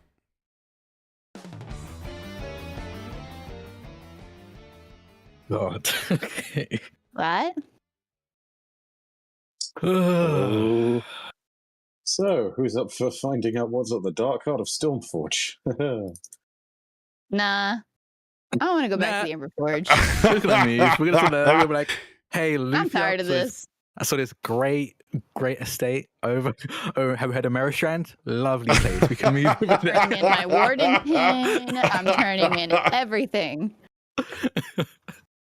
You have a crazy glimpse at the end game. Oh wow. You have seen entrapped one of the AI gods inside of Darkheart.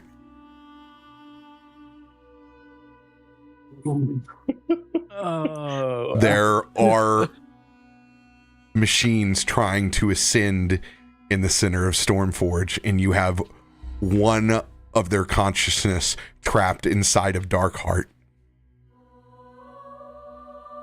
Wow. Darkheart is simply a creature that has been controlled by this AI. You literally, in 2 episodes, have full control over Darkheart. That's all it's wanted to do, is get revenge. Thank goodness. Okay, cool. And now it literally has the AI trapped inside of the thing that it's created. How many AI gods are there? As What many, else is a weapon out there? it's as many as it wants to create. It's Kaivar. Kaivar's a weapon. All Kill of them have all of them have 6 Oh, fingers, and you can tell there's- that they're not very competent though. I want to unbox, but there's a lot to unbox so you guys get clarity on what's just transpired. But you had a big moment. Yeah. Nice. Cool. As soon as you said, you described the dark heart shooting, but I want to do the death, I was like, he's going to make it explode and I'm going to die. So I was you right mentioned me there. being like, Yeah, I please messaged don't be everyone. I was exploding like, please don't be tentacles. explosive. Gonna die. Wouldn't be the first time. Thank you for not making it explosive. Oh, I am so excited. I'm so curious. I have so many questions. Time I've to so kill a many god. Oh, Mm. what a way to end it out. Do we have to?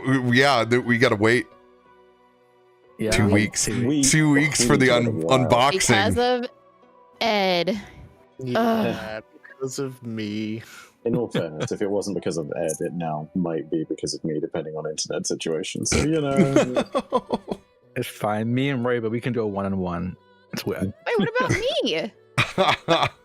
Like I said, me and RoBear can do it. I'm joking. I've ended my friendship with Loluphia. Farouk is my best friend now. All right, I'm gonna give. Friendship? You mean like marriage? Did Since- I stutter? Yeah, I'm not responsible for us being off next week. I'm just there 2 weeks after that. 2 weeks after that? So 3 Yeah. weeks? That is I'm free not what I thought. Ed's gonna I'm be here free next week, next apparently. I'm free next week. It was just the last 2 Fridays, last 2 So we're Wednesdays. out 3 weeks. I thought it was We 2 will. weeks. Hey, before we do any more awesome math, we'll let the Discord know inappropriate. But I'm gonna give you guys since you have seen it, I'm going to show you. Oh. I'm going to show you the room. I'm going to show you. I'm going to show you the actual room because this is the room that invented Stormforge in the first place. When I first actually sees this, got the idea for it, so I'm gonna go ahead and drop it for you here. This will be our last piece. Is this in Foundry or is this? This will be in Foundry. I'm going to show you the room. All right. I'm just changing the lighting effects so you can actually see, so it's not darkness and kills you when it pops up.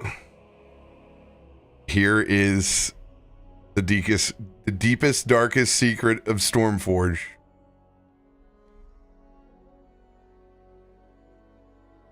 Oh no. Oh my god. It's That's a lot. Okay. You said many faces. I was like, oh yeah, cool, like 3 or 4. Nope. Okay. This is some Emperor Palace shit Who right is that here. in the center? We will figuratively say that it is this head. Oh, the one that's missing. The one I took. Yeah. That is now powered down. Which head? Could you ping it again? Ah, this bad boy over here. Okay, gotcha. Who's the guy in the middle? He wants to be everybody's friend. I can't wait to fight on this map. This looks like a fun map. You guys literally in episode 32 have seen the final boss room. You know it exists now. 31. We need to get a lot of water and just pour it on these circuits, and we're good. There's a lot of tubes. And how about not all the Voshborg are bad? You have an ally in Fane. Good RP, by the way. I'm glad you didn't just kill everything in the room. Oh my god! Oh god! Yeah, without anything else fighting us would have been bad. That would have been TPK. I'm pretty sure. Not good. How about Monday night? Can we play? Doesn't Grover have a game on Monday nights? No, Tuesdays. Oh, Tuesdays. Fantastic session, but I must go and let my doggo out. I need to eat. I love you all very much. I am glad we are alive and not melted from acid. Yeah. Me too. I think that's the most I've ever shaken a leg in combat over here. I think you're the reason I have bad posture, RoBear. Because I start upright and then over the course of a combat session I just like Hey, can we all give a huge round of applause for Myshkin saving our ass with guaranteed damage? Oh yeah. And Kaivar with a big bump. Oh. Love it. I did guaranteed damage. And Loluphia keeping me alive, to be honest. Hey, kept Damage Daddy alive till he finally hit. That's the kind of partner energy we like to see around here. Hey, he doesn't start quickly, but boy does he finish. Okay, good night, everyone. Love you. Good night, everybody.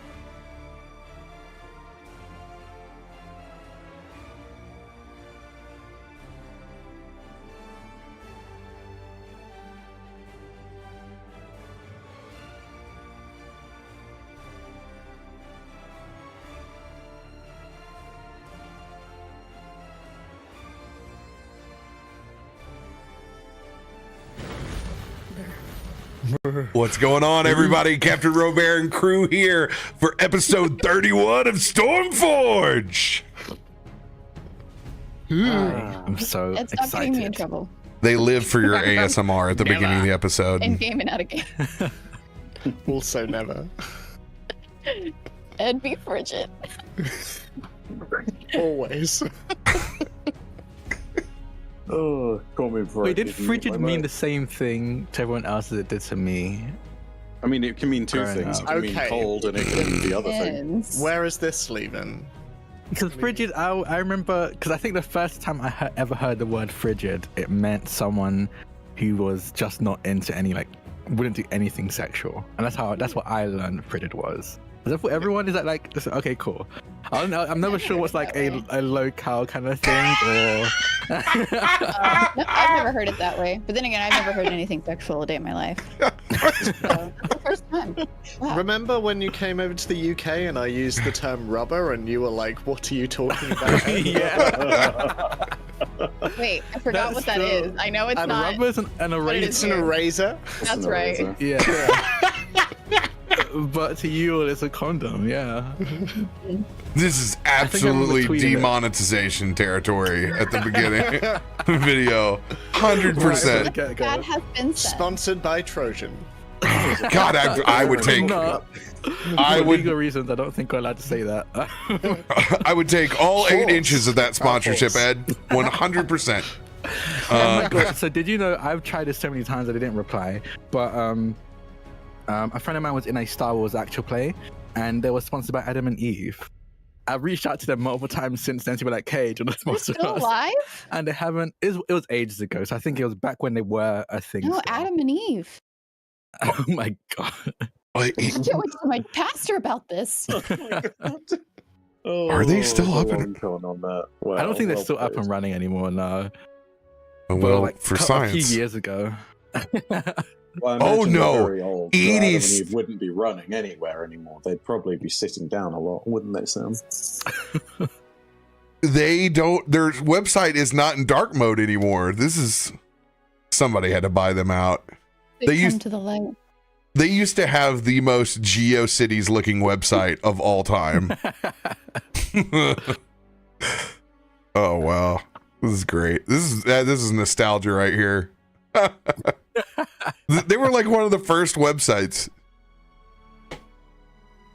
Wow, impressive. Who's got big announcements other than the fact that Adam and Eve is still out there? They had. I mean, everything else is just eclipsed, honestly. Do I have any big announcements? Yes, actually. Our Lives After, a Faroük Ultima campaign, and actually the date of its premiere has been announced over on Luna's channel. And we've been releasing character art throughout the couple of past few weeks. And it's gonna be premiering on the 25th of January. I'm gonna be a player on it. My character art was revealed today. And I'm very excited because it's gonna be great. It's gonna be really good. I think I'm very proud of what we've kind of put together on the back end of it. We've got some really cool sponsors to make it a really cool actual play. So check that out. I don't know how much I'm allowed to reveal, but it's gonna be fun. It's gonna be very anime if you're a fan of anime. Yeah. Do you have a And set amount of episodes, or is it? Do we not know? The first arc is going to be 6 episodes. It's gonna 6 be a episode bi-weekly first arc. campaign. Yeah. And then we're going to see if you keep going after that. The 6th episode is going to be like a tester to see if we all kind of like the system and the world we're playing in. And after that, it might become a long-term campaign, but we'll see. But yeah, keep an eye out for that. So we've been releasing character art. We have really cool character art and pixel art of our characters as well. Because we're going really lean into that kind of JRPG aspect of it all. But yeah, and also Beyond the Brick is also going to be episode 5, I think. Is going live this Friday. Episode just 5 check that this out. Friday. Yeah. Yeah, just check that out. It's a much lighter episode than the previous one. I think you'd be laughing a lot more than you'd be crying compared to the previous one. But If there's you still like, some very soft moments. silly amphibian shenanigans is definitely the episode for you. I just need to say, I think this episode and the last was the hardest to caption because most of the captions were frog noises or howling, and the auto captions don't capture that, so I have to write that. Besides a croak. Yeah, but like, so it sounds like vomit. We love it. Yeah. Accent. My favorite caption of the series thus far by you, Drak, was feral possum eating noise. yeah. Ed played a possum. He was offered a honey roll, and Ed ate it had to kind of eat it with such vigor. I was With like, gusto. I need to caption it. So it just says feral possum eating noises. So you can really get, just in case you're hard of hearing, you really understand what's going on. I love it. Who's next?